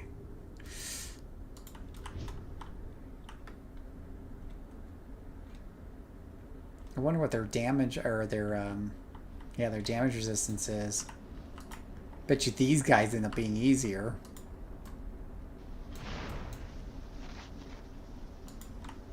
I missed my little Catherine wheel.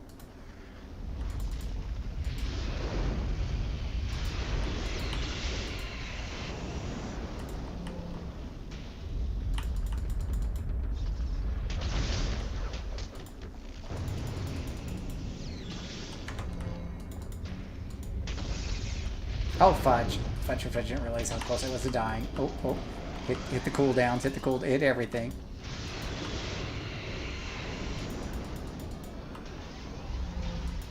Oh, jeez. Just die.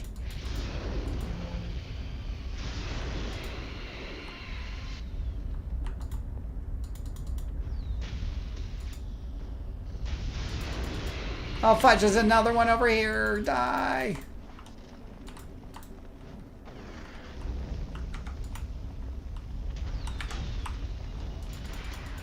Gosh, these rocks need to die. Everything needs to die in this game.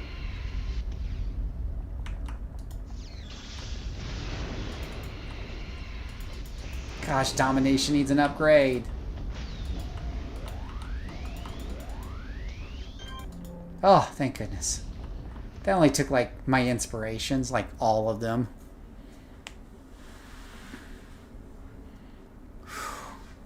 Let me tell you guys something.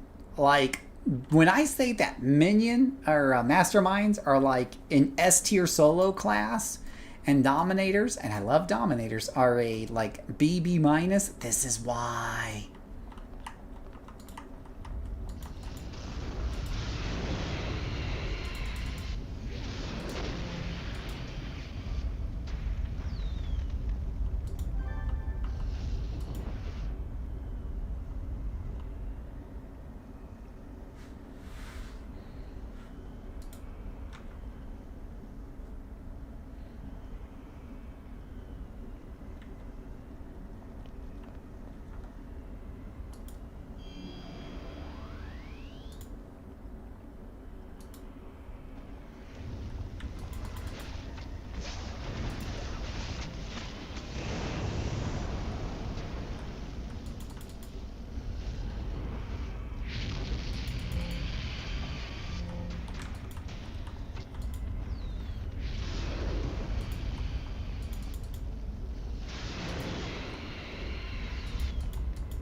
Die.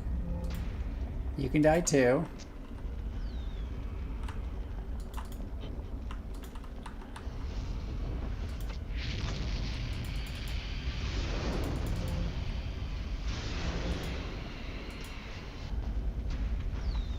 I do like it when they go flying off from the firecracker. That's always fun. Rest quickly before the next wave comes. Okay.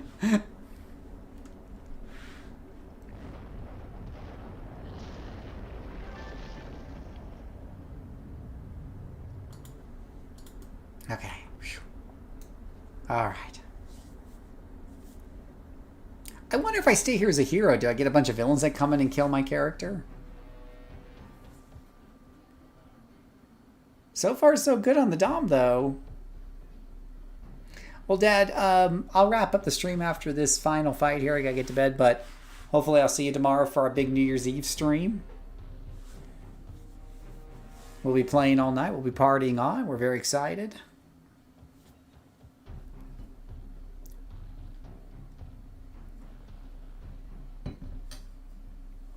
And I'll be doing a full video on this one here soon. This is something I can knock out in the morning, no problem. And read it and everything. Like, I read them out loud and stuff for people who don't stop to read and just kind of blaze through it. You can at least listen to what the story is. Alright, 18 minutes. So 18 minutes, not shabby for somebody not rushing. And to get 20. This is a very good take your time and get your 20. You know, there's really, you know, get some good XP and get some good merits at the same time. Absolutely. Thanks, Death Guy. Thanks, all of you. Yeah, this has been great. This is thank you for showing this to me. I'm going to stay here for just a minute because I'm kind of curious if she gets, like, her butt kicked by some villains.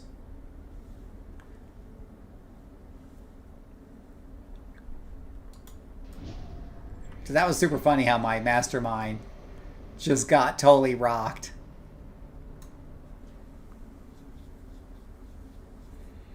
Just like, yeah, you can do it in 7 if you want. 20 if you're taking your time is not shabby at all. And get some good XP along the way and stuff. But either way, yeah. I'm going to see, it'd be funny if a bunch of villains show up like, hey, where's the power at?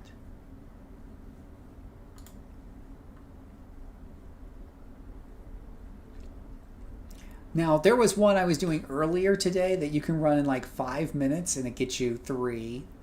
And I tell people that's a good one to do just over and over again, I guess, if you're waiting for your friend to come online, but you don't want to like dedicate yourself to a long Ouro. Honestly, I just do a long Ouro. When my friend comes on, I pick a different character. You know.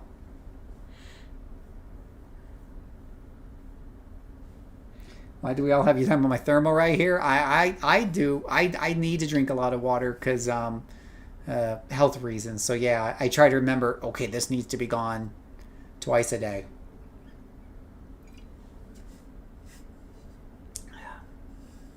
So I can be up all night taking a relieving of myself there.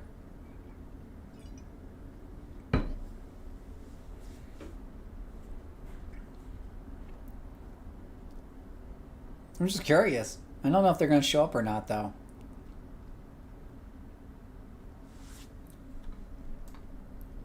I don't see any coming in. Is it just on the villain side? You just get kind of... You hang out too long and you just get kind of your butt kicked? It's pretty funny how there's little differences for the heroes and the villains.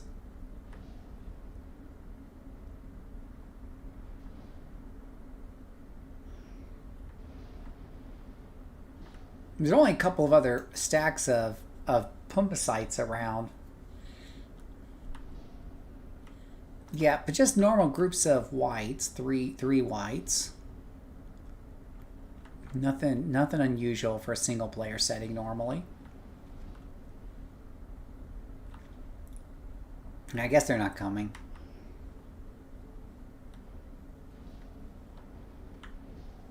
Because I remember when I went to read about the story arcs and I came back and I was dead and there were a bunch of heroes there. They were like level 40 and stuff, and I was exemplar down. Otherwise, I think my robots could have taken all of them.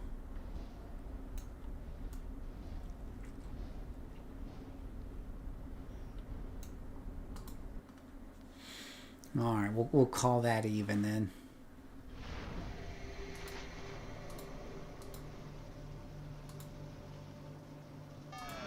Get my little tiny bit of bonus XP there for that super quick thing.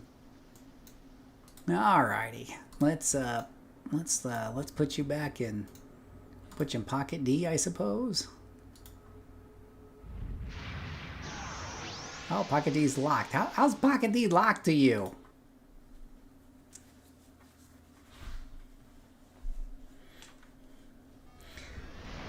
Well, you know, tomorrow for the big stream, yeah, we're gonna be doing a lot of farming and chit-chatting and talking up City of Heroes. And I got a special video I can't wait to share with you guys, so I'm excited for that. So a lot of fun tomorrow. A lot of fun.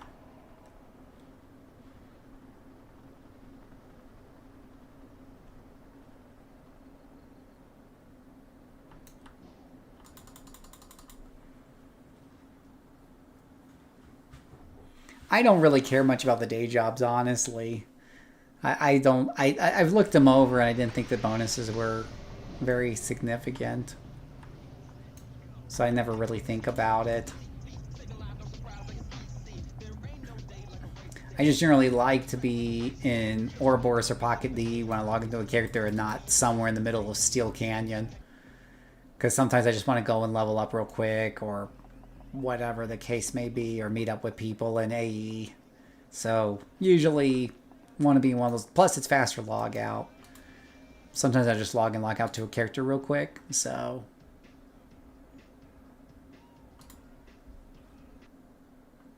there is all of that. Okay, guys. Well, thank you guys so much. I really appreciate it. Hope you have a really great evening. Thank you so much for your help and showing me the story arcs.